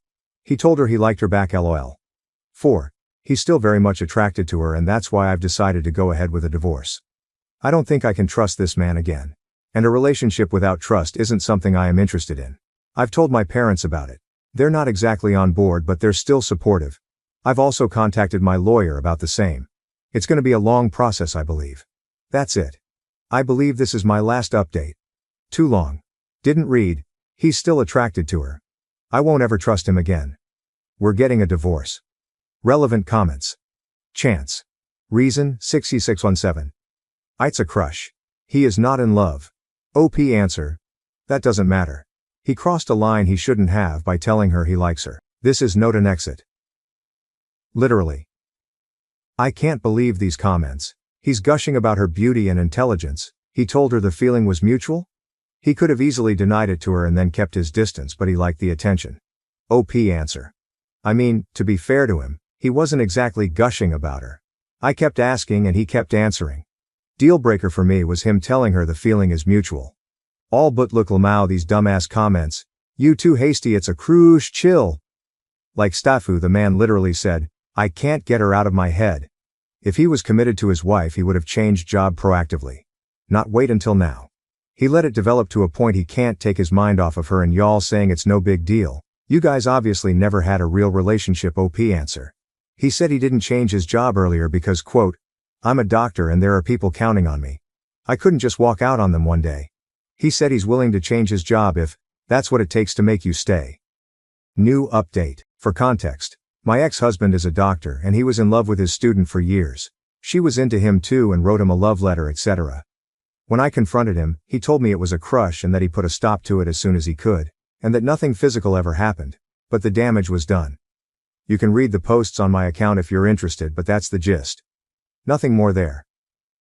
So I decided to take our daughter and permanently move to my parents' house. We're in the middle of separating now. A lot of people have told me to forgive him, and I've myself debated if I'm taking the correct step or not. But the trust is gone, and I don't think I want to be in a relationship with someone like him. It's taking a lot of strength to do this. I have lost all self-esteem. Fact is that I was always insecure of how my ex was way above my league, about how I was lucky to have him, how people often said he could have done so much better. Over the years my insecurities had disappeared. Now it's all back. He's attracted to someone so beautiful, so incredibly intelligent. And obviously she's also into him. I keep looking at her social media all the time, obsessing over her. There was an Instagram story she uploaded where she was with my ex-husband and a few others, and it felt like someone stabbed me in the heart. He looked happy, and he'd never looked that happy in years. I got tired of being pathetic and even complained to the hospital management about the inappropriate relationship between her and my ex. All I got in response was that they can't take any steps without concrete proof. Now my sad ass wants to snitch about her to her parents. To get her in trouble. To make her suffer. I know this is unhealthy. I'm in therapy, but IDK, I don't think I'm healing. I hate that I have to be sad and heartbroken over that man and he doesn't seem to care. He's stopped coming to visit our daughter too. I wish he would have cared. I wish he would have fought for me. I wish he would have not tossed aside our decade-long relationship for her. I hate this. I hate everything. Relevant comments. Mayor Charles Coulon. If you wanted to go full petty, you could put them to her training program. Medical schools and teaching institutions frown on faculty-learner romantic relationships and consider it an abuse of power. Your husband likely had to formally evaluate her, and their affair, even emotional, would tip the fairness of those evals compared to the other students. I have seen married doctors fired for this kind of behavior. Also tell her parents. She sure as shit didn't mind hurting you or your daughter. Don't roll over because of a misplaced sense of loyalty to your D-bag ex. OP answer. I did reach out to her training program. They basically told me that they can only take steps if I have any tangible proof. Which I don't. I asked my friend Sarah, who works in the same department as him, to also complain, but she's not keen on the idea. IDKY. Final comment from OP. I feel like I've already wasted so many years on him. We met when we were 20. I thought I knew him so well, but now it's like I didn't know him at all. I don't understand what's changed. TBH. He's a very good-looking guy. All throughout our relationship there have been many girls who had crushes on him. He used to be so chill about all of it. Never made me feel insecure. Never lost his mind like this. IDK. What's happened honestly? Does the ex FaceTime or contact the daughter? It's a 1-hour flight. He does FaceTime with her daily, but he won't do it if I'm in the room. So he does it when my mom/dad is looking after her. He's not reached out about alone time. He's only said he's waiting for the court orders regarding the custody. He doesn't want to see me at all. We had a big fight after I reported him and that girl to her college, and he said it's not correct for our daughter to see us fighting like that again, so he's not gonna visit. My husband is in love with his student. He is a piece of trash, and I have no fucking idea what to do. New update. Now to the next story. Story 2. My husband is fucking in love with another woman and wants to try polyamory. I feel like I'm the third person in my own story. Hi. I've been married to my hubby for 4 years and we've been together for 12 years. After a lot of financial struggle, we bought a house and we are now planning to get kids. Thing is, a few months ago my husband felt sick and had to stay home for a while. He decided to pick up an online game and started having weekly sessions with a group of players. Among them is a girl, 30 I think. And long story short, he fell in love with her. He broke down crying a month ago and admitted it. He told me it built up so gradually he didn't understand how he felt until it was too late. They started texting privately after meeting and eventually had one-on-one calls together. Then at some point he said, she told him she was in love with him and he realized it was mutual. He said he told her it was impossible but loved her too. They tried to be just friends but they couldn't resist, and continued to show affection for each other. He showed me the texts, but also ventured into sexting. She asked if she could meet him face to face but he refused. So he told me all of this, apologized over and over again and told me he couldn't control himself, and while he loved us both, it was me he would choose no matter what. I was still very upset and slept at a friend's that night to gather my thoughts. I decided to forgive him because he clearly felt guilt and wanted to work it out. I told him that while I was deeply hurt, I still appreciated him coming forward to me and being honest about what happened. We got into long conversations about how we were feeling in our relationship. I accepted he could love someone else but said I didn't like how he handled it. He agreed. And then yesterday he asked if I was comfortable opening up the marriage to polyamory. He said he still wanted to live with me and have kids but can't erase nor ignore the feelings he has for her. He says he wants to do it right and let us both see other people, with clear boundaries and communication, and still be present for one another. I'm gonna be honest, it made me very uncomfortable at first. We have several friends who are poly, I know more or less how it works. But I never really thought about getting into it myself. I am not against it, it just never crossed my mind before. I am trying to think it through but it's a lot to take in. Sorry, my writing is probably messy but it's kind of hard to focus. I guess it's too early to decide and we have a lot more to discuss beforehand, but still. Could you guys give me your opinions on this? Thanks a lot. Top comments. Commenter 1, I'd be divorcing so fast. Dog of the bone. So he cheated and now wants to be able to keep cheating by calling it poly, lol. Come on. Do not have kids with this man for the love of God, and if you have any self-respect you'll be serving him divorce papers as soon as possible. Sorry your husband is a cheating ass. Swamp cats, you got married under the assumption you would remain monogamous. He is trying to fundamentally change the nature of your relationship. If I were you, I would drop any attempts at conceiving and figure out your next steps. Personally, I would not stay with someone who desired an open relationship. You need to decide if it's something you're willing to entertain or not. Update 1. Hey guys, first off, sorry I didn't reply to all your comments. I am very thankful for them. They helped me realize hard, but fair truths about the whole situation. I waited for a bit to think about it all and had multiple long discussions with my husband. I wanted to confront him before making a final decision.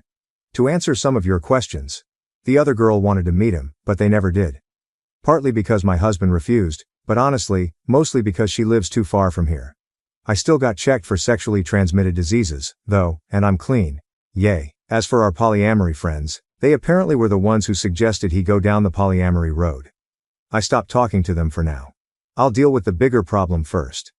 I told him his actions hurt me deeply, and that while I appreciated him admitting his affair, it was still infidelity. I told him what you guys said, that turning it into polyamory was merely greenlighting the affair after the fact. That polyamory should be built on mutual trust and communication, which he already broke. That I didn't feel respected. It destroyed him. He said he already knew, deep down, but didn't want to admit it. Neither to me, nor to himself. We both screamed and cried a lot. He finally admitted he wanted to open the marriage for selfish reasons. He is very sorry. He cut off contact with the other girl, let me fully access his computer and phone, and now wants to go to counseling to repair our relationship and marriage. He has shown me a lot of affection and attention since then, although he admits to himself it's sometimes out of guilt and not just out of pure love. And now I want to make it work too, but am I? Or is it a sunk cost fallacy? I don't know. Our first session is in 2 months, the earliest we could get, and every day I change my mind. Literally yesterday I wanted to leave him, while today I think it's worth giving it a try. Because we've known each other for so long, we understand each other on a very deep level, share a lot of interests, and have already built so much together. He was there for me during hard parts of my life. He took responsibility for his actions, and is really trying. Plus, if I leave him, I'd have to start my life nearly from scratch. Find a new place to live, go back to dating for the first time in 12 years. I don't want to lose everything. It sounds very hard and scary. Am I not too old for this? But at the same time, that's a form of denial, isn't it? It doesn't matter if those years were good. It's not going to be the same. Even if he gains my trust back, even if I forgive him, I'll never forget. I think he is genuinely remorseful. But isn't it too late for that? I am too empathetic. Him being present now doesn't erase what was done. Do I want to stay not because I still believe in this relationship, but because I don't have the strength to ask for a divorce? Because it's the easy choice, some kind of codependency? I have no idea. I can picture both paths clearly, and it's tearing me apart. I am lost, maybe even more than I was when I wrote my previous post. I've lost sleep and appetite, and I'm not sure I enjoy anything in my life anymore. I booked an appointment with a psychologist, for me alone, to help with this whole thing. I am sorry. At this point, I am rambling. I know I am the only one who can decide what's okay and comfortable for me or not. It's ultimately my choice, and my choice only. The emotional hell I am going through just makes thinking about that choice very hard and paralyzing. I'll go to both therapies and try to see what to do from here. I'll try to update, but it's probably going to take a while. I am sorry. I want to thank you again for your support, and I am sending you guys a lot of love. Edit.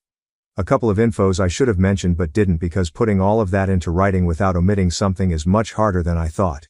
He cut off contact with her because once he told him he was married and wanted us both, she just ran away and broke up with him.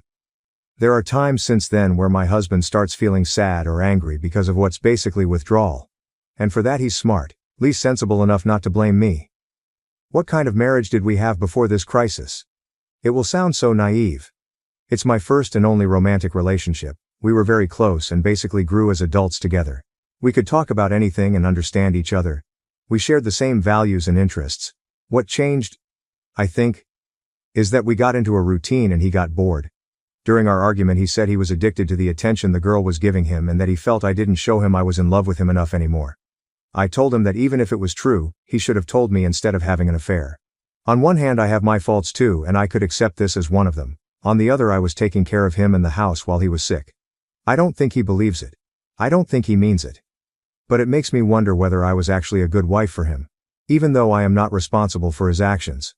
Thanks again for your support, y'all. It's a lot to process, but it helps me. So much. Relevant comments OP on if she and her husband have kids and plans on getting counseling. OP. Kids are off the table. If we do go into counseling, and it goes exceptionally well, maybe we'll talk about it. But for now, the distrust is already there. He says I love you, but I never know whether it's to regain my trust, whether he means it or not. Even if he does he love me or is it a lie he tells himself? Dog of the bone. If you choose to stay, don't be surprised if in a year you find him talking to someone again. Cheaters are sneaky. They'll show remorse and swear they've changed. Meanwhile they're smirking inside because they've started a new affair and think they can get away with it this time. OP. Thank you. It's obvious and well known. Once a cheater, always a cheater. But reading it helps me fight denial. I really need to break up with him. If not for myself, just to show him that actions have consequences. Final update. Too long, didn't read, we are divorcing, hooray. Trigger warning, emotional affair, manipulation, self-harm threats, psychological abuse. Hey, I hope you are doing well. A huge amount of things have happened since then. I'll quickly summarize. Feel free to check my profile if you want to know more. It was a very, very unpleasant ride. So, my soon-to-be ex-husband had an emotional affair online and tried to make me greenlight it by asking for an open marriage, where we'd be allowed to have side adventures. I refused and his affair partner dumped him. He begged me to try to reconcile with him, to which I agreed, while I was actually trying to prepare my exit. We both went to individual therapy, still am. We separated temporarily 3 times, but every time I came back it went terribly. He was desperate. He kept trying to cross my boundaries. Love bombing me. Playing the victim. Asking to touch me even though I established I didn't want to. Threatening to kill himself if we were to divorce. I could go on and on. This made me finally realize, along with my therapist's help, lot of self-reflection and my exchanges on Reddit, that I was in an abusive relationship. Which is an important part, actually the most important part, of this update. Please look up definitions and examples of abuse, because I had no idea that what my husband had been doing all these years, even before the affair, counted as such. In his case it was psychological abuse, manipulation, gaslighting, guilt-tripping, blame-shifting, emotional blackmail. Nothing aggressive or mean. Which turned me into a very submissive partner over the years, always catering to his needs while erasing mine. I rationalize everything. It happened subtly and gradually and I was too naive to see it for what it was. His emotional affair and open marriage proposal were the natural continuity of that. Of course, the more I tried to get away from him, the more manipulative he got. Now that I was aware of it, I knew what he was doing. But fighting years of conditioning, even if you recognize it and succeed, is fucking exhausting and disarming. So, earlier today, I brought a friend home to assist me. We sat down, the three of us, and I told my husband we were over and I handed him the papers. It might sound dumb, but it's genuinely one of the hardest things I've ever done in my life. I was terrified. Yet he agreed. He repeatedly asked me if I was sure. He reminded me of the family we were planning to have and of our best memories together. Was it all for nothing? Apparently, yes. He was heartbroken, clearly mad and frustrated. But still, he agreed. He signed them and went back to his parents for now. We still have to go through the whole procedure, separate our assets, decide what to do with the house and all. And he still wants us to go to marriage counseling. But right now, I feel free. For the first time in months. The last hours have been a mix of tears, celebration, and godly, restful sleep. And I have to thank you guys again. Because my first Reddit post was the wake-up call I needed to eventually finally get here. Better late than never. Thank you so much. Lots of love to you all. Relevant comments. Fianist_05. He reminded me of the family we were planning to have and of our best memories together. Was it all for nothing? Apparently yes. He was heartbroken. That's a special kind of asshole. Was it all for nothing? After cheating on his partner. He sounds like an insufferable dickhead, honestly. Congrats on your freedom. OP. I know, right? The hypocrisy. The nerves of this man. The worst part is that he appears very charming to everyone who knows him, myself included. Hell, a lot of people from our circle, who are aware of what he did, still think he's a good person who just lost himself for a while. I guess it's hard to accept that the ones we love can be terrible people too. Any decision 470. You have been through a long, hard journey, and it will take a while yet, but you are investing in yourself and your health and happiness. Good for you. Continue self-care, and practice safety and security. Slow down and heal so that you will be strong and ready to seek and recognize true love. Wishing you a joyous future. You can do this. OP. Thank you. I'll do my best. I like to think the hardest part is behind me, but this story taught me to expect the worst. Whatever happens though, from now on, it's me first. I deserve love and happiness and I'll fight for it.